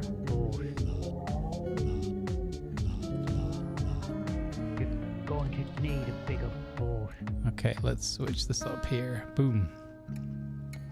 Alright, I'm just going to take a short break, so apologies to anyone that just came in.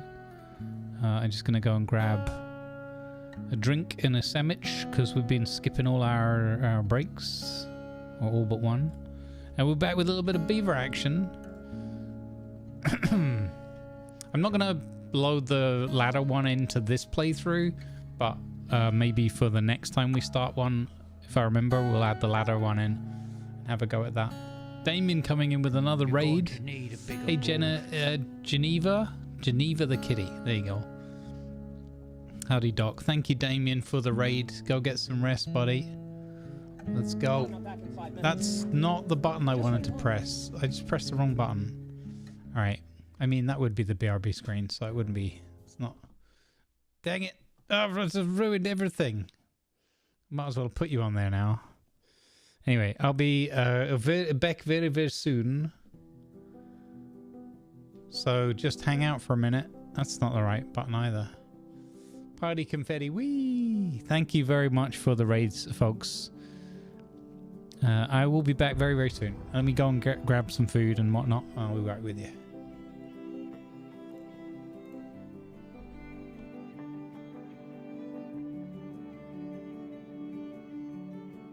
Also, big thank you to all my fellow role players and our GM. Just another wonderful, wonderful session again. Super fun.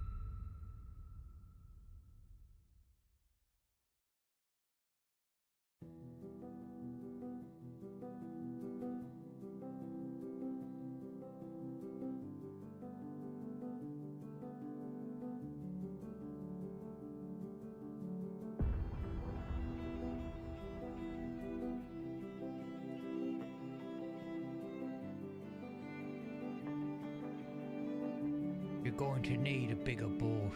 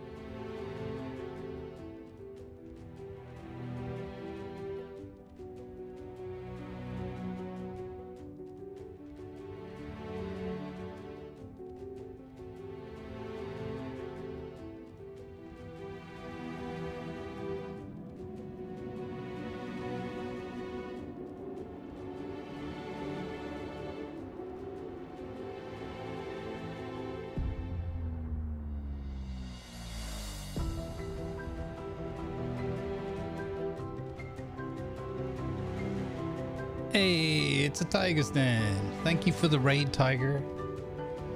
Much appreciated, buddy. I hope you had as much fun as I did. Good stuff. Show us your beavers. They've just been stuffed. Or... I don't know. Excellent GMing again, my man. I know you don't want to hear it, but you're gonna hear it anyway. Good stuff. Don't make it weird. I was gonna go down the path of like I'm about to stuff myself with my cheese sandwich, but yeah, it just kind of. I was like, let's pull back from that one. Back away, smile and wave. Smile and wave, everyone. All right, let's do this. Let's get some beaver action going.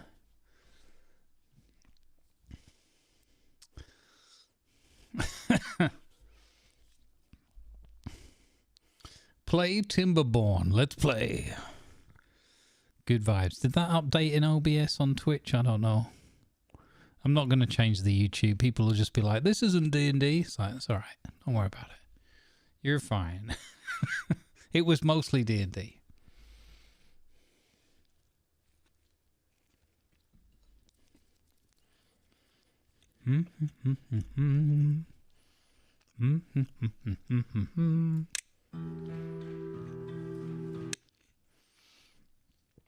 All right, I think we can just click continue.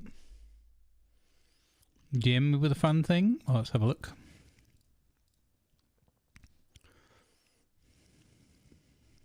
Oh, nice.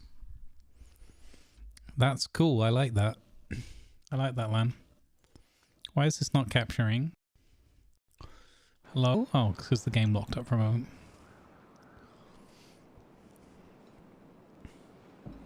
Yeah, it's good fun because everybody's like really got that same vibe, that positive, like, let's turn this into something silly together. But like within the character context as well. It's very good. Like, Funkin is genuinely apologizing to Ragnar. It's not intentional. It's just sod's law that twice, in the short space of time they've been there, a couple of days, he's already singed his beard once and burnt off an eyebrow.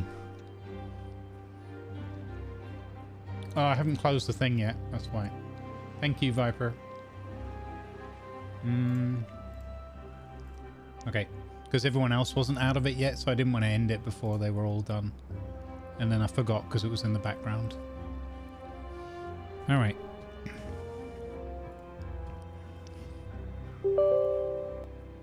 I'll turn the other bots back on as well now. An angry pirate man.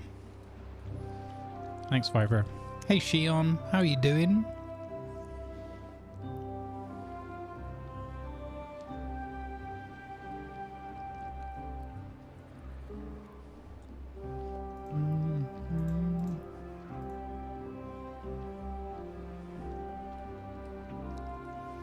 Gonna be receiving the Hammer of Justice. I mean, you know, it's magic, man.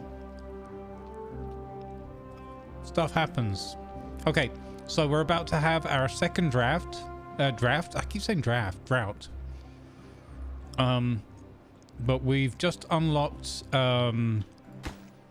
levees and stairs, and so we're working on a scheme. We've got a dam in place for the drought, so that's not the problem, but we're working on a scheme here to raise the water level for this area here, or for this whole part of the river. We're going to raise the water level. This is going to flood, so we're going to have to move it, but that's deliberate. We're hoping we're going to get some more green back here, and then we're going to start beavering away on a project revolving around creating some sort of catchment for the water and a path out of the map. I've got just a cheese sandwich to tide me over, but I'm gonna have proper food later. I didn't have any purge today yet, so I need a cheeky little... It's just like one piece of bread cut in half and then some cheddar cheese. Simple but delicious. Which is the bumper sticker on the back of my car. No, not really.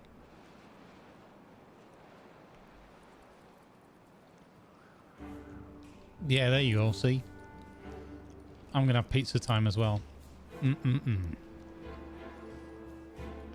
I'm gonna go pizza time. Okay, so something that's different with this clan. This is my first time playing this, so don't tell me all the things. We're learning as we go along. But we've got to put berries and water in these breeding pods in order to get younglings, because apparently that's how they do it in this clan. So we need the berries. We've got to think about where we're going to move the berries. Maybe we need another berry pot over here or something, or I don't know yet. But yeah. And then eventually we're going to start working our way up top and try and live up here away from the bad tide. So the two approaches, the two strategic approaches I've got is either damming this up and then channeling the water this way off the map, or this way. And this way is going to be what we can kind of hopefully afford to do. But this is a very small map. It's called Cliffside. It's a brand new one with this update 6. And we've planted a lot of trees. So we're waiting on these trees to grow to maturity. Actually, these ones are already, so that's good. Because wood has been... wood scarcity has been an issue for us, for sure. Oh yeah, there you go.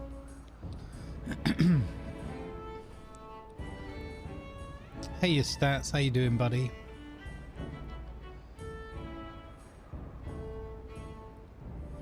Doc, don't be down on your RP at all, because we won't have none of that. It's been great, and the way you're playing Ragnar is fitting in very well. So don't say anything negative. I won't hear it.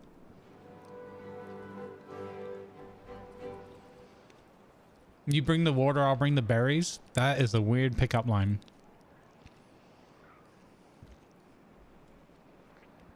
A list of insults? Yeah, that was fantastic. What a great idea. I saw him like with the sheet and I was like, really? And then I think Lima commented to it and Tyra knew. That was great. That was a great moment.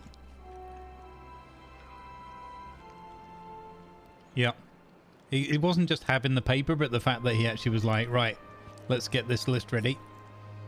Yep. I agree.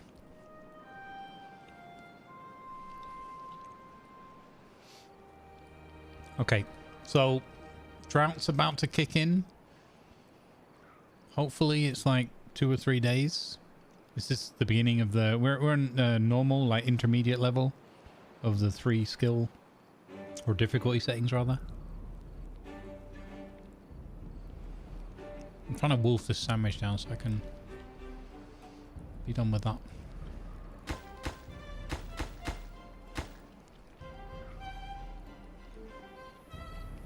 But yeah, we're gonna levy across there, levy across here, and then we're gonna be levies in the bottom and dams on the top, and hopefully, I don't even know if that's gonna... Yeah, no, that'll work, because that'll raise the water to 1.65. If that's the 1, then this will be the 6.5 on top. Yeah, that'll work.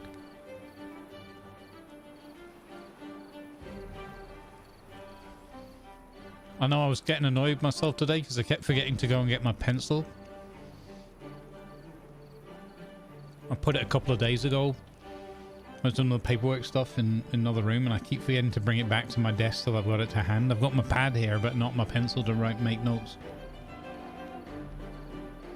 So I was scribbling notes in my character sheet.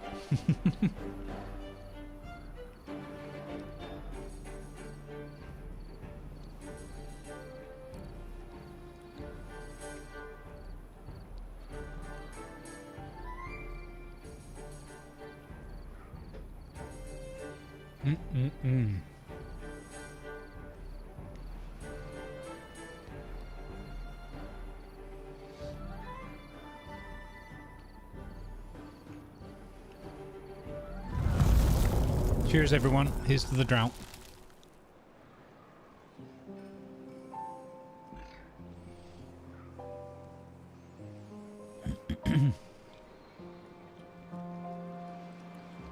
This is a 4-day drought. That's going to be quite a lot rougher. We are also picking up these trees down here, hopefully before they die. We've got two woodcutters, 2 lumberjacks.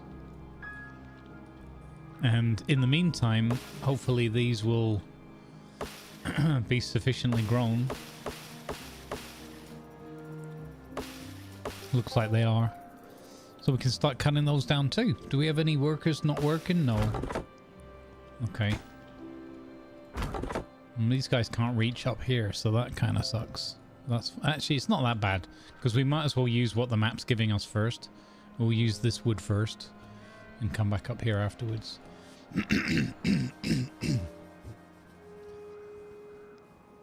Hey Miranix, your favorite moist beaver stream? Nice.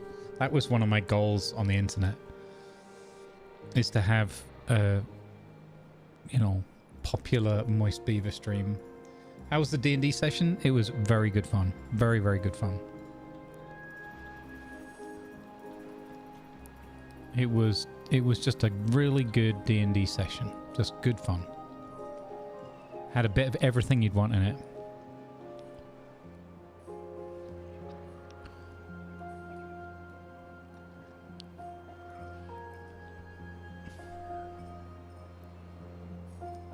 Alright, come on my little chums. What else do we want to do? We've got 123 points. We nearly have enough for Floodgate 1. What else? There's also... Oh, that's 1,000. Forget that.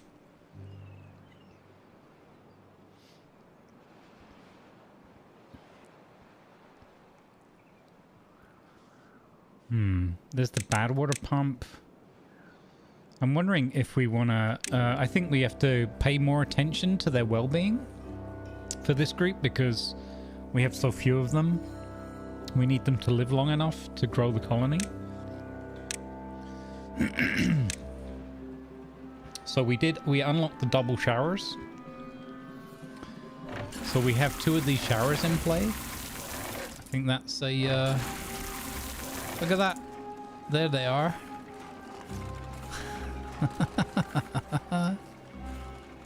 Just keep your eyes forward. No need to look.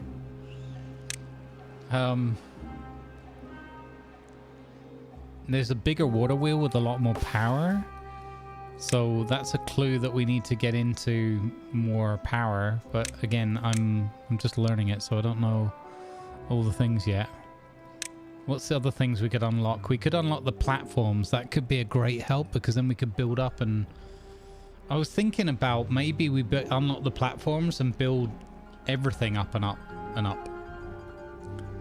Because if we move our people up to these levels, or at least their living accommodations and all that kind of stuff, we can kind of keep them away from the water, right?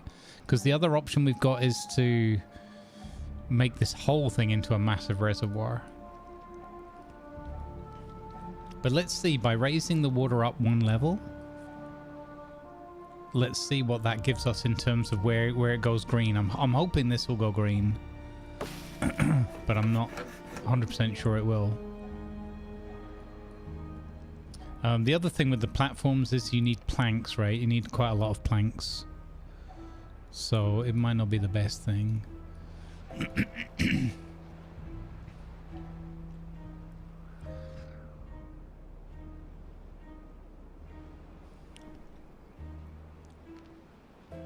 Don't ask about fire bolts and eyebrows, yeah. Eyebrows are overrated. Not according to some dwarves. Not according to some dwarves.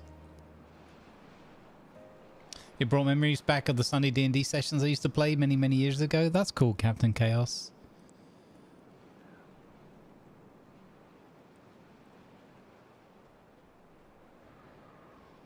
You see beavers? Is this like... What was that Bruce Willis movie? I see dead people, I see beavers. Yeah, but Joint, even when we were playing ships the other day, you came in and said you saw beavers, so... Or you were on about the beavers again. Okay, we have 6 vacant sleeping slots. We have some more babies in progress here in the vats. We've dropped down from 7 to 6 well-being, so what else could I build for their well-being? I guess more showers? Even more showers?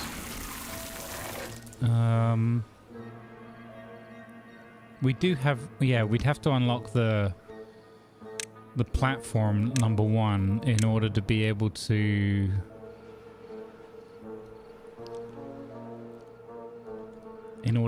build the rooftop terrace.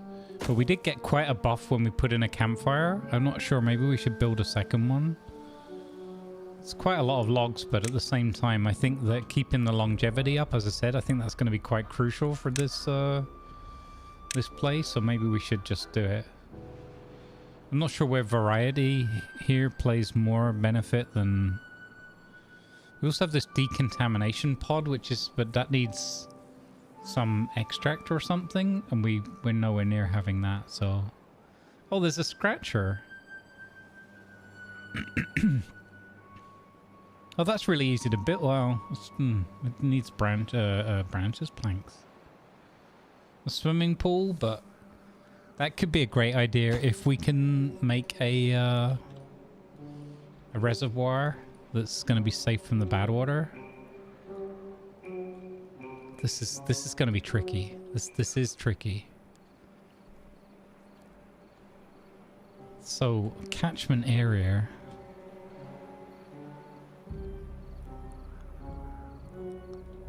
How can I do this? I kind of want to build this into a reservoir. So this needs to be built up at least 2 there. We're really 3 levels. So we have to build a 3 high thing here, plus the 2 or 3 that we need in the river itself. So that it's just basically going to come down to, do we have enough lumber? Do we have enough logging going on? And also, do we have enough people to keep the clan alive? The colony, I'm not sure.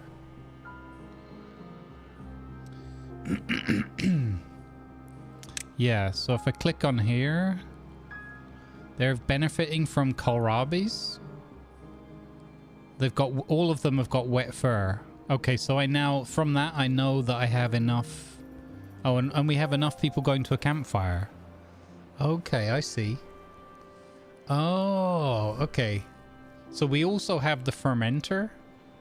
And we have cassavas planted.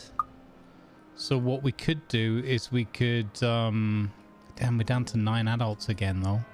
Who just died? Ratty died. Oh my god, Ratty. Oh no, we don't have enough people to do the building work. That's why that's not working.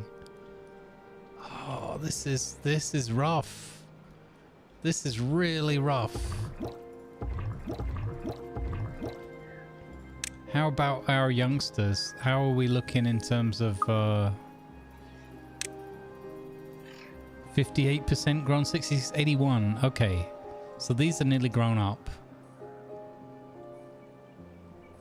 That's good. So we're going to get like 4 in to 1 out. Oh, it's so sad. They're all dying so quickly. Oof. Yeah, this one is almost you lose just because of the population situation. I feel like maybe 4 pods is enough. We'll see. But yeah, this feels like I'm going to lose the playthrough just because of the population, yeah. Let's put that inventor station down to lower priority. So we can get someone. There we go. We've got 1 builder working now. That has allowed us to stockpile some logs. So that's not, it's not all bad news. But we didn't have anybody building. So if we don't build this up, we're not gonna... I'm not killing everyone. They've chosen this lifestyle. I have to breed them in vats. It's like this is just their natural order of things. I mean, I'm not killing them, but I think there's a strong argument that I may be inadvertently letting them die out Is that the same thing? I think the latter doesn't shows that there's no malice, there's no intent.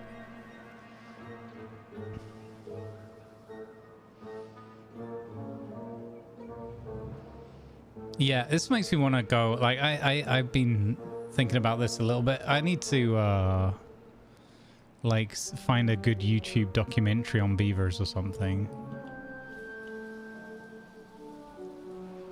Because I do think they seem quite smart, and I feel like I've seen a little bit of that. But I feel like it would be a good thing to learn a bit more about it while we're playing this game so often.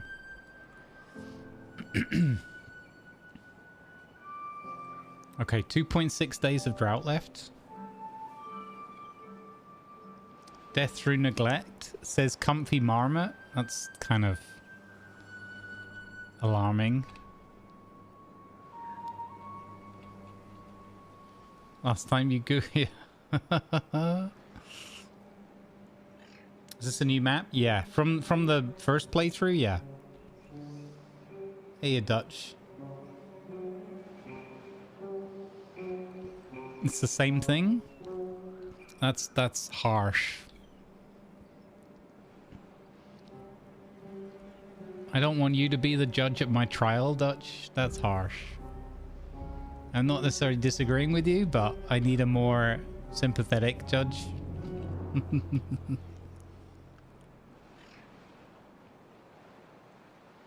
Oh, really, Lan? Oh, that's awesome. That's really cool.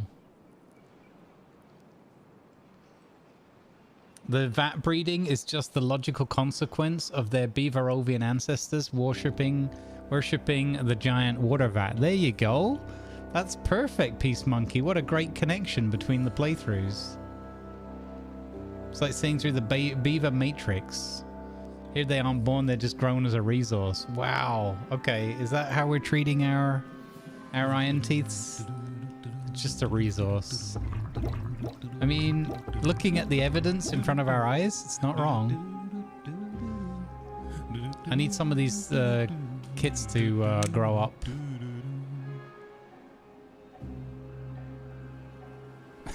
Huh. 90% for Vuvuzela. Vuvuzela.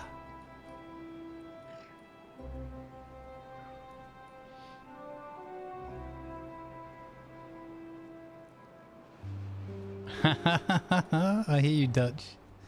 I hear you. Just keeping everything in balance, comrade. Everything in balance. That needs 4 planks. That needs 8 planks. So we're actually going to have to get this working again. We have 1 vacancy already, though.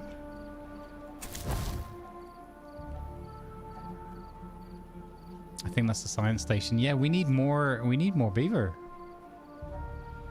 It's the only way we're going to get through this harsh life.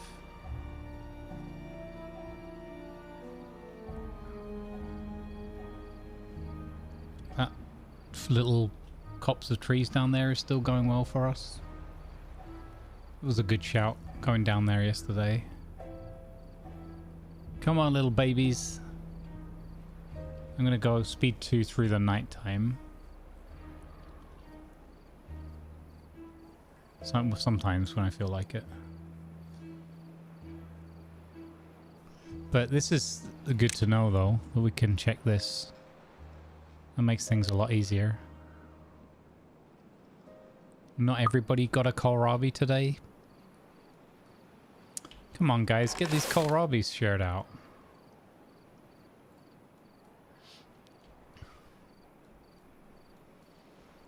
Okay, so do we want to unlock the floodgates? That would give us even more control than the dams. I think we need the floodgates because then we can do the water direction thing. I want to do like a T-junction up here. This way for clean water, that way for bad water.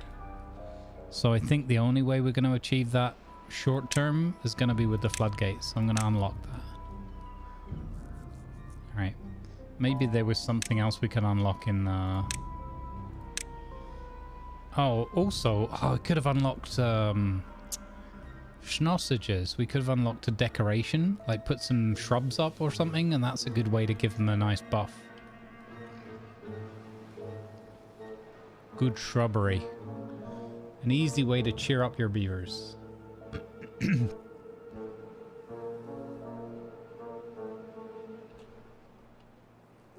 Oh, I left it on speed 2. Oops. Okay. Well, we haven't got that much time today, so let's do speed 2. That's fine. So long as I can still feel attached to my beavers, it's fine. Drought ending in 1.6 days. We've got 120 water, 161 food, mostly berries. We got some good loggage, even with the building works being done. We're back up to 10 adults, 10 workers. Ah, the inventor is running again. Do we want that, or do we want to make some... We might want to make some logs. What does it take to make the floodgate? Planks. Okay.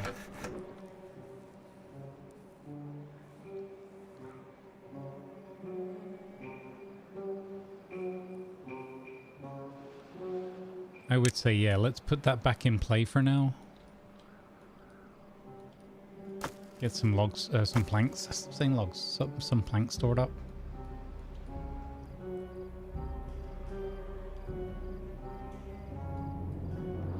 And 0.2 days of drought. Yeah, I think maybe we should unlock the shrub. Because that is... We can just put a couple of shrubs. Can we put it up on their house? Yeah, the ladder should get us up there, I guess. Is one ladder enough to get up there? So many questions. Questions, but have you got the answers? I don't think that's enough to get up to the... They might still be able to build the shrub, though. So let's see. Shrub is 20 points. Shrub is 12 logs. 12 logs. That's too high. They can't get to that height without the steps. Okay, I'm going to put a shrub there. And let's see what impact that has first of all, because that's 12 logs. That's a lot of logs for a decoration. But everybody has to go to that storehouse because that's where the food is kept. So that means every one of them is going to go past there to get food. Huh? Check out the big brain on Brett.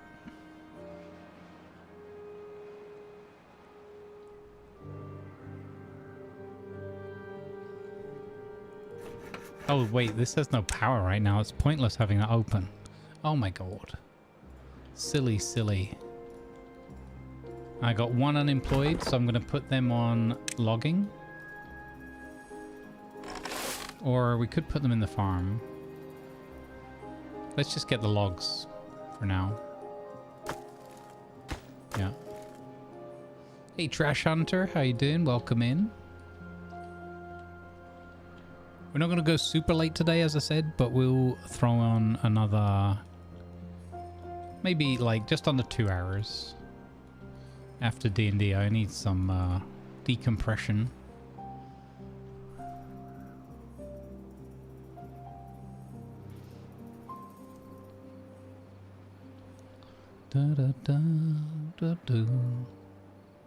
But yeah, thank you everybody that did tune in for the D&D. On whichever channel, or multiple channels perhaps, lurking. It's very, very much appreciated as we kind of grow and feel our way into all the technology and the storytelling. I think everyone's settled in as a group really well already. I feel like there's a good rapport.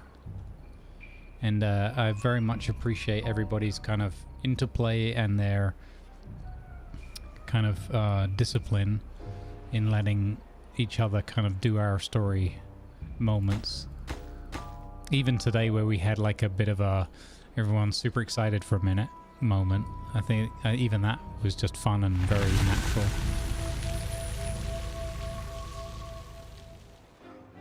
Okay, here we go. We're up to 11 workers, 20 beavers in total. We've got more baby breeding in progress. I think we'll keep it with the 4 vats for now. It seems like a good... We don't want to have too many. Have we got enough housing for everyone? Looks like it, yeah. There's no harmless, or there's no homeless. No one's sleeping outdoors right now. Let's get this bush built. Oh, it's not the priority right now. That's understandable. Oh, 1 beaver waiting for work to do? Okay. Let's have a second builder.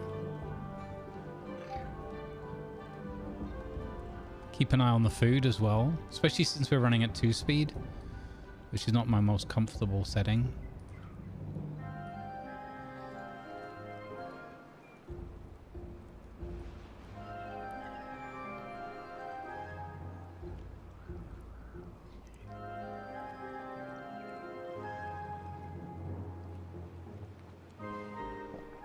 Construction lacks materials. Ah, planks. There we go. We get that running again.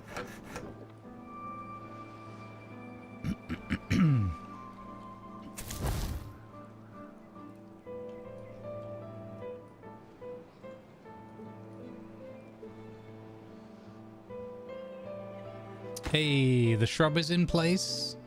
We've got well-being of 7. Let's see if that goes up now with the nice shrub there near their house. Don't know if that's going to be enough. We need to get these stairs finished. Then we've got that way over this. And we can take up that road. How are we doing with the trees down here? Okay. Getting through them. Not too many left to grab. Viper and Land 2. Still working on gathering all that wood for us. Are bad tides on or off? They're on. We've got everything. We've got the full program. How soon until our babies mature? 1 at 60%. Okay, that's a few days then.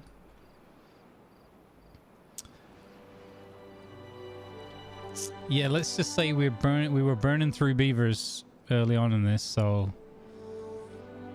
you're Lanavar 2.0 in this. Dutch died of old age. We've lost a few.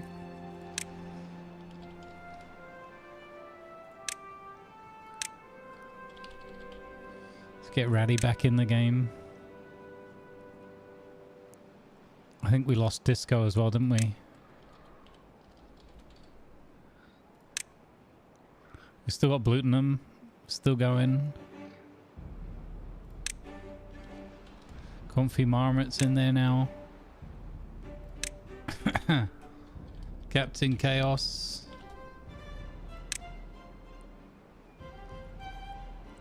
Let's get Trash Hunter in. Are you double H? Yeah.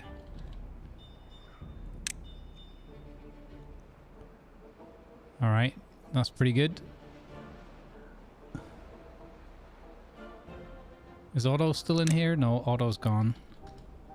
There we go. Baby Otto. Do. We get Chef in here.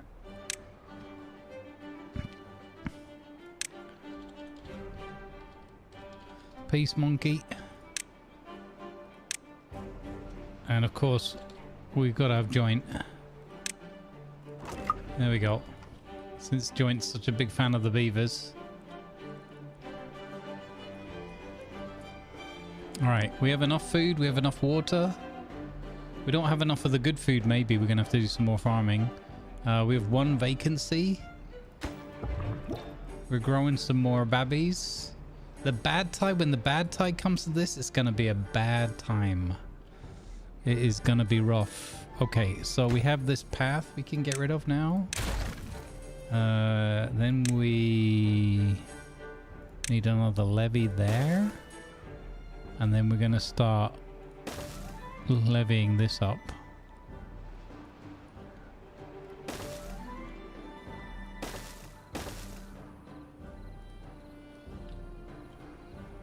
Now the question is, do we go floodgate straight away or dam? Floodgate would allow us to raise the water level even higher. I don't know how deep the water has to be for the big water mill either, the big power thing either. Yeah, Dark Hand. Yeah, we were playing Dungeons and Dragons earlier. So I'm just sneaking in a cheeky couple of hours of beaver action. Okay, we have one unemployed. This cutting is being done. Okay. We can double down on the loggage. Yeah, actually having one... This building isn't connected. Yeah, it is. Wait. Oh, chat. The bit of road on the top there again. Oh. Always the same. Always forgetting that little bit.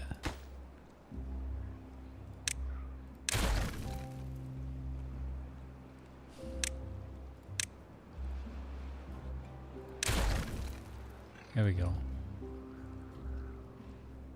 Okay.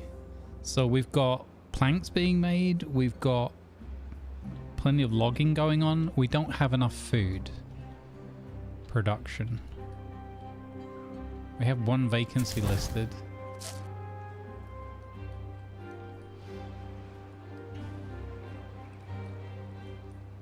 Yeah, we should make logs while we have the chance. I think we need to make more food. We need to expand our farming, but for that we need more green pastures.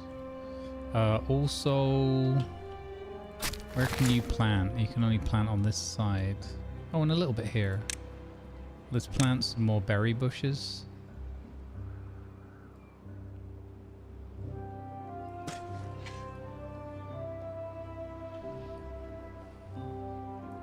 We'll just move them later if we need to.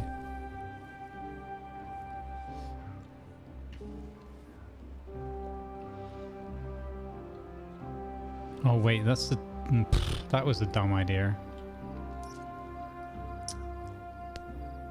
I've just put them exactly in the spot where I needed to replace my thing here too, I suppose. Or we could put it up here, actually.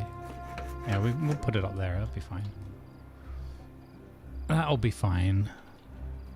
Because they can even... Actually, I've just noticed, cunningly, they can even just follow the road over there. So we already... With this steps here, it's a 2-for-1. We can get up there to work. Perfect. All skill, no luck.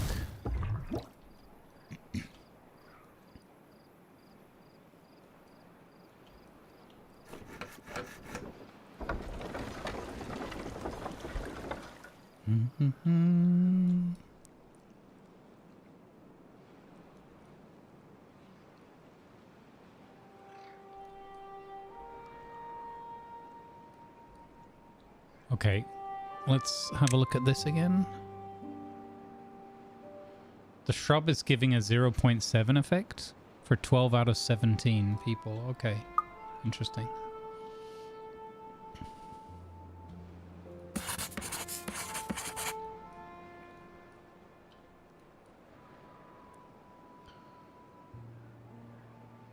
Did Dutch go again? I think Dutch went again. No, Dutch is there.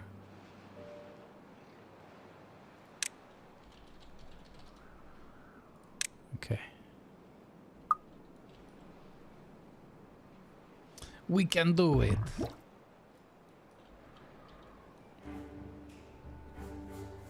We're up to 13 workers now. We got 5 babies.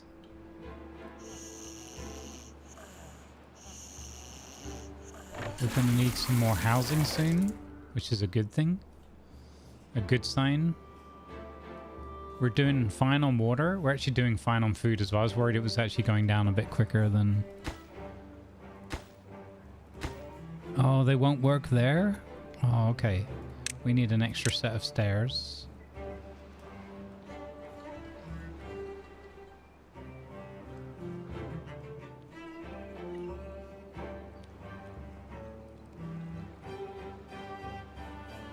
Is that going to be close enough? We shall see. Actually, I made a mistake. I don't want that there.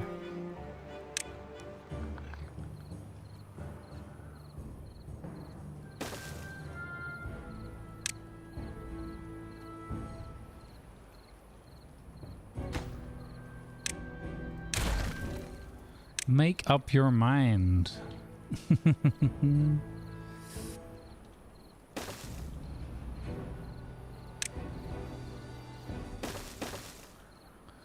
we go. Let's get that done. I think we need to invest in more water. Storage.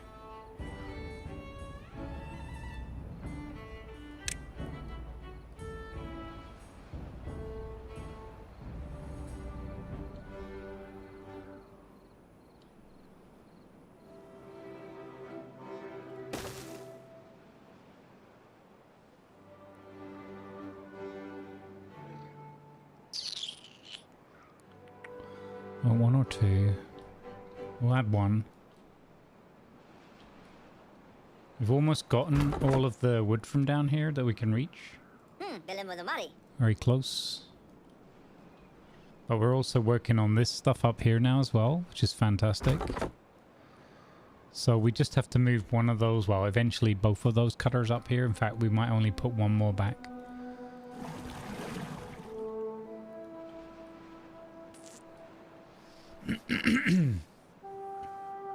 Where is her technology? It's up here, next to the green 7. This is technology here, 140. So we're doing quite well for technology. I'm going to unlock platform 1, because we're going to want some of those. I know it. And now we can think a little bit about... Oh, snap. I just had a completely different thought. Natural overhangs. Yeah, but they... So there's this overhang here. How far can an overhang go without support? Not that far, I think. Yeah, obviously based on the times 1, 2, 3 and stuff.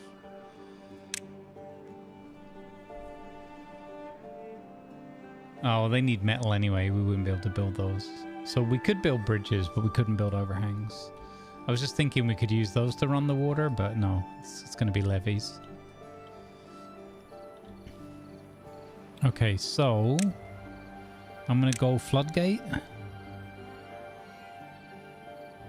Do I want a floodgate here or do I want a dam?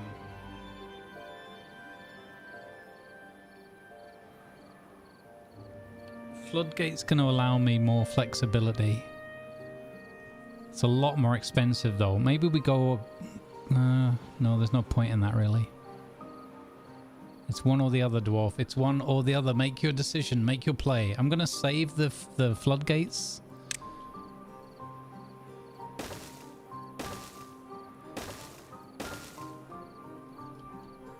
I'm going to save the floodgates for now.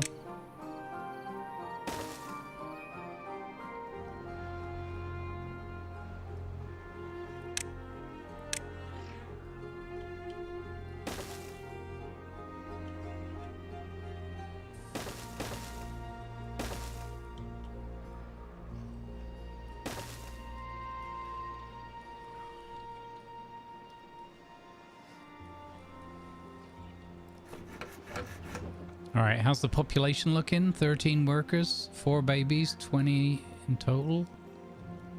Oh, what's... Oh, I need to pick water. There we go.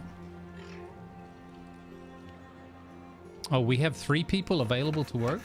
So let's get another person making planks. Just got to be careful. We got 20... Have we got enough storage for the planks? No. Okay. Let's make another plank stores. Like so. We're going to need a lot of those when we start building those floodgates. So I think it's worth building some more up. This has already raised the level of the water a bit here. We've got a bit of green sneaking through. I wonder if I could rebuild this already, but I need to think about the power as well. I don't know. We're going to see what happens to the power wheel when we dam this up. I suppose I could build one floodgate here. We could build one floodgate here just in case the dams are not enough. Oh, it should be enough. It's the same width. We're fine. We'll stick with the plan. Technology. Nice.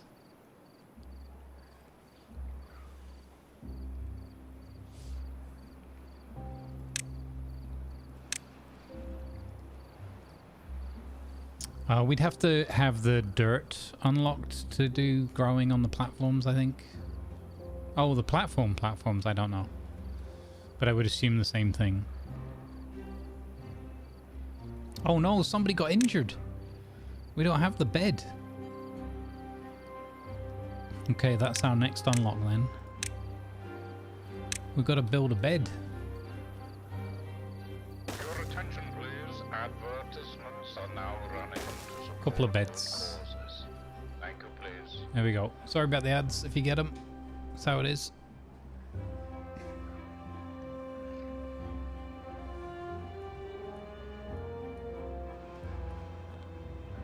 Now, I don't know if the next cycle is still going to be a drought or if it's going to be a no bueno.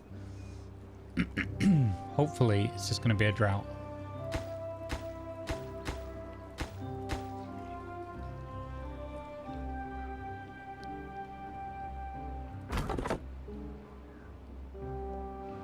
No goods in stock. What? Oh.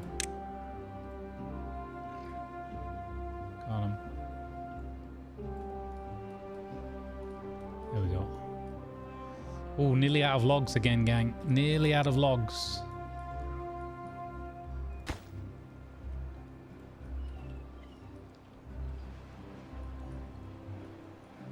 We're putting a squeeze on this water here.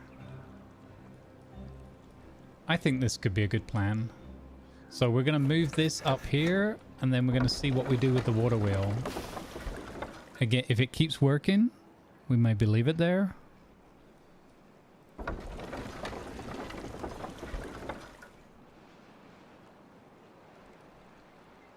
I got 2 people with nothing to do. Okay. So let's have another farmer. Get Otto on the farm.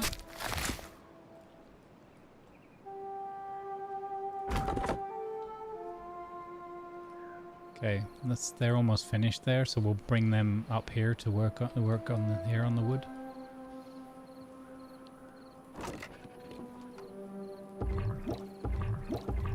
Population 15 workers, 1 person with nothing to do. Joint and Bonte doing the studies for us. Okay, so now we need a levy. So this is where it's all gonna... It's either gonna work or it's gonna be a blooming nightmare. In fact, it'll work because 1 is enough. Just. So we build that, and that's gonna run over that 1 gap there. Oh, look, it's super high there. Yeah, let's go. Let's go.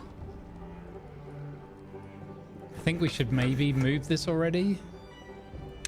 In anticipation. Let's build another one. Lumber mill.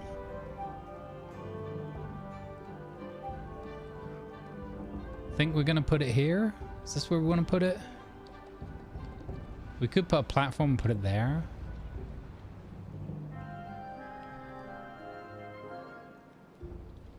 Yeah, we could put a couple of platforms underneath there. It's a bit more expenditure though, right? We'll just put it there for now. Wait. Yeah, that's okay. I'm not sure if the water wheel's gonna have to be moved or not. I'm just not sure. We do need to connect this here like that.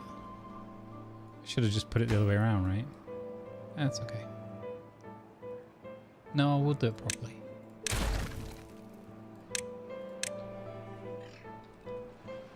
Oh wait, I can't connect the road that way. Oh. Well, okay. That's fine.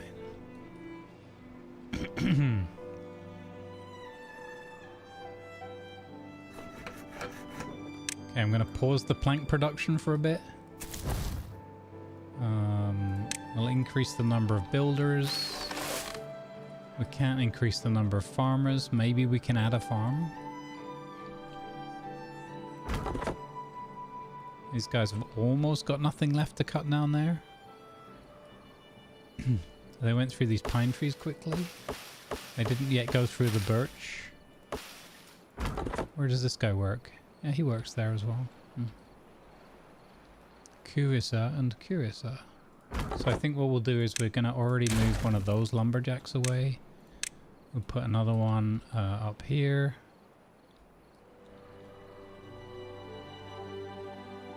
Like so. Perfect. Well-being of 7, because they all go to the thing at night. Oh, here we go. Flood, flood. Oh.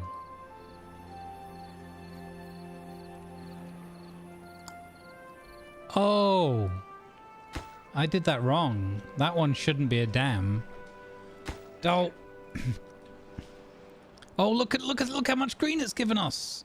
We didn't even complete it, but look how much green. Oh, snap. That's given us so much green to work with. This building is now flooded. Okay. So we get rid of that. The water wheel still works. What? The water wheel still works. Ah, you beauty. Okay, so I think we need to work with power verticality. That's got to be an unlock. 73 points. That's a pretty expensive unlock. We unlock those two for now. Okay. So here's a key question. Can we... If we build that...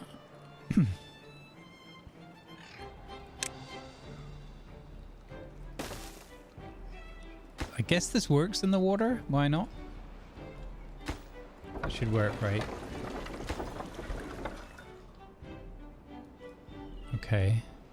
So we just need to run power over there.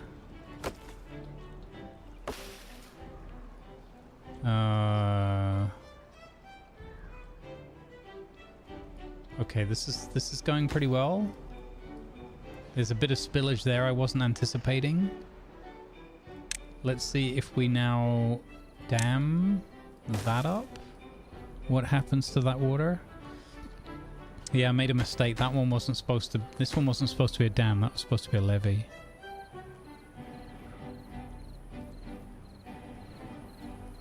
We got good water level out of that, though. The fact that it gave us this all green, that's absolutely fantastic. We could get that fermenter back into play. Fermenter, 25 logs. Okay. That's great. If the next one is a drought, then I think we're in a good position. If the next one is a bad tide, not so much.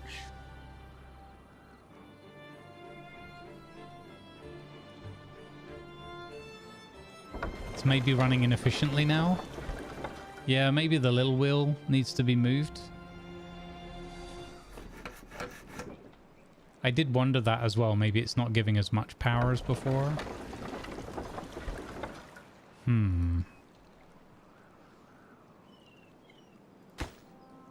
I can probably reclaim these logs though.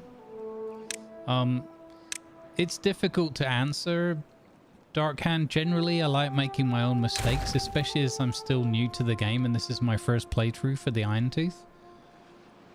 So it's probably better to wait for me to ask in chat and say, you know, genuine question. I'd like to know the answer to this.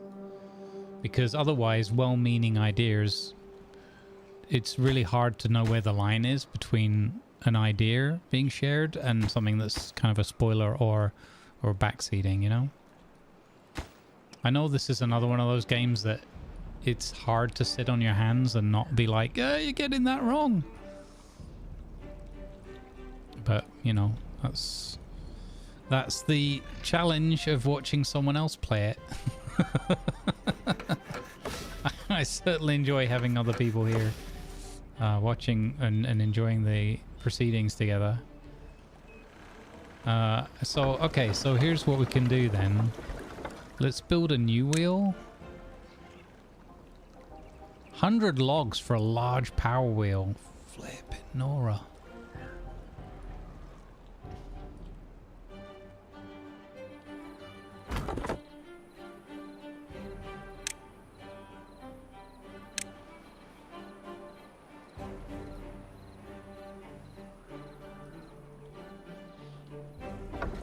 This might still be enough power though, right? Okay, we have this built now. So we have a little whoopsie here.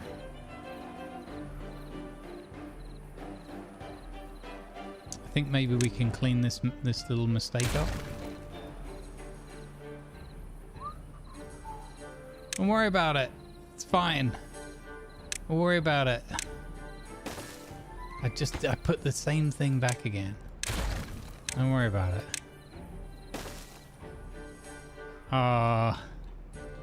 Whoopsie.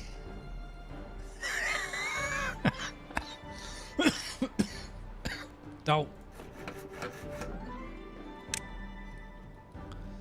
Okay, we'll put that on pause for now.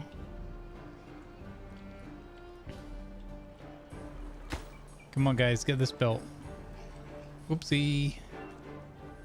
We'll be able to make a path turn it into a happy little tree or something. Right across here. That's awesome. So it's probably going to make the path to this shorter, easier.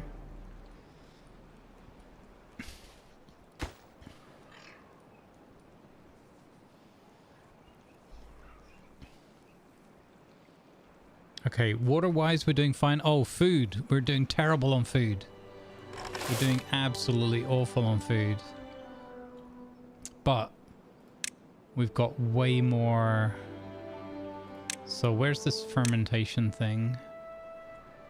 Let's put this in play. This is an awkward shaped building. I'm gonna put it over here. It's a long way away. No, we'll leave that as industrial processing area. That's a pain. I could put it up on stilts. No, I couldn't. Oh.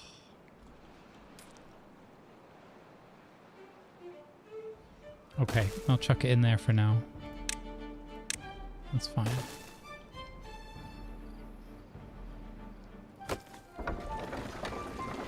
So right now we're not making any more planks. We do need to start making some planks though. So let's see, how do we want to do this? We want to build... We've got to build up the height on this side of the bank. And we've got to have something here. So this is going to be 1, 2, 3 high.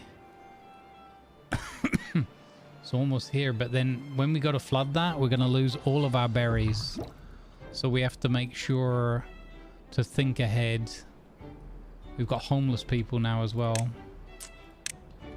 So let's get another house in. Like so.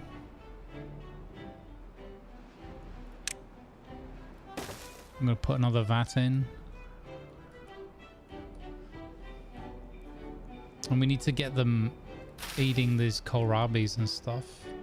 So kohlrabi is easy because they can just chew on it straight off.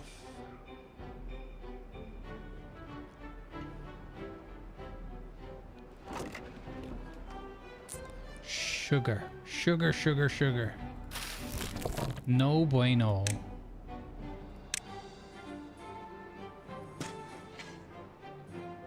We'll just put these in here for now, temporary like.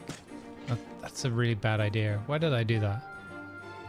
It's a really because I'm in mode panic in mode 2.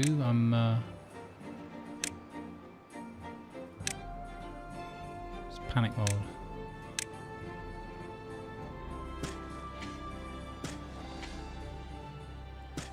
We can't use that side.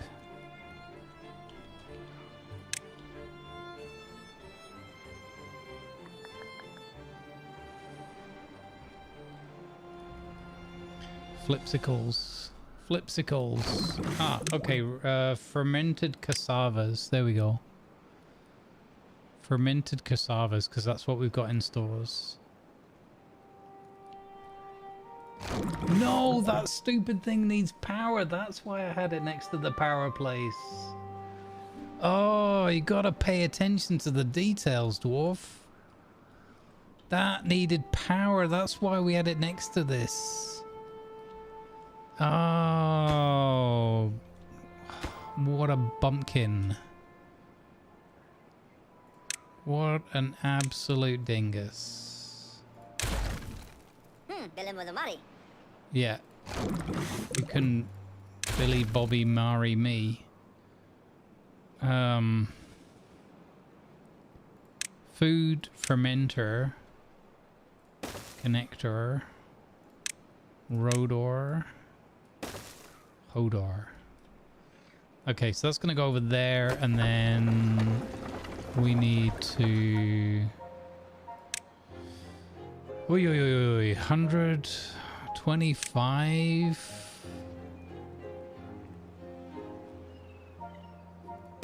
So we're going to build a new wheel over here. We'll keep that wheel in play for now. I'm just going to think about it for a minute. This guy, we've got this guy up here. Okay, they've cut all these trees down already and we're out of wood. Whoa, really? They used all of that up already? Holy cow.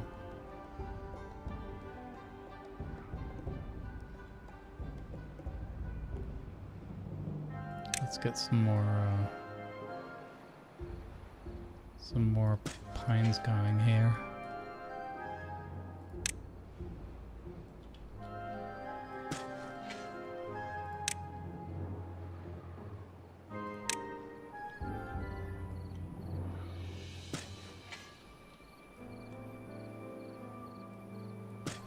Should remember to put a bloody path through these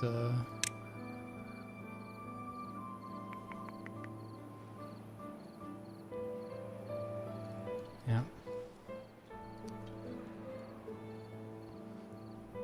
The levies block used, yeah.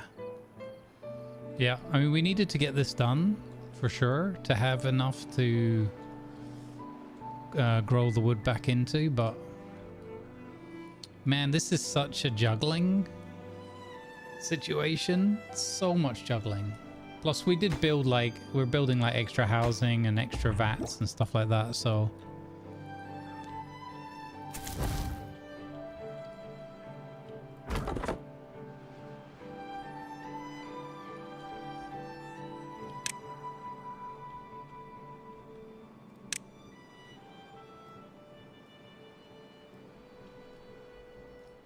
Maybe I should clear that path and just move that further down and get these other dead trees. Probably not a bad idea. I mean, we really need the wood short term. Okay,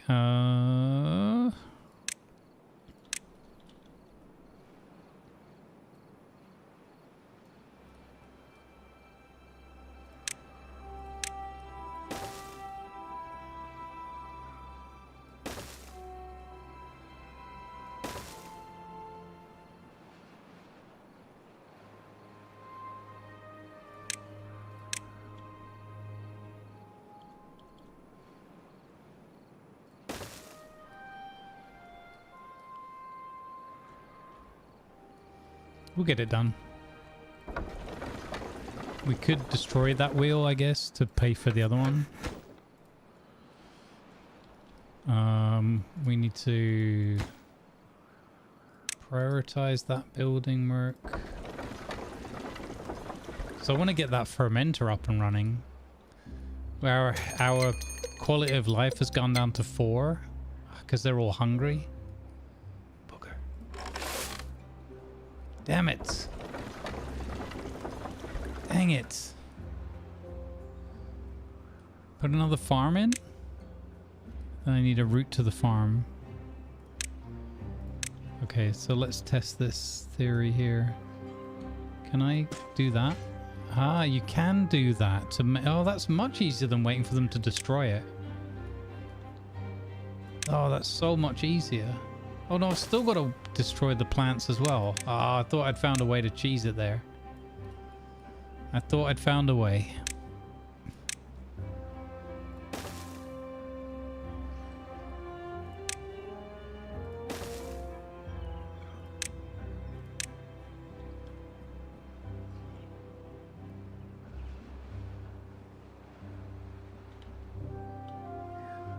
I feel like we should also be doing the water mangrove thing. Maybe we have the depth for that now. Hydroponic garden. To grow mushrooms. We can't make that though. Okay.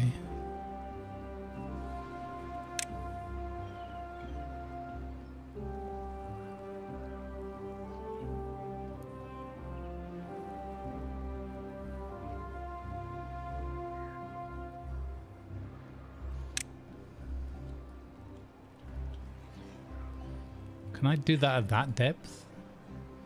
Kind of looks like it. Interesting.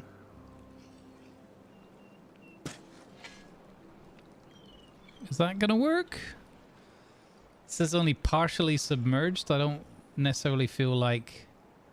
Must be partially submerged in water. I feel like that's not... That's too deep. I think that might work more than the other. But let's see. Let's plan it up and see what happens. So, food crops. Canola, corn, eggplant, soybean. These are all going to need processing.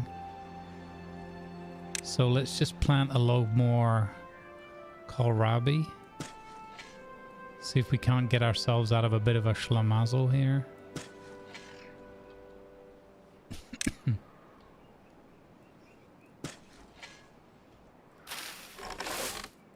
I think we've got enough with the 2 workers, but we'll see.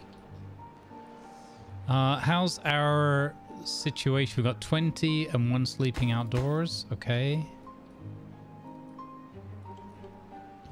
I think this is going fairly well still. Hey, Lady L, welcome in. Yeah, we needed power for the fermenter. I forgot about that.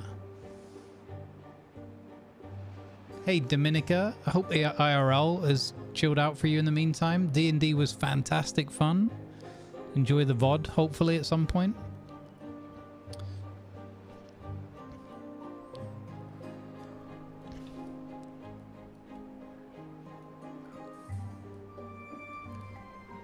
But it was super, super fun. A real good giggle. And some nice continuation of the character development with some great storytelling from Tiger too. So, yeah. Having lots and lots of fun with it.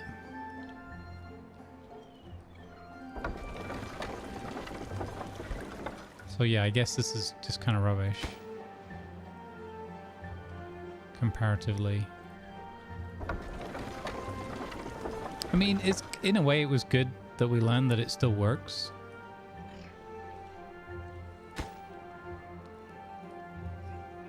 Yeah, we used up all of our wood for the dam itself. We've got a drought coming in next. Again, that's good news.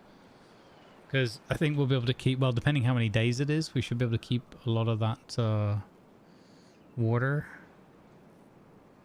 I hope so, at least. So we can keep 1.65 now instead of the 0.65 from before. And also we've got a larger area of water filled in as well. So we got deeper and more breadth to our reservoir or our reserves. We still haven't got the food situation under control.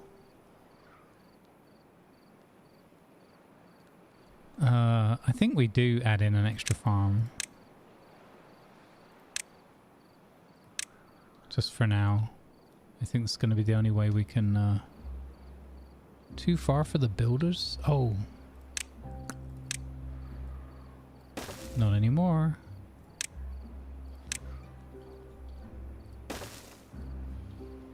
Okay. But we haven't been able to do any work towards fighting bad tides yet at all. But we do have it prominent in our thinking and planning. So this was always going to be the first stage to get this depot reservoir. And the next stage is all about getting that water out there. And in the meantime, we need the wood and we need the food. We really need the food. I've really messed up the food. I think that's fair to say.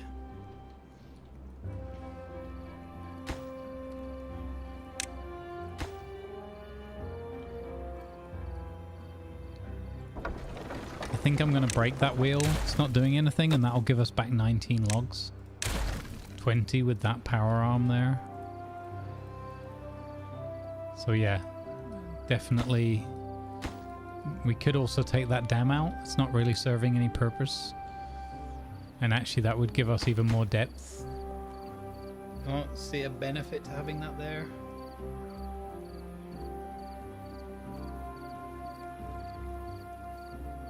So that's more wood that we can regain.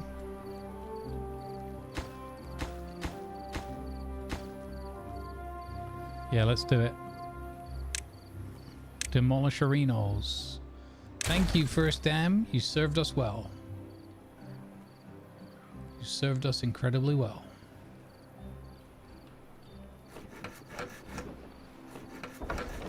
Wait. Oh, no. Oh, no. No. Of course there's no bloody flow there. Oh, sausages. Happy little tree or something. We don't make mistakes. We just have happy little legs. Oh, that sucks. Oh, wait, large power wheel? Oh, like the walking wheel, but a large one. Holy cow, okay. So multiple workers work in that, okay. Oh, sausages. I totally built that in the wrong place. Oh, it's so obvious when you look at it, but not when you're like not paying attention.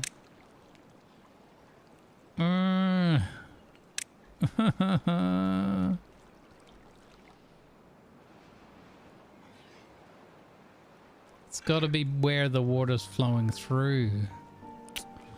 What a dummy. What an absolute dummy. Okay, we'll put one there then. What a dummy. And then the power's gonna have to go up on platform. Oh no, it could be the up or downer thing. Okay, so we could do the power. Wait, have to build the up or downer thing like that.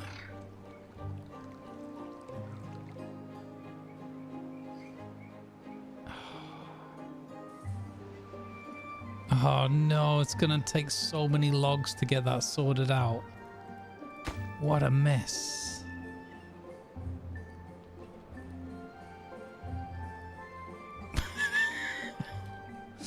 Makes you, if I'm gonna build platforms, I might as well build platforms and just put the bloody runner mill in.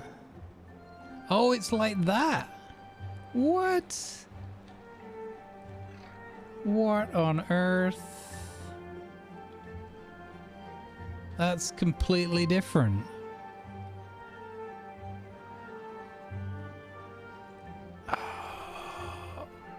Oh, I should have looked at this piece beforehand. What on earth?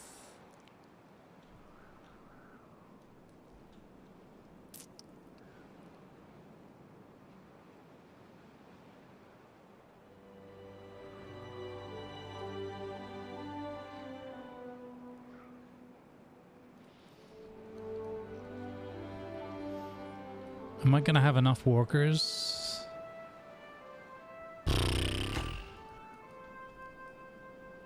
Thing is, there's going to be a drought, so this power is not even going to run. And this is for food production, so it kind of feels like we should have... I totally didn't think of that.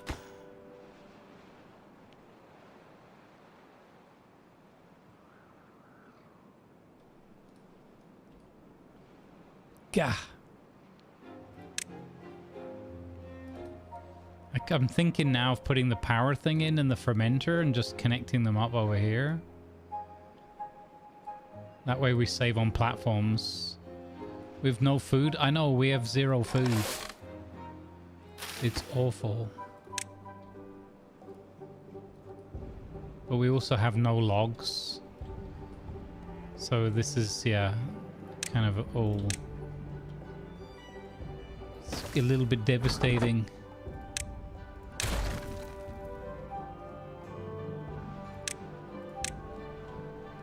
Like, the level of firefighting you have to do in this one is crazy.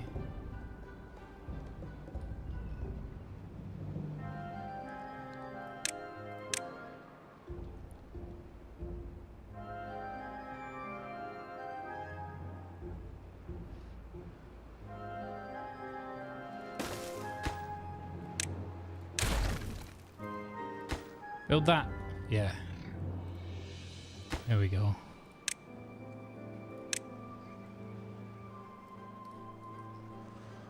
We gotta rely on this old dead wood.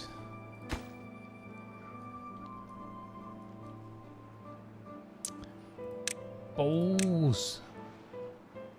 Balls. Why did I should have looked at the shape of this? Is a 3x3 as well. It's huge. That's not good. Meh. Meh, I tell you. Meh.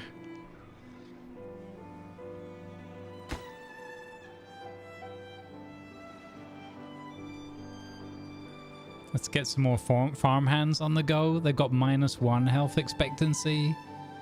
We've got 13 workers and 5 people waiting for something to do. We can get 2 more farmers in there. We got old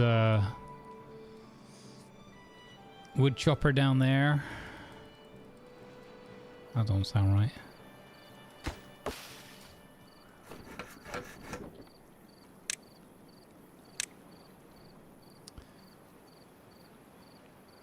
What should I do?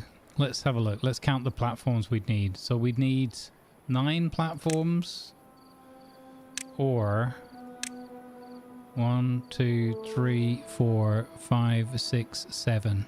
So this is cheaper. But it needs a lot of planks. But we have planks. Do we have... We don't have like that many though, do we? Yeah, we have just enough. So we'd have just enough to build this.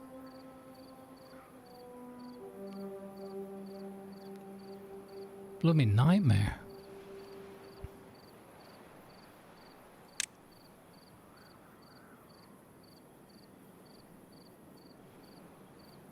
Well, that takes 100 logs as well, so we can kind of forget about it. Alright, that's the decision made then.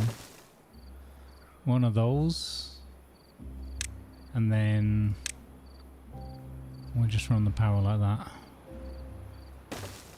Oh, what a nightmare.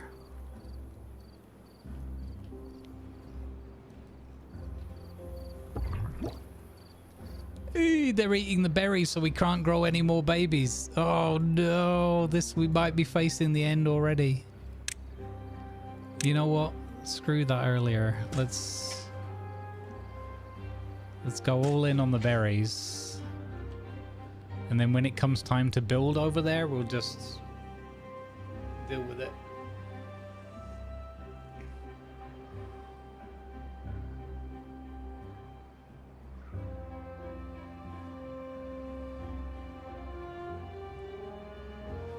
Oh.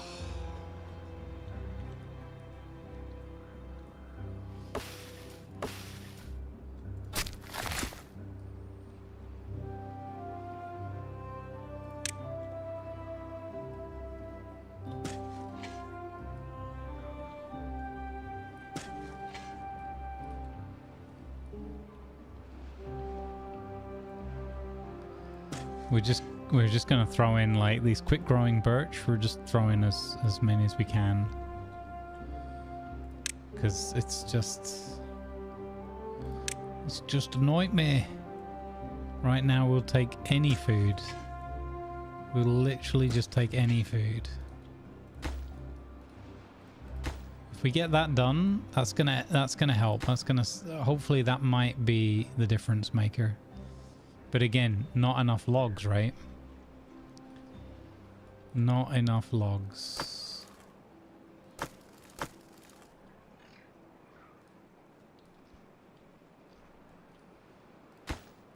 Nightmare.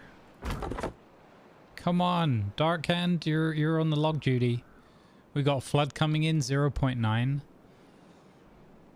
But again, more water than we've ever had before, so that should be good.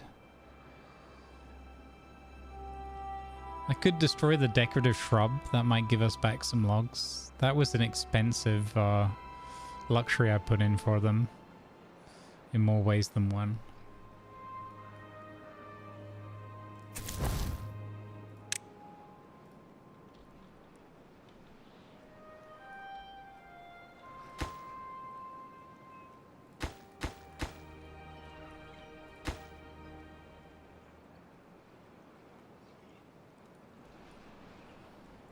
Flipping nightmare.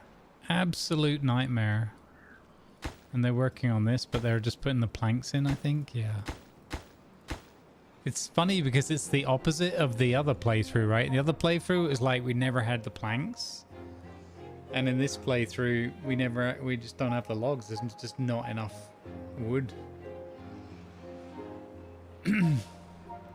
Even the pods are starting to look tasty.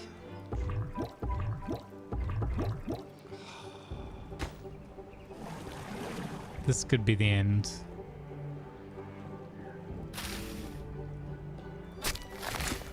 Actually, this guy's not gonna plant these over here.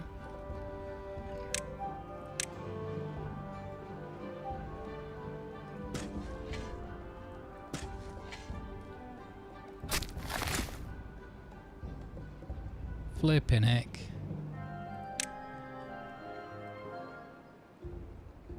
We're just in pure desperation mode. Pure desperation mode. Don't all die. Please don't all die. We're so close. Come on guys, 5 more logs. If we can squeeze out 5 more logs.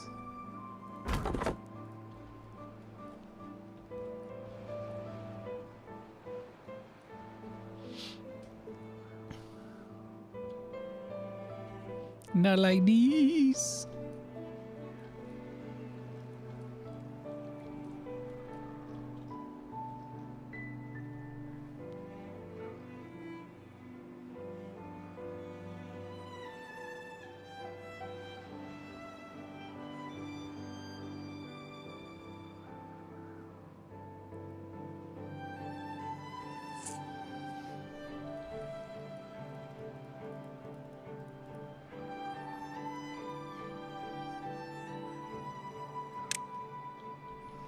Yeah, they are picking them up to use them, but I don't know how that works in terms of prioritization.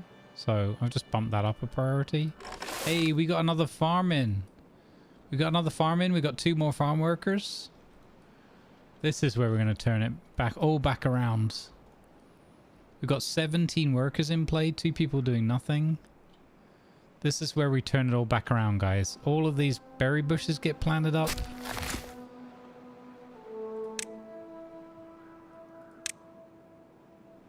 I'll prioritize the blueberries.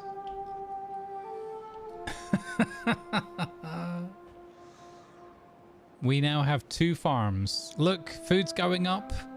Food's going up rapidly. Hey, Steepo, good afternoon. I got about 50 minutes left for today.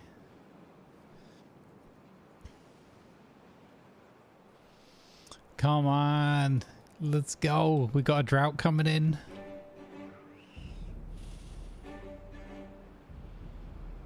Again, at least we haven't had the bad tides yet. I know that's part of how it works, but I'm dreading. I don't know. Is this the 4th drought? I think this is the 4th drought. So I think, well, I don't know if it's the same pattern, but I think, didn't we get 4 or 5 and then it was bad tides? I think it was 4. Someone said that hard mode gave you 3 seasons grace. So this is middle, yeah.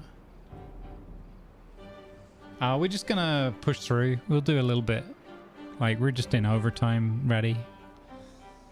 I am getting a bit hungry, but I'm gonna have pizza tonight, so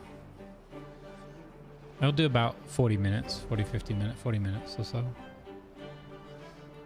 We'll make up for the hunger and the lack of, especially the lack of oats today.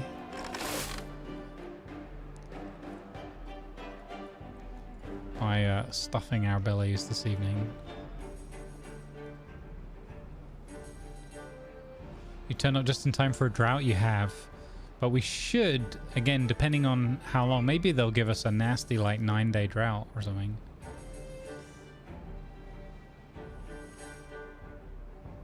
That would be rough. We have got enough water. Well, I say that. We've got an extra tank that still needs filling. We possibly need a 3rd pump. The wood storage is going up. That's good.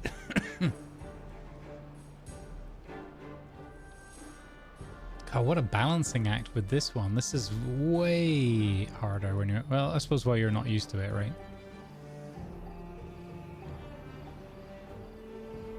I dare say we might have failed hard if we'd done the Iron Tooth. I know it wasn't unlocked, but if it had been, I think if we'd done that as a first playthrough, I'm almost certain we would have failed. We might still be on the path to failure right now. We did get the extra housing built, so that's good.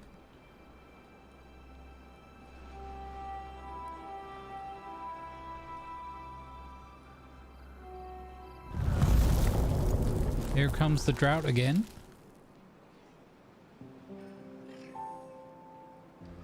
And boom.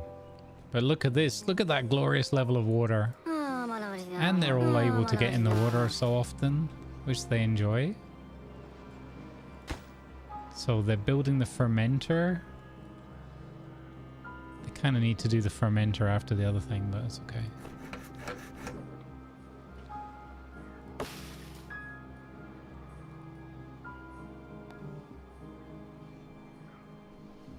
You missed Teenage Flush? We had such a good situation with all the flushes. We did really good work with that first playthrough.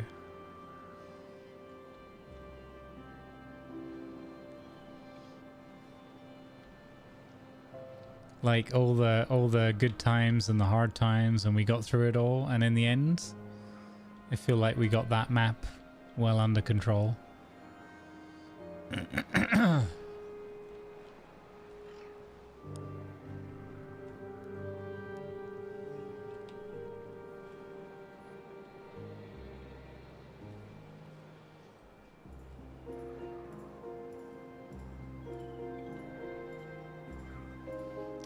I think we can still get it done, but the whole no food whatsoever is yeah, no bueno. That's been way too long that we got no food. We're getting so much science done.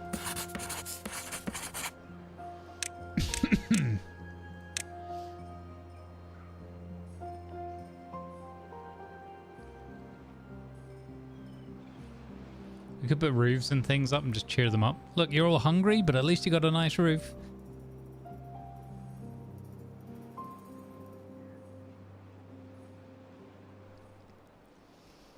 Yes, it's everyone's starving.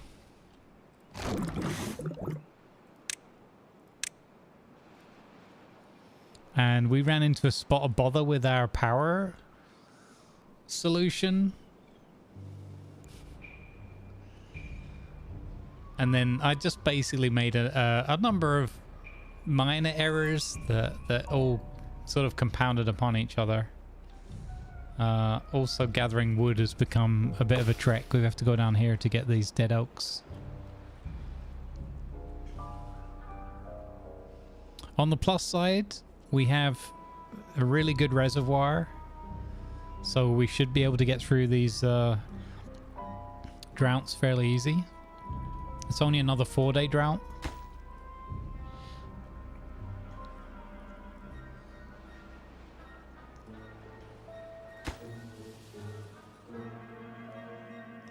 We're gonna have power again? Well, yeah.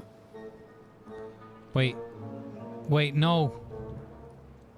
No, you can't do this to me, game. Oh, wait. It's because there's a drought. Oh, I'm so stupid. Sorry.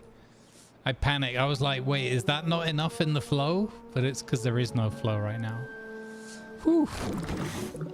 That's a relief. That would have been very upsetting.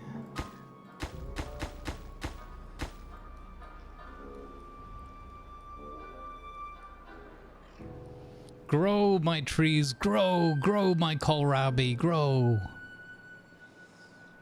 my berries.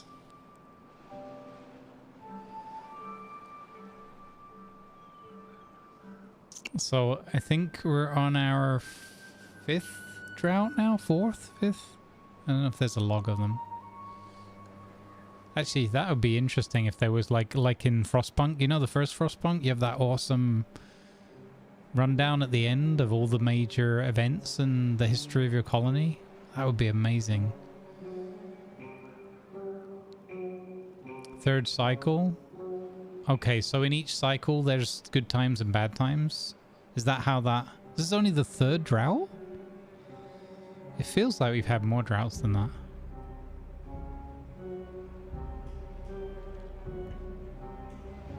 I don't have the ladders mod, Steepo. So we could build staircases, but again, it's a lack of resources.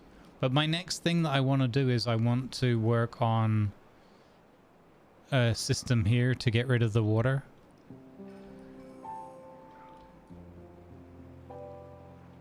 Protected matchmaking ends after this one. Oh, so after this one, it could be whatever RNG gives us. Is that how that... Okay. Oh no. We do not need a bad tide. We do not need a bad tide. Bad tide, no bueno. I've got to start another massive building project, but I suppose we could forego... I wanted to get the fermenter into play.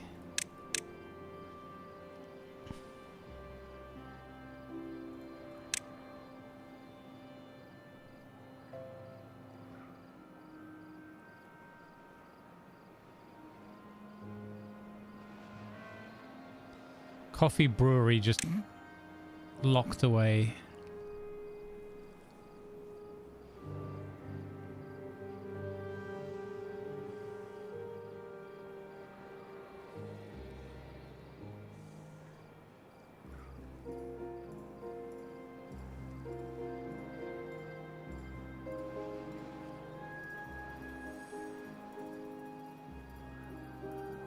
Oh, that's what you could use that for. So, maintains bad water flow during droughts. Oh. Oh, that's fascinating. Okay. Well, we're nowhere near that.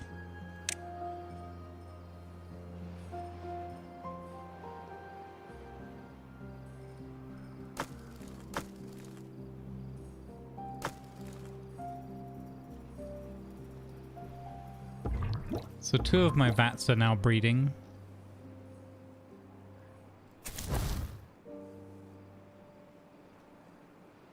We got one guy with nothing to do.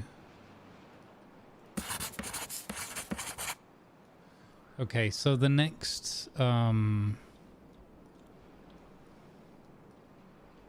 I mean, the focus still is just on wood cutting. I wonder if I put some more in here.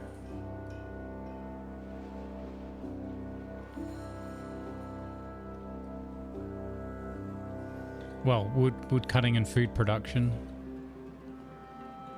I need that food to go up, man. Thank goodness we did make this bigger reservoir, though. I think that was a great decision.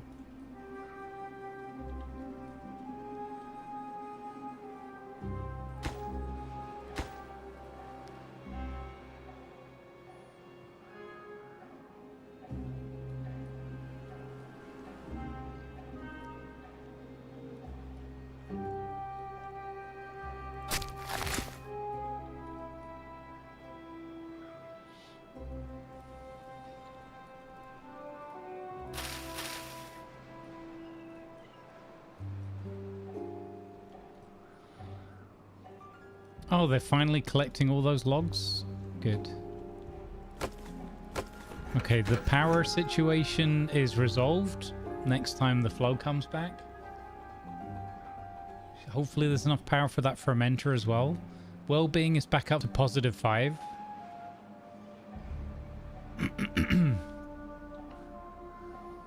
But food is still like sketchy, very scarce. We do have the baby breeding things working again though. So we're definitely in the, well into the positive, enough positive for berries. Man, we need so many logs. It's not even funny. It's not even funny.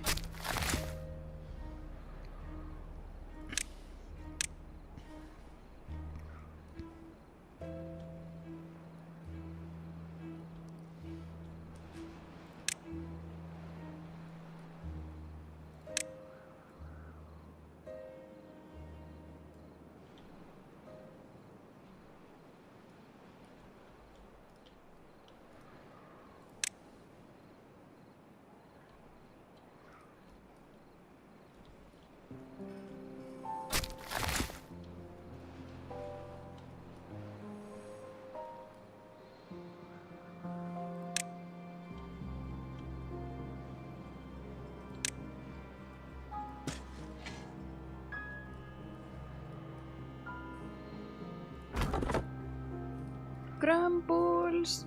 Grumbles. Grumbles. Grumbles. Grumbles. Grumbles. Grumbles. Hey, Jurak. I hear Grumbles made several mistakes. No? What are you talking about?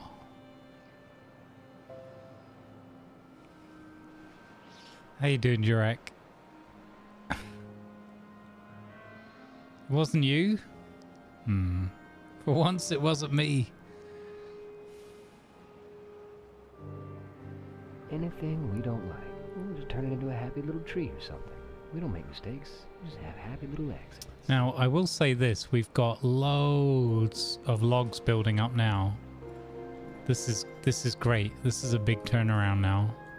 This is where we start making another great comeback. This game is all about the ebb and flow. You know, it really is. Phenomenal. Phenomenal. Now, what's the quickest way?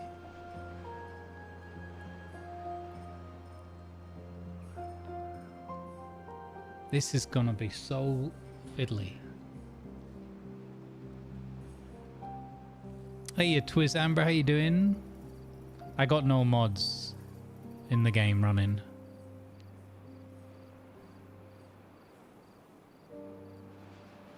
Yeah, we're in the Iron Teeth. Yep. Yeah.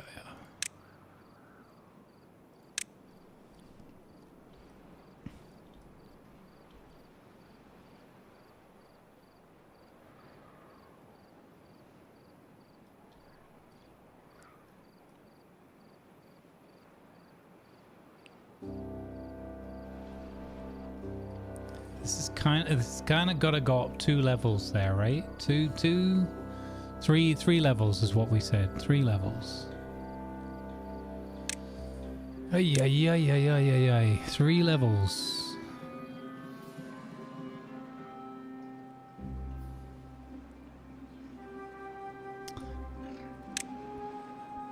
I just remembered something. Oh, we have no metal. I just remembered about the impermeable floor, and I thought, oh, that could be the way.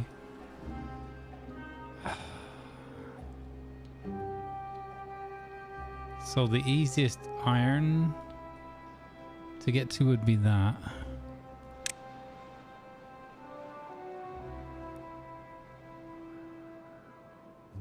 Well, that needs gears.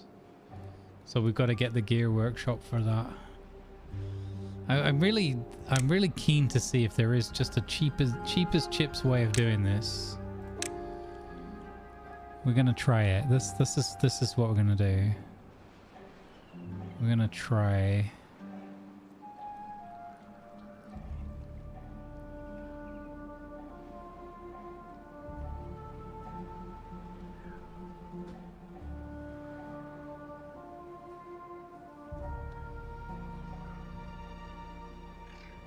It's gonna use floodgates, which we can build.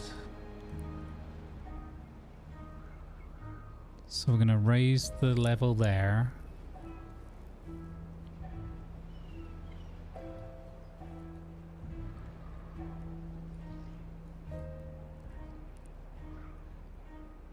I don't see any other way of doing it short term. I think maybe I should be investing in the stuff to make them better when they get sick from the contamination. But that needs metal. So either way, whatever I do, I've got to get up the top to the metal. So maybe I should be building a really massive staircase up there already. Oh, it sucks. So many decisions.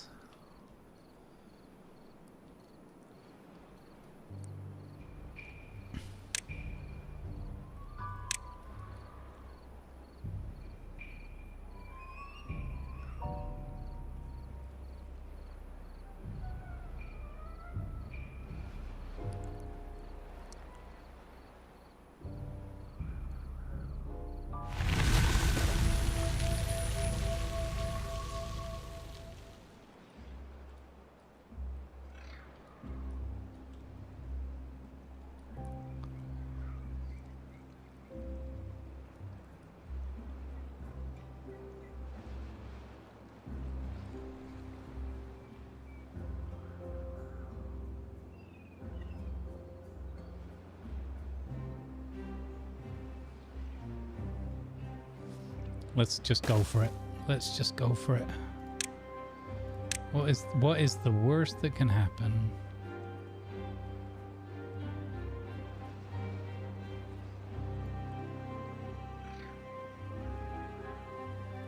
That's what she said.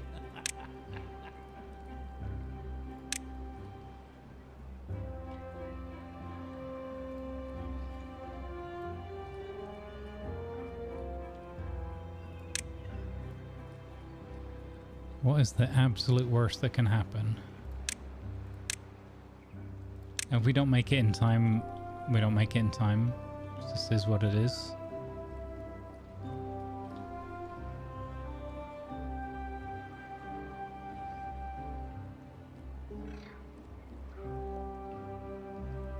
Oof, it's so many logs. That makes my eyes water. It's so many logs. So many logs. Ugh, it hurts. It burns.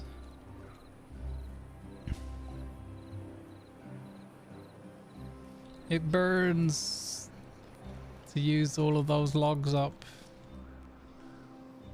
What's the time? It's 4:30? Okay. Pushing it here on time.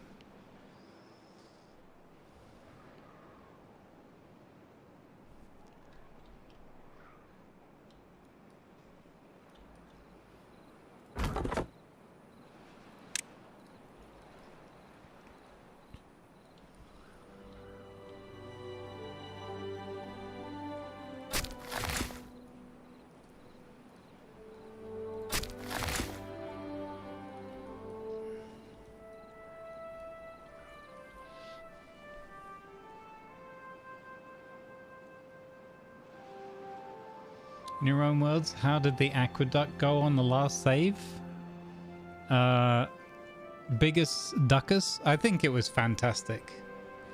I think it went really well. I'm supremely happy with the end result. I loved all of the lessons we learned along the way. There was one thing that was clarified here in this playthrough yesterday that I didn't realize in the last playthrough, or that I had misunderstood, that I know you and Stats were having a good giggle about. I didn't realize you could push the water off the sides whenever, like wherever on the map there's an edge. So this is why I'm going for this play here.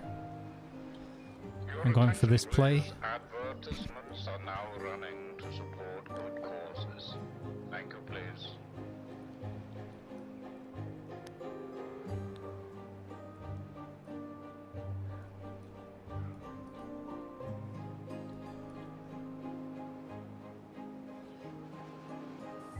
I realize this line might be the wrong line. Maybe we should take it there. And that way I can use these natural stairwells that are there, but that's okay.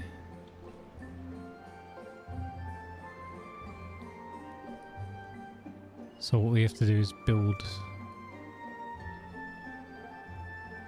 We almost need...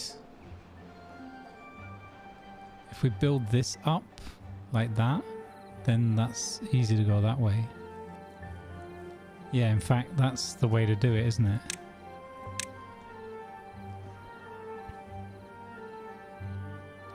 We've got to build this up.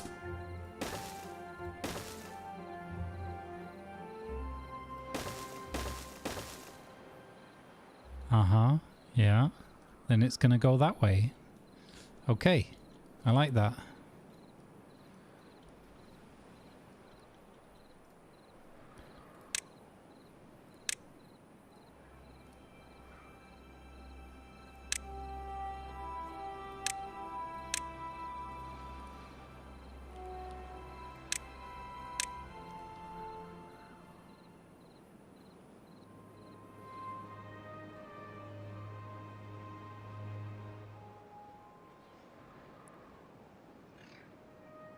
And we can do that at the last minute. Yeah, so we're in cycle 4 now. So the kid gloves are off. And just time will tell. Are we going to roll a bad tide or a drought this time?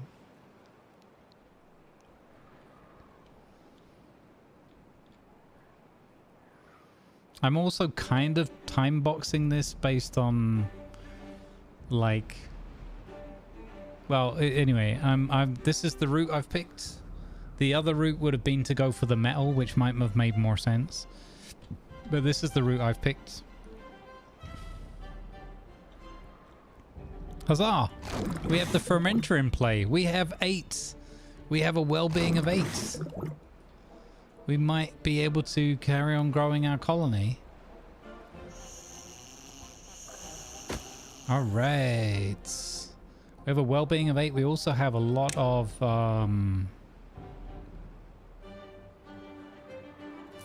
what do you call it? Research building up.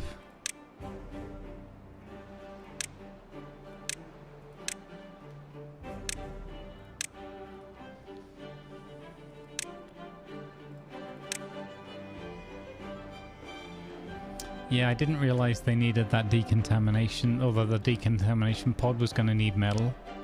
So this is kind of all in. This is like all in on the idea, the premise that we can actually divert the water.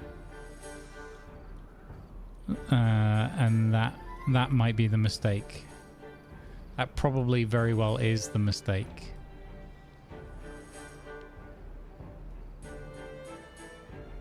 Wait. Okay, I just had a completely different idea. Hang on. You know the other strategy, the other strategic approach I mentioned where we go up top and block it up there?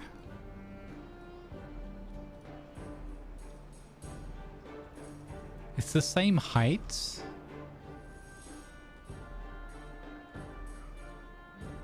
1, 2. Well, it's probably higher, 4, to get it up there. But it might be less blocks of wood in total. It would be less, well, but then it would be more stairs and more platforms. And that means planks. Yeah, I think we're still better off with this. Okay. For short term, we're still better off with this approach. We need to for science these ideas. Well, if I had enough people and resources, yeah. The reality is though, we're just going on a massive gamble. This is just a massive gamble, and we're going to see if it pays off. And it's going to come down to when does the bad tide kick in? Do we get, if we're really lucky, we get 1 or maybe 2 more droughts. And that might buy me just enough time to get this plan enacted. Of course, who says we're going to be that lucky, right? Who says we're going to be that lucky?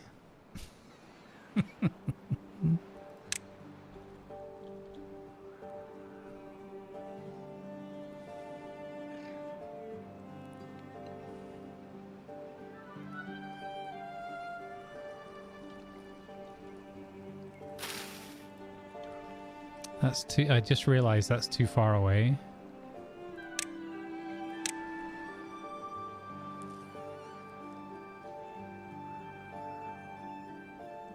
So the easiest way is going to be to get them to work across.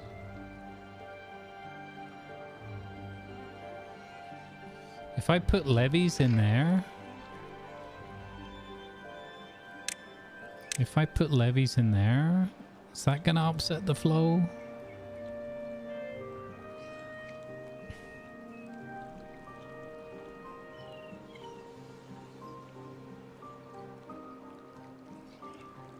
Gosh darn it.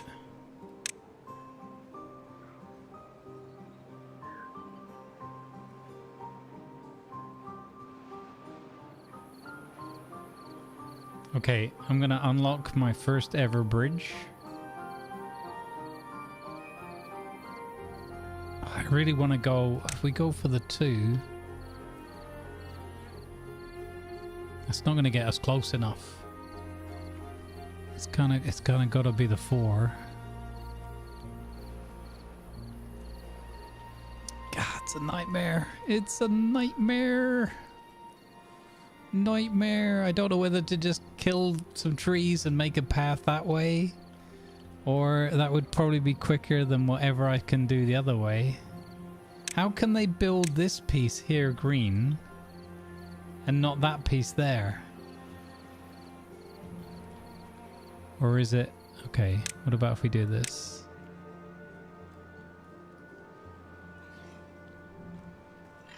I'm killing off all of these berry bushes that I needed.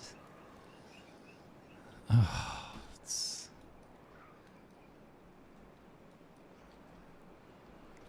Okay, we're getting this fermented food though, so we should be okay. And we have 5 of these growing vats now, so that's good as well.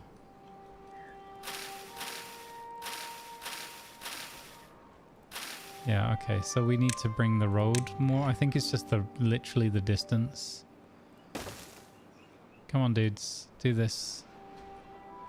Come on, my beautiful little beaver angels.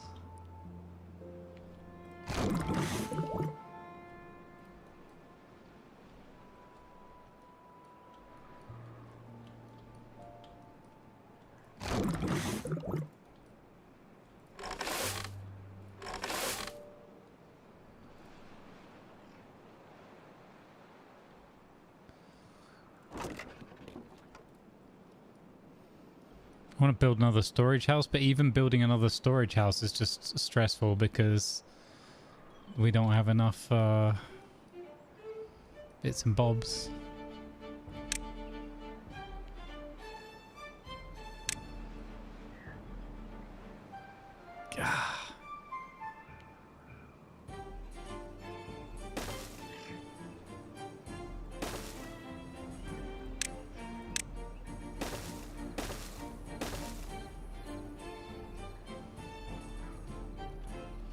We can do it. Please be a drought. Please be a drought. Because if it's not a drought, I think they're all going to get sick and they're all going to die. And I think we've lost. We could be looking at game over already.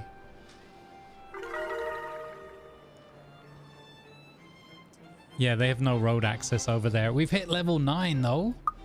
We've hit happiness level 9. We're obviously doing good things for them. This is what we need, longevity. We've got 6 people with nothing to do. 6 people with nothing to do. What on earth?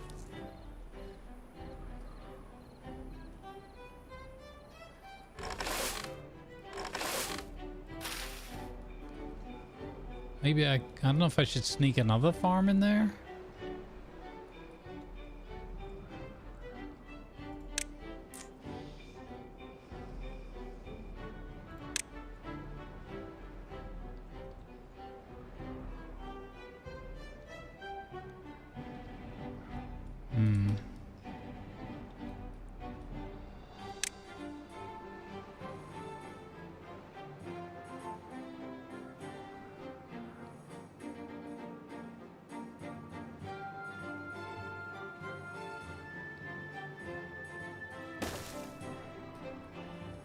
Go for it. We need more wood. We can get more. We've got people free to do stuff, so we should be building up more.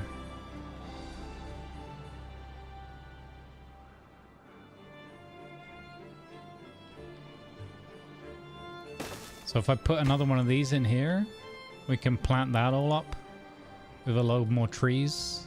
Maybe go all oak or something, or 50-50 oak and birch.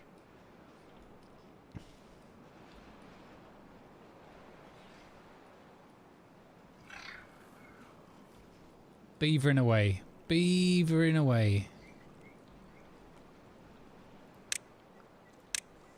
I gotta start blocking this up. Oh, they've lost the green on that side now. What the heck? And I got green on this side?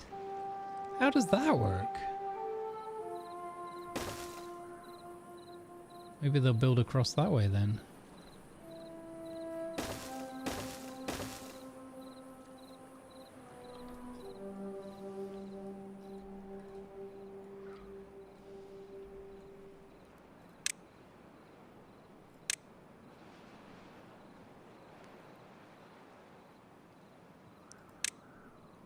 $600. $600. Ah.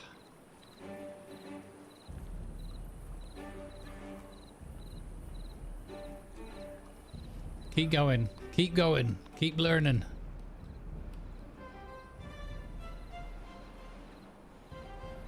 I need to cut the path off here.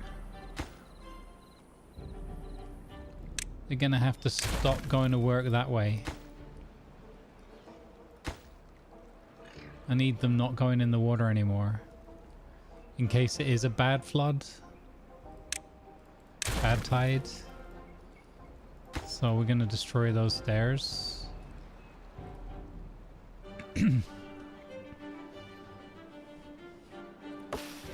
Oh wait, I even made these mangrove trees because I'm a numpty. Because I'm a silly. That's never going to be a thing. That's not going to work. It's too deep. So I kind of want these gone now. We're like... Prepare for the worst. Plan for the best, prepare for the worst, or however that goes. Why are they not taking these down? This should be getting done. Come on, guys.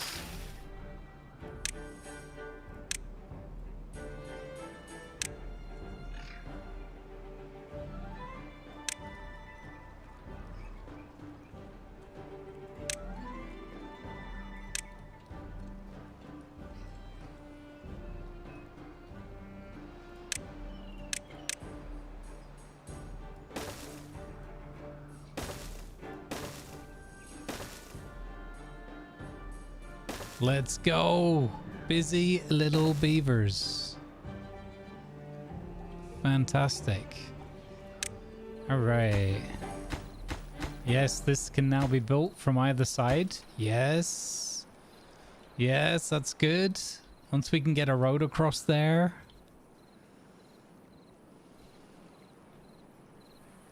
I need to do 2 lanes, don't I? Because... oh, it's so tricky to do all this engineering work. This is, needless to say, not my forte. This is what we used to hire engineers to do. Oh, we need some engineering work? Let's hire engineers. Expect and plan for the very worst. Can only be pleasantly surprised. I mean, that's another way of putting it, yeah.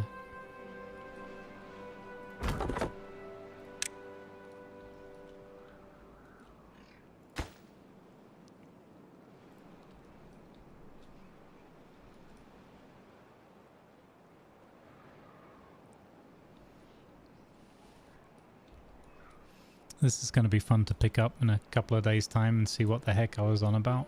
Should be fairly clear though with building this. This is Operation Rush Job. That's what we'll call it. Operation Rush Job.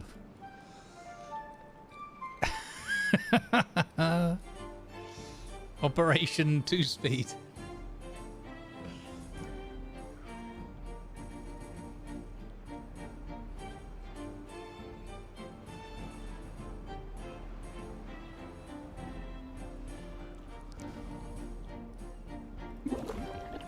Definitely need a 3rd pump to get that other vat of water done, because that's never filling up or always being emptied too quickly.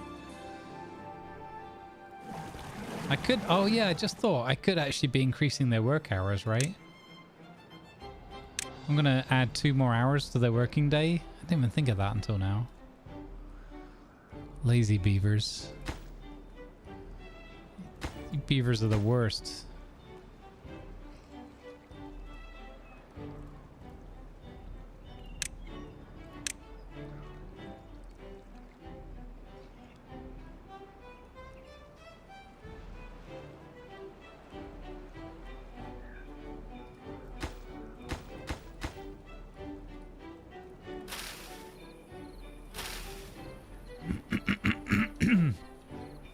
It is day 8 of cycle 4. This bit's done. That's cool. So now we need...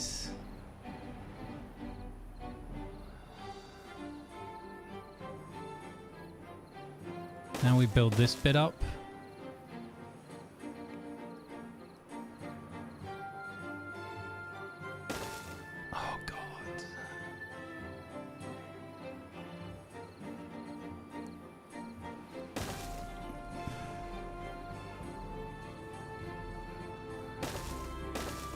It might work. It could maybe work. It could maybe work. I believe in my plan.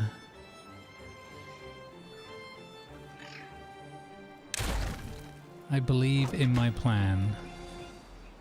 We've got to have confidence. We've got to have faith in our plan.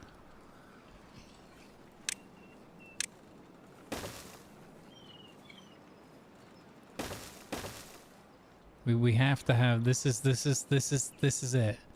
This is the magic. This is where the magic's gonna happen. It's all gonna flow out that way. It's gonna be great. They got this one done. Fascinating.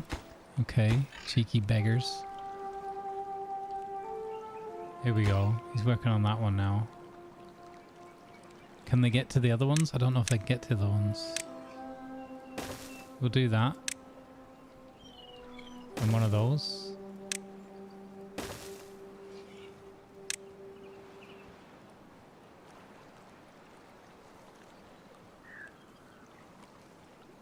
I wonder if that would be enough.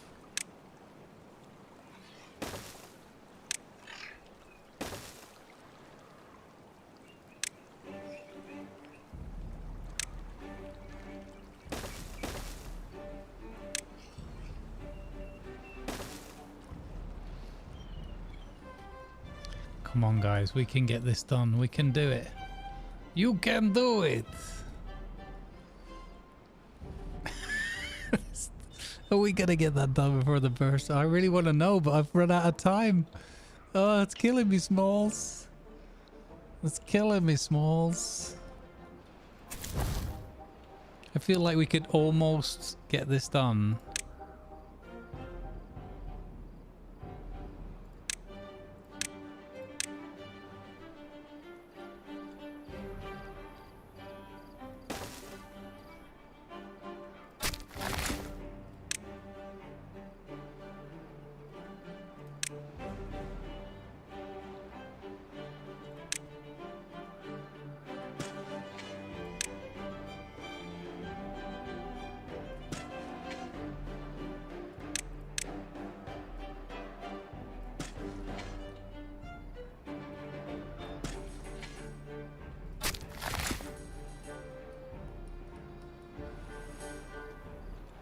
We can get this done.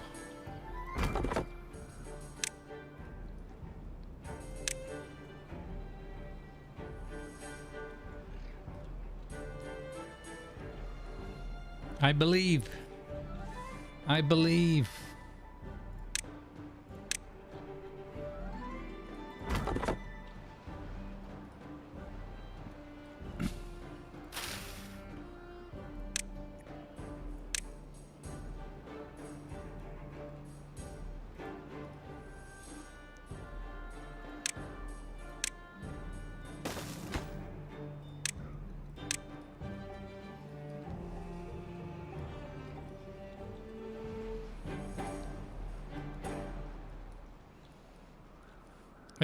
There'd be something super ironic about if we do achieve this, about having a solution for the iron teeth that doesn't involve using metal.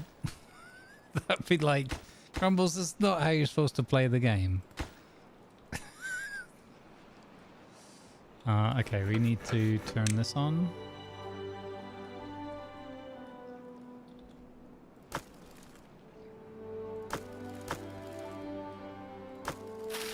Okay, we need some planks. What contraption are we building? We're building a waterway, like a T-junction, so that we can turn the good water on to send it downriver where we want it.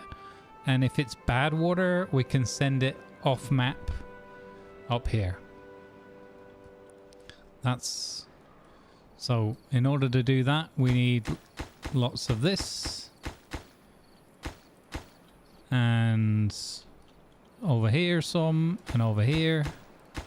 So we're building, that's the crazy contraption. We're trying to see if we can get near to the source, a route for the water to go off map before a bad tide hits. That is the endeavor. And the problem we're running into is just lack of everything, to put it succinctly. Hey Ziggy Ran. The other tribe are alive and well. They're happy. Beaverovia was a great success. And we got to a point where we were sort of in a holding pattern. We had the water completely under control. So we were kind of in creative builder mode. And I wanted to try out the Iron Teeth. Just for a fresh challenge. And we're having a look at a different map, which is a new one that came with this update. So yeah, just really looking for a different challenge. Will it work in my favor? Probably not, but you know, we'll see. We'll see where it goes. And this different tribe is so very different with the breeding stuff, and the food is very different. So it was a little bit of like back in at the deep end, like.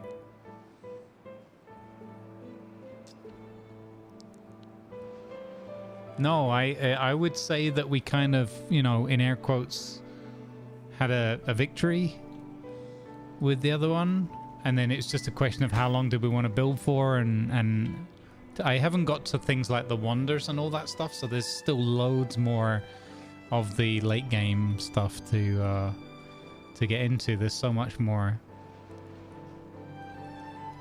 But I'm still in the phase of like I'm learning the game, and I want to see the different challenges that are offered. It's entirely possible that this one is just a complete bust.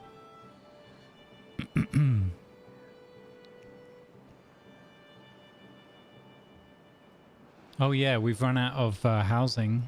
We've run out of beds. Build a stable colony, improve and be creative, yeah. Agreed. I like both. I just felt like we've played a lot of this lately, and I felt like with the challenge covered, I wanted to spark some new thoughts and was just ready to try a different map, different challenge. Which is often how I get with these games. Once you get to the point where the kind of the core of it is under control,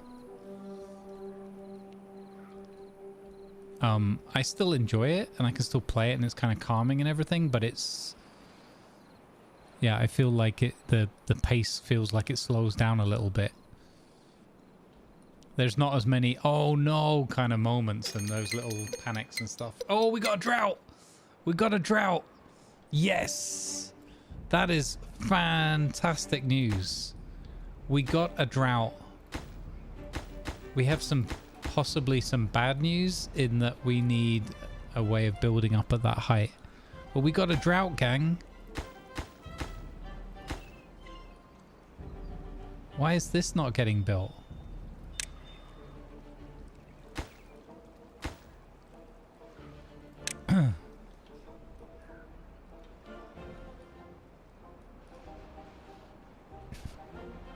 We need to build some more housing.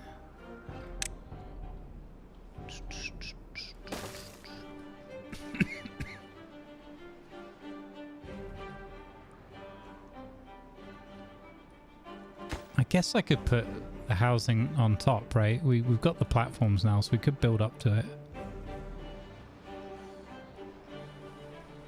Since we want to build up anyway. Howdy. I don't mind if we lose because of this tactic that we took, this approach. You know, I don't have a problem with losing it. If that's what happens, that's what happens.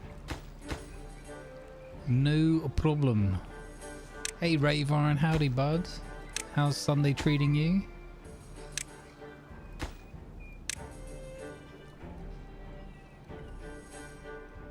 We have the food situation, I think, back under control.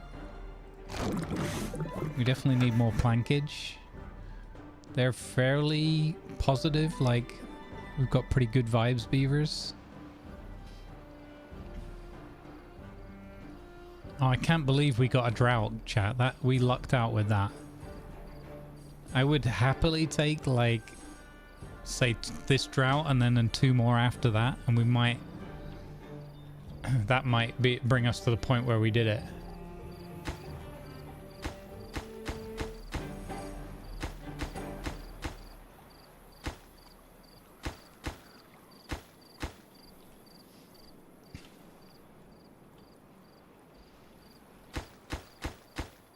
Hopefully they can build these 2. I gotta not build this upper level, obviously, because that would cause Flutterino. Not build it yet.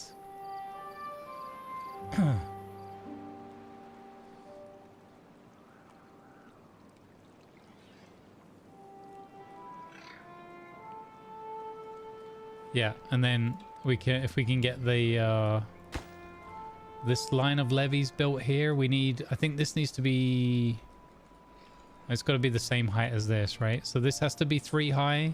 So we need a triple height levee here. And then this has got to be a double height levee. And then single height floodgates. And this is going to be double height levee and single height floodgates, so that the floodgates are at that 3rd level. If I'm thinking right. And then, yeah, and then we're kind of off to the races. And it's kind of all good. This is worrying me a bit, this part here, that they can't. That's not good. So I'm wondering if I need another stairs there or something.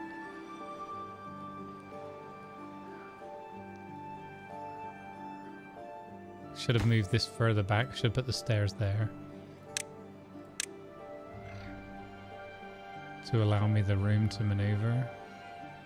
I'll put one there. I'll put a platform here.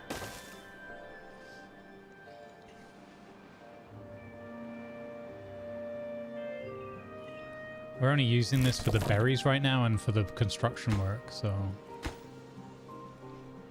it's not too bad. Alright, we're struggling to keep up with the planks again. But we're really good on logs now, so I think the introduction of this additional area here is going to really help us. It's going to be a huge help. We got another gatherer down here as well for more berries. So when this berry area is gone under the water, we're not going to suffer as much as we did last time with that. Actually, with this planter here, we could even plant more berries, thinking about it. Alright. It's a shame. I wonder if I put a stairs there, if you could get to there too. Maybe. It's going well today? That's good to hear, Ravon. Good vibes. Yep, well, anyway, I have run out of time. The more the berrier. Yes. Excellent. So I'm going to put a levee here, so as I don't forget. And then it's levee, and then floodgate.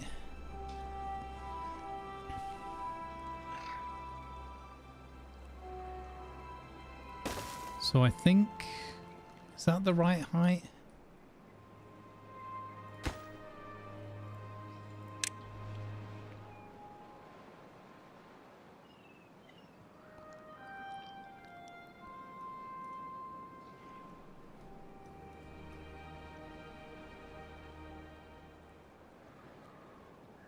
That's the height.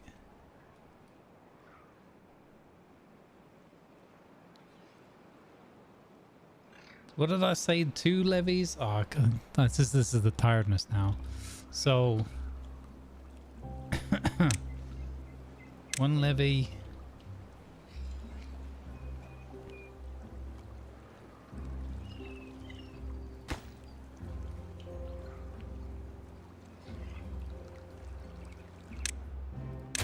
Just take that away for now. I don't want they're gonna come and build that all of a sudden.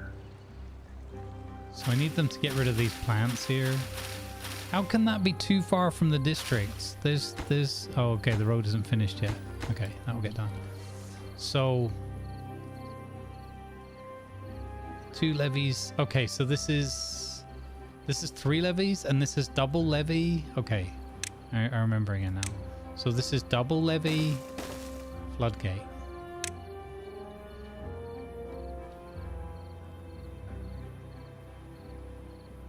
Si, senor. Okay. And then this is... So that's got to be levy. Levy. Levy. Floodgate.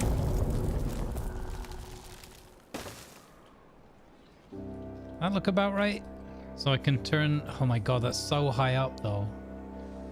But okay. So it's clean water, waterfall this way. Bad water, waterfall that way. And then this has to be triple levy. This gap here is gonna absolutely screw me at some point. I just know it. So we gotta go I'm just doing things so that I'm setting myself up for Wednesday, so it's not gonna...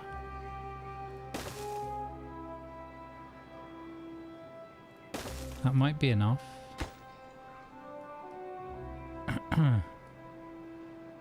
I need to get that... maybe I just need to bug out from this one, get that person out of there for now. No, oh, don't... Oh, okay, well, we need that route for the building as well. Oh, it sucks. Can I unlock that bridge yet? I can unlock the bridge. Okay. Okay. I'm gonna commit the points. We're going for it. We're all in. We're all in. We are all in.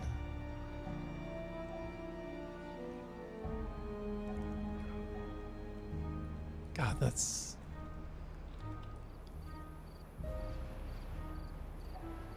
I mean, this can all come out again afterwards once we've built the levy up. We're not going to need that.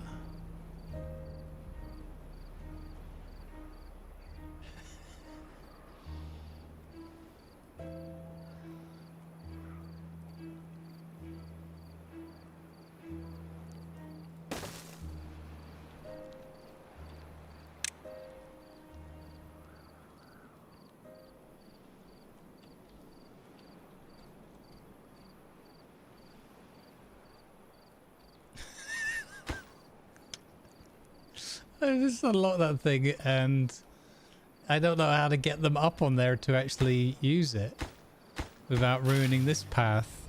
I gotta kill off all those plants. Gah, that was not well engineered. Okay, we're gonna take that away for now. We're gonna build a bridge though. We're gonna build our first ever bridge. But first, why can they not? Waiting for materials, 1 plank. Okay, get this done, guys. Top priority. Alright. Well, I got a good feeling about this. I think it's going to work. So we'll save that. And I gotta go. I gotta dip. Waiting on the flood? Yeah. Alright, it's going to be great. It's going to be great. So tune in on Wednesday if you would like to see how that unfolds. And by unfolds, I mean goes swimmingly. Good vibes, everybody. Thanks for hanging out for the D&D. Thanks for hanging out for the beavers, or tuning in respectively for either or, and both.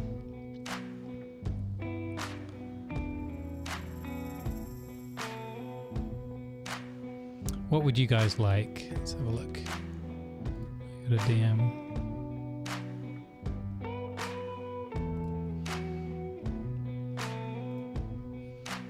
Unfolds like an open cupboard full of Tupperware. It sounds like you're speaking from far too much experience there. Alright. You guys want to go and check out some Rust RP? Or we could find new beaver friends. Hang on. Oh, I haven't even followed that category yet.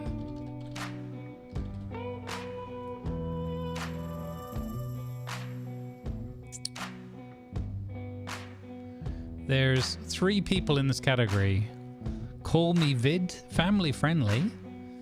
And then there's Addicted to Wood title. Beaver Roam, Folktales, hard mode. Okay, that sounds good. Let's go over there. It says family friendly, so that sounds like it'll be a good time.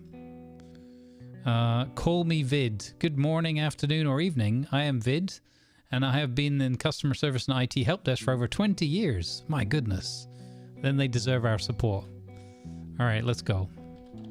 We're going to go raid somewhere completely new. So hopefully you'll have a good time there. It says family friendly.